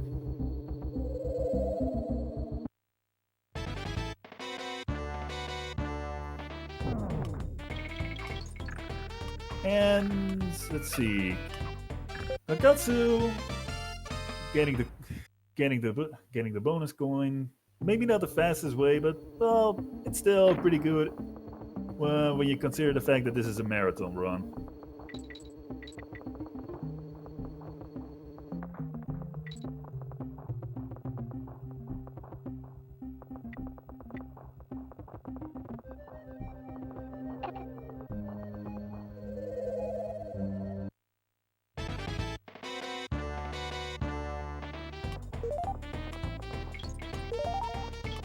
Alright.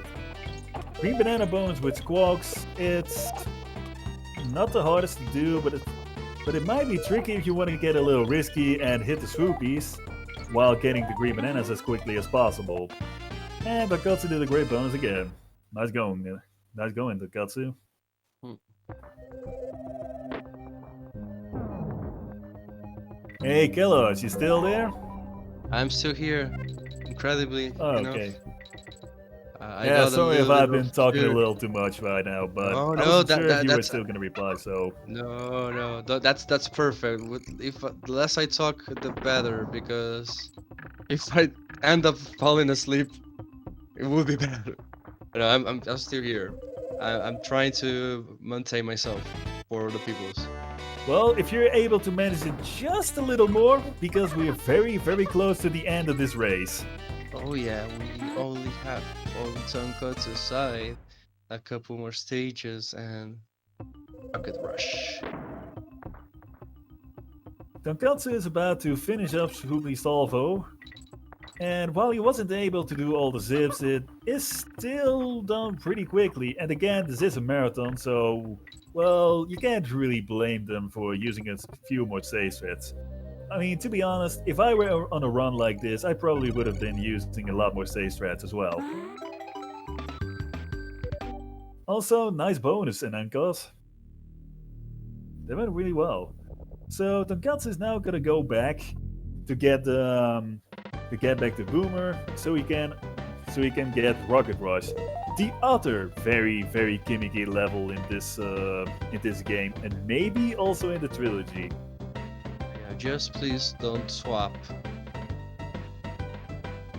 Don't do anything that could cause a soft lock, because you can cause a soft lock here. Yeah. Also, shoutouts for Simek for having died in Rocket Rush several times in his PBs and still being able to PB.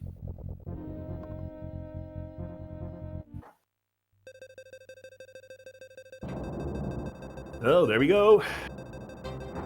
Like in Poisonous Pipeline, the controls are slightly reversed in this stage, so the fortunate thing is it stays reversed in the whole stage, unlike a Poisonous Pipeline where it's only reversed underwater, so at least it makes it a little less annoying. It is a little trial and error the first times you play this level, but once you practice it enough, again, it's actually not that hard to speedrun compared to the others. You know where everything is. I believe you just grab a couple bear coins that are a little bit off, but still on the way. So yeah, nothing that this is just stage. It's just trial and error. Well, nice Rocket Rush run from Tonkatsu's part. Indeed. And Meanwhile, Anankas is still here at Swoopy Salvo. Looks like he's doing pretty well as well for the moment, but he's still just a little behind. Oh, but look, we got the Boomer Skip glitch. yeah, That he is. You're looking very tanned, Boomer. yeah. Tell me, what kind of lotion do you use? I don't know, but for this following fight, actually is one of the few that you also want a kitty in front, because it's easier to throw the barrels. That, well, a spoiler, we're gonna use barrels, but it's easier Yeah, to throw imagine it with that, a kitty. DKC game with barrels. But also, since it's something that we mentioned for DKC2 and DKC1, but we never did for DKC3, that when you complete the stage, well, instead of putting the face of the Kong that beat the stage, actually is a flag with the color of the Kong. However, when you do the completionist of the stage, it actually adds like a yellow flag on top to like serve as a visual cue that you've picked up everything, which is a nice touch to have. that visual cue added to the exclamation point. Yeah, I completely forgot to mention that. Also related to the flags, if you don't see the flags move from wind, then that means that you haven't cleared all the bonuses yet.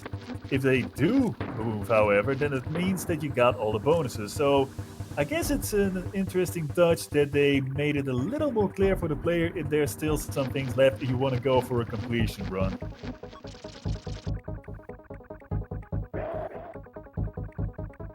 Also, you really want to make sure to play with Kitty for K Rool 2, because doing it with Dixie, especially in the last phase, is really frustrating for hitboxes. Arguably even more than the whole Languin launch part. And oh man, tonkotsu got Oh, hit. oh shit. Meanwhile, Anankos is about to start Rocket Rush. Oh shit.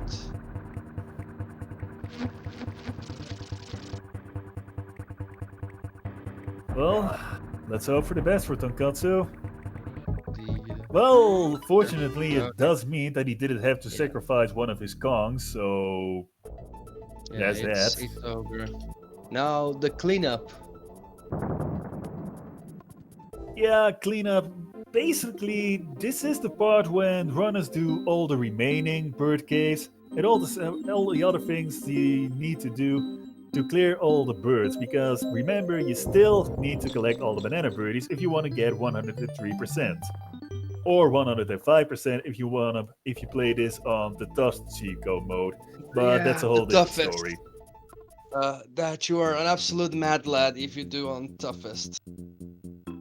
Also, shoutouts to to a lot of the 103 runners, also Japanese runners who've also done 105 runs, which also look pretty incredible. But the routing is a little different because, unlike with 103%, you start with a Kitty and Dixie at the start of each level, but you do not have any midway points and you don't get any DK barrels. So if you lose both Kongs, you gotta redo the whole level again.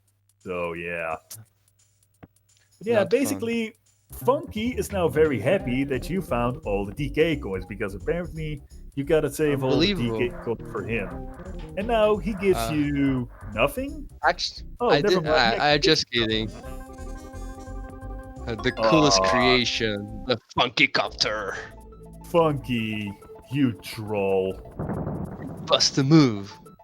And this is the part that, like, you wouldn't even know there are caves like there. Yeah, the only way to figure out if there's a cave or not is if you're flying over it. It's not completely precise, it's not like it's like pixel perfect or anything, but it is a little hard to figure out where to go, especially the first time you try to complete this game.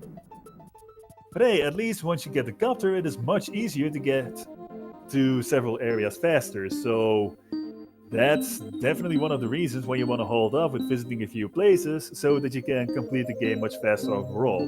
Which is also the reason why both Tonkatsu and Anankos. Wait, did Anankos do it? I don't remember. But at least Tonkatsu, he already went to Bazaar Bear after World 5 so that he didn't have to re-enter World 6 again, which definitely saves some time. Same with the overworld. If you only move with one Kong, the movement is a little faster. It also means that you don't have to wait for the other Kong, and it also means that overall movement in general is faster and also saves a little time, which again is very important in a category like this.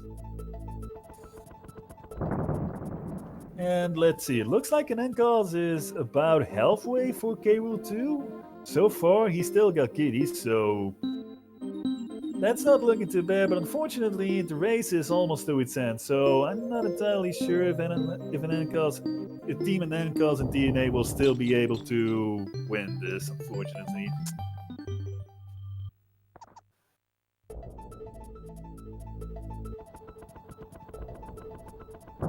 Ooh, that was a very interesting glitch to see. For those who don't really know about it, in DKC 3 in that boss fight, sometimes when you pause start, the electricity actually moves while the game is paused. So if you're not careful, Well, you can get hit if you pause at the wrong moment. Unfortunately, Enkels did get hit by it, but well, at least he was able to play with Kitty just a little longer. Also, for some reason, you gotta collect a flower for this bear here. And he did the fast power, which is not the hardest part, but but it is a little tricky to get down really good. And let's see, tonkotsu is about to finish up the game. He's only got one more banana bird to go. But before he's gonna grab the banana bird, he's gotta get blown by a cannon. Yeah, believe it or not, but apparently that's a nice way of transportation. If anyone in chat can confirm, they can do. Yeah, nice cannonball.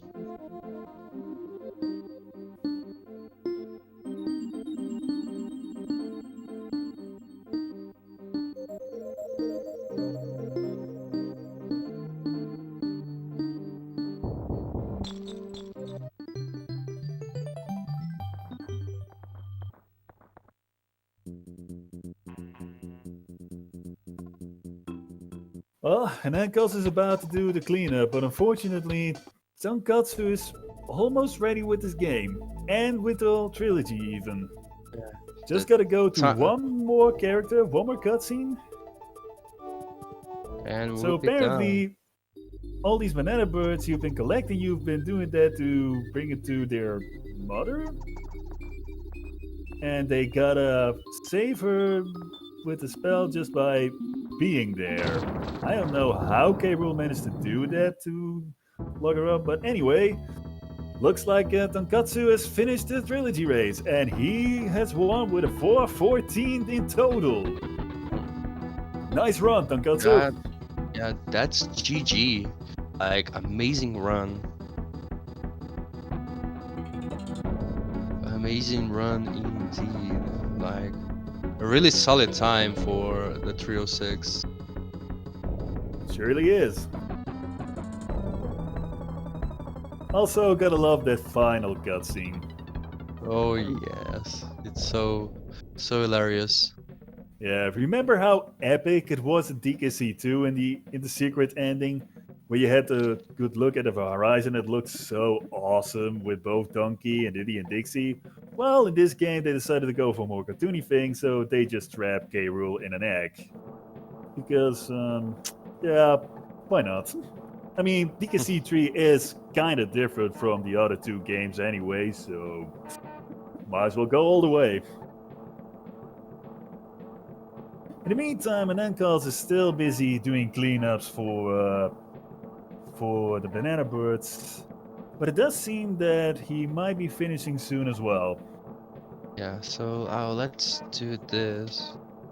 Let me, if I find it. I didn't want to open that.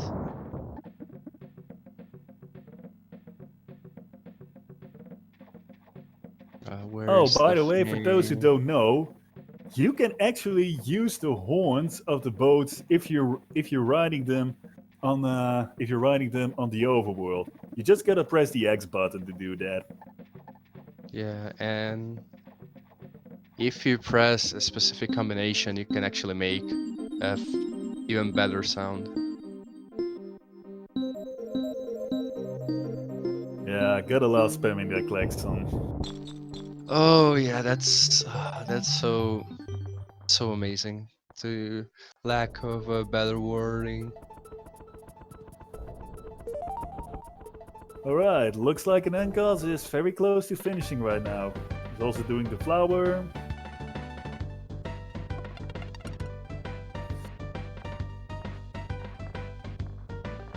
This time it seems a little slower than how tonkotsu did it, but fortunately it's not the longest part in the game.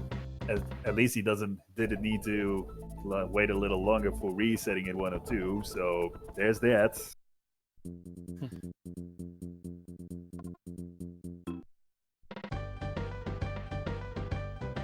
And then Anka's about to be shut up. in a cannonball as well. I really wonder how it must be like to get shot by a cannon. You know what? Never mind. Forget I said that. That would be interesting, not gonna lie. One more banana bird to go. And this one is always one that's been written down from as far as I know, because those button chains can be really, really long at the last banana birds. Oh yeah. And it looks like Anankos is finally gonna finish up with 103%. It looks like Team Dna423 for the 420 is about to finish as well. Yeah. Just talking to the mammal bird, and then we'll be off. Yeah, tonkotsu defeated the mighty force of Dna423 423. He was stronger than a fusion of both. Well, that's unfortunate. And Anankos finished. Time. GG, guys. Nice run. Nice run indeed. That was a 4:18:31. While both Anankos and DNA did all three of them, unlike Tonkotsu, who did all three on his own, that's still a really good combined time for the three Hondo categories. So yeah, I must say this was a really enjoyable race to watch. yes.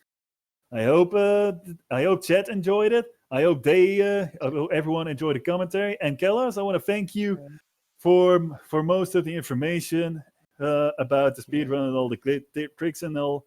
It was a pleasure to work with you. It was a pleasure for me as well, as for all that endured the whole 4.5 hours. We appreciate it. Sorry if by the end my energy lacked. I just stay awake instead of taking a nap. So I fell asleep a little bit at the end, but fortunately I was able to endure the whole thing. But keep watching the SNES Superstar Marathon. There's two amazing runs to watch, and also was a great pleasure to do commentary with you, Working Player. Uh, It was a great pleasure with all the hype you brought. Thanks a lot. Same to you. It was a very enjoyable experience, and I hope it was enjoyable for both the runners and for chat as well. So whenever we are given the green light, we gonna drop out the call. Let me see when we are given the green light. Otherwise, we just hopping out, I guess. Okay, we can sign up. So they're gonna be set up for the next run. That's Final Fantasy Mystic Quest by X10 Power, and afterwards, after that Final Fantasy, we're gonna have a Lehok block. So stay on that. It will be interesting. Laholic, that guy is just a legend. That's definitely one of the guys you really want to watch here on SNES Superstars. Also, Mystic Quest, a really, really fun speedrun game to watch. I can definitely recommend it for people who are still going to hang around to watch it. As for me, well, I can't really do that right now because I got some stuff to do today. And I'm sure that Carlos is going to need his rest right now. Thanks for hanging out. Thanks for cooperating. And thanks to the runners for giving this amazing race. It was so enjoyable. I can't stress it enough. Yes. Peace. See you guys later.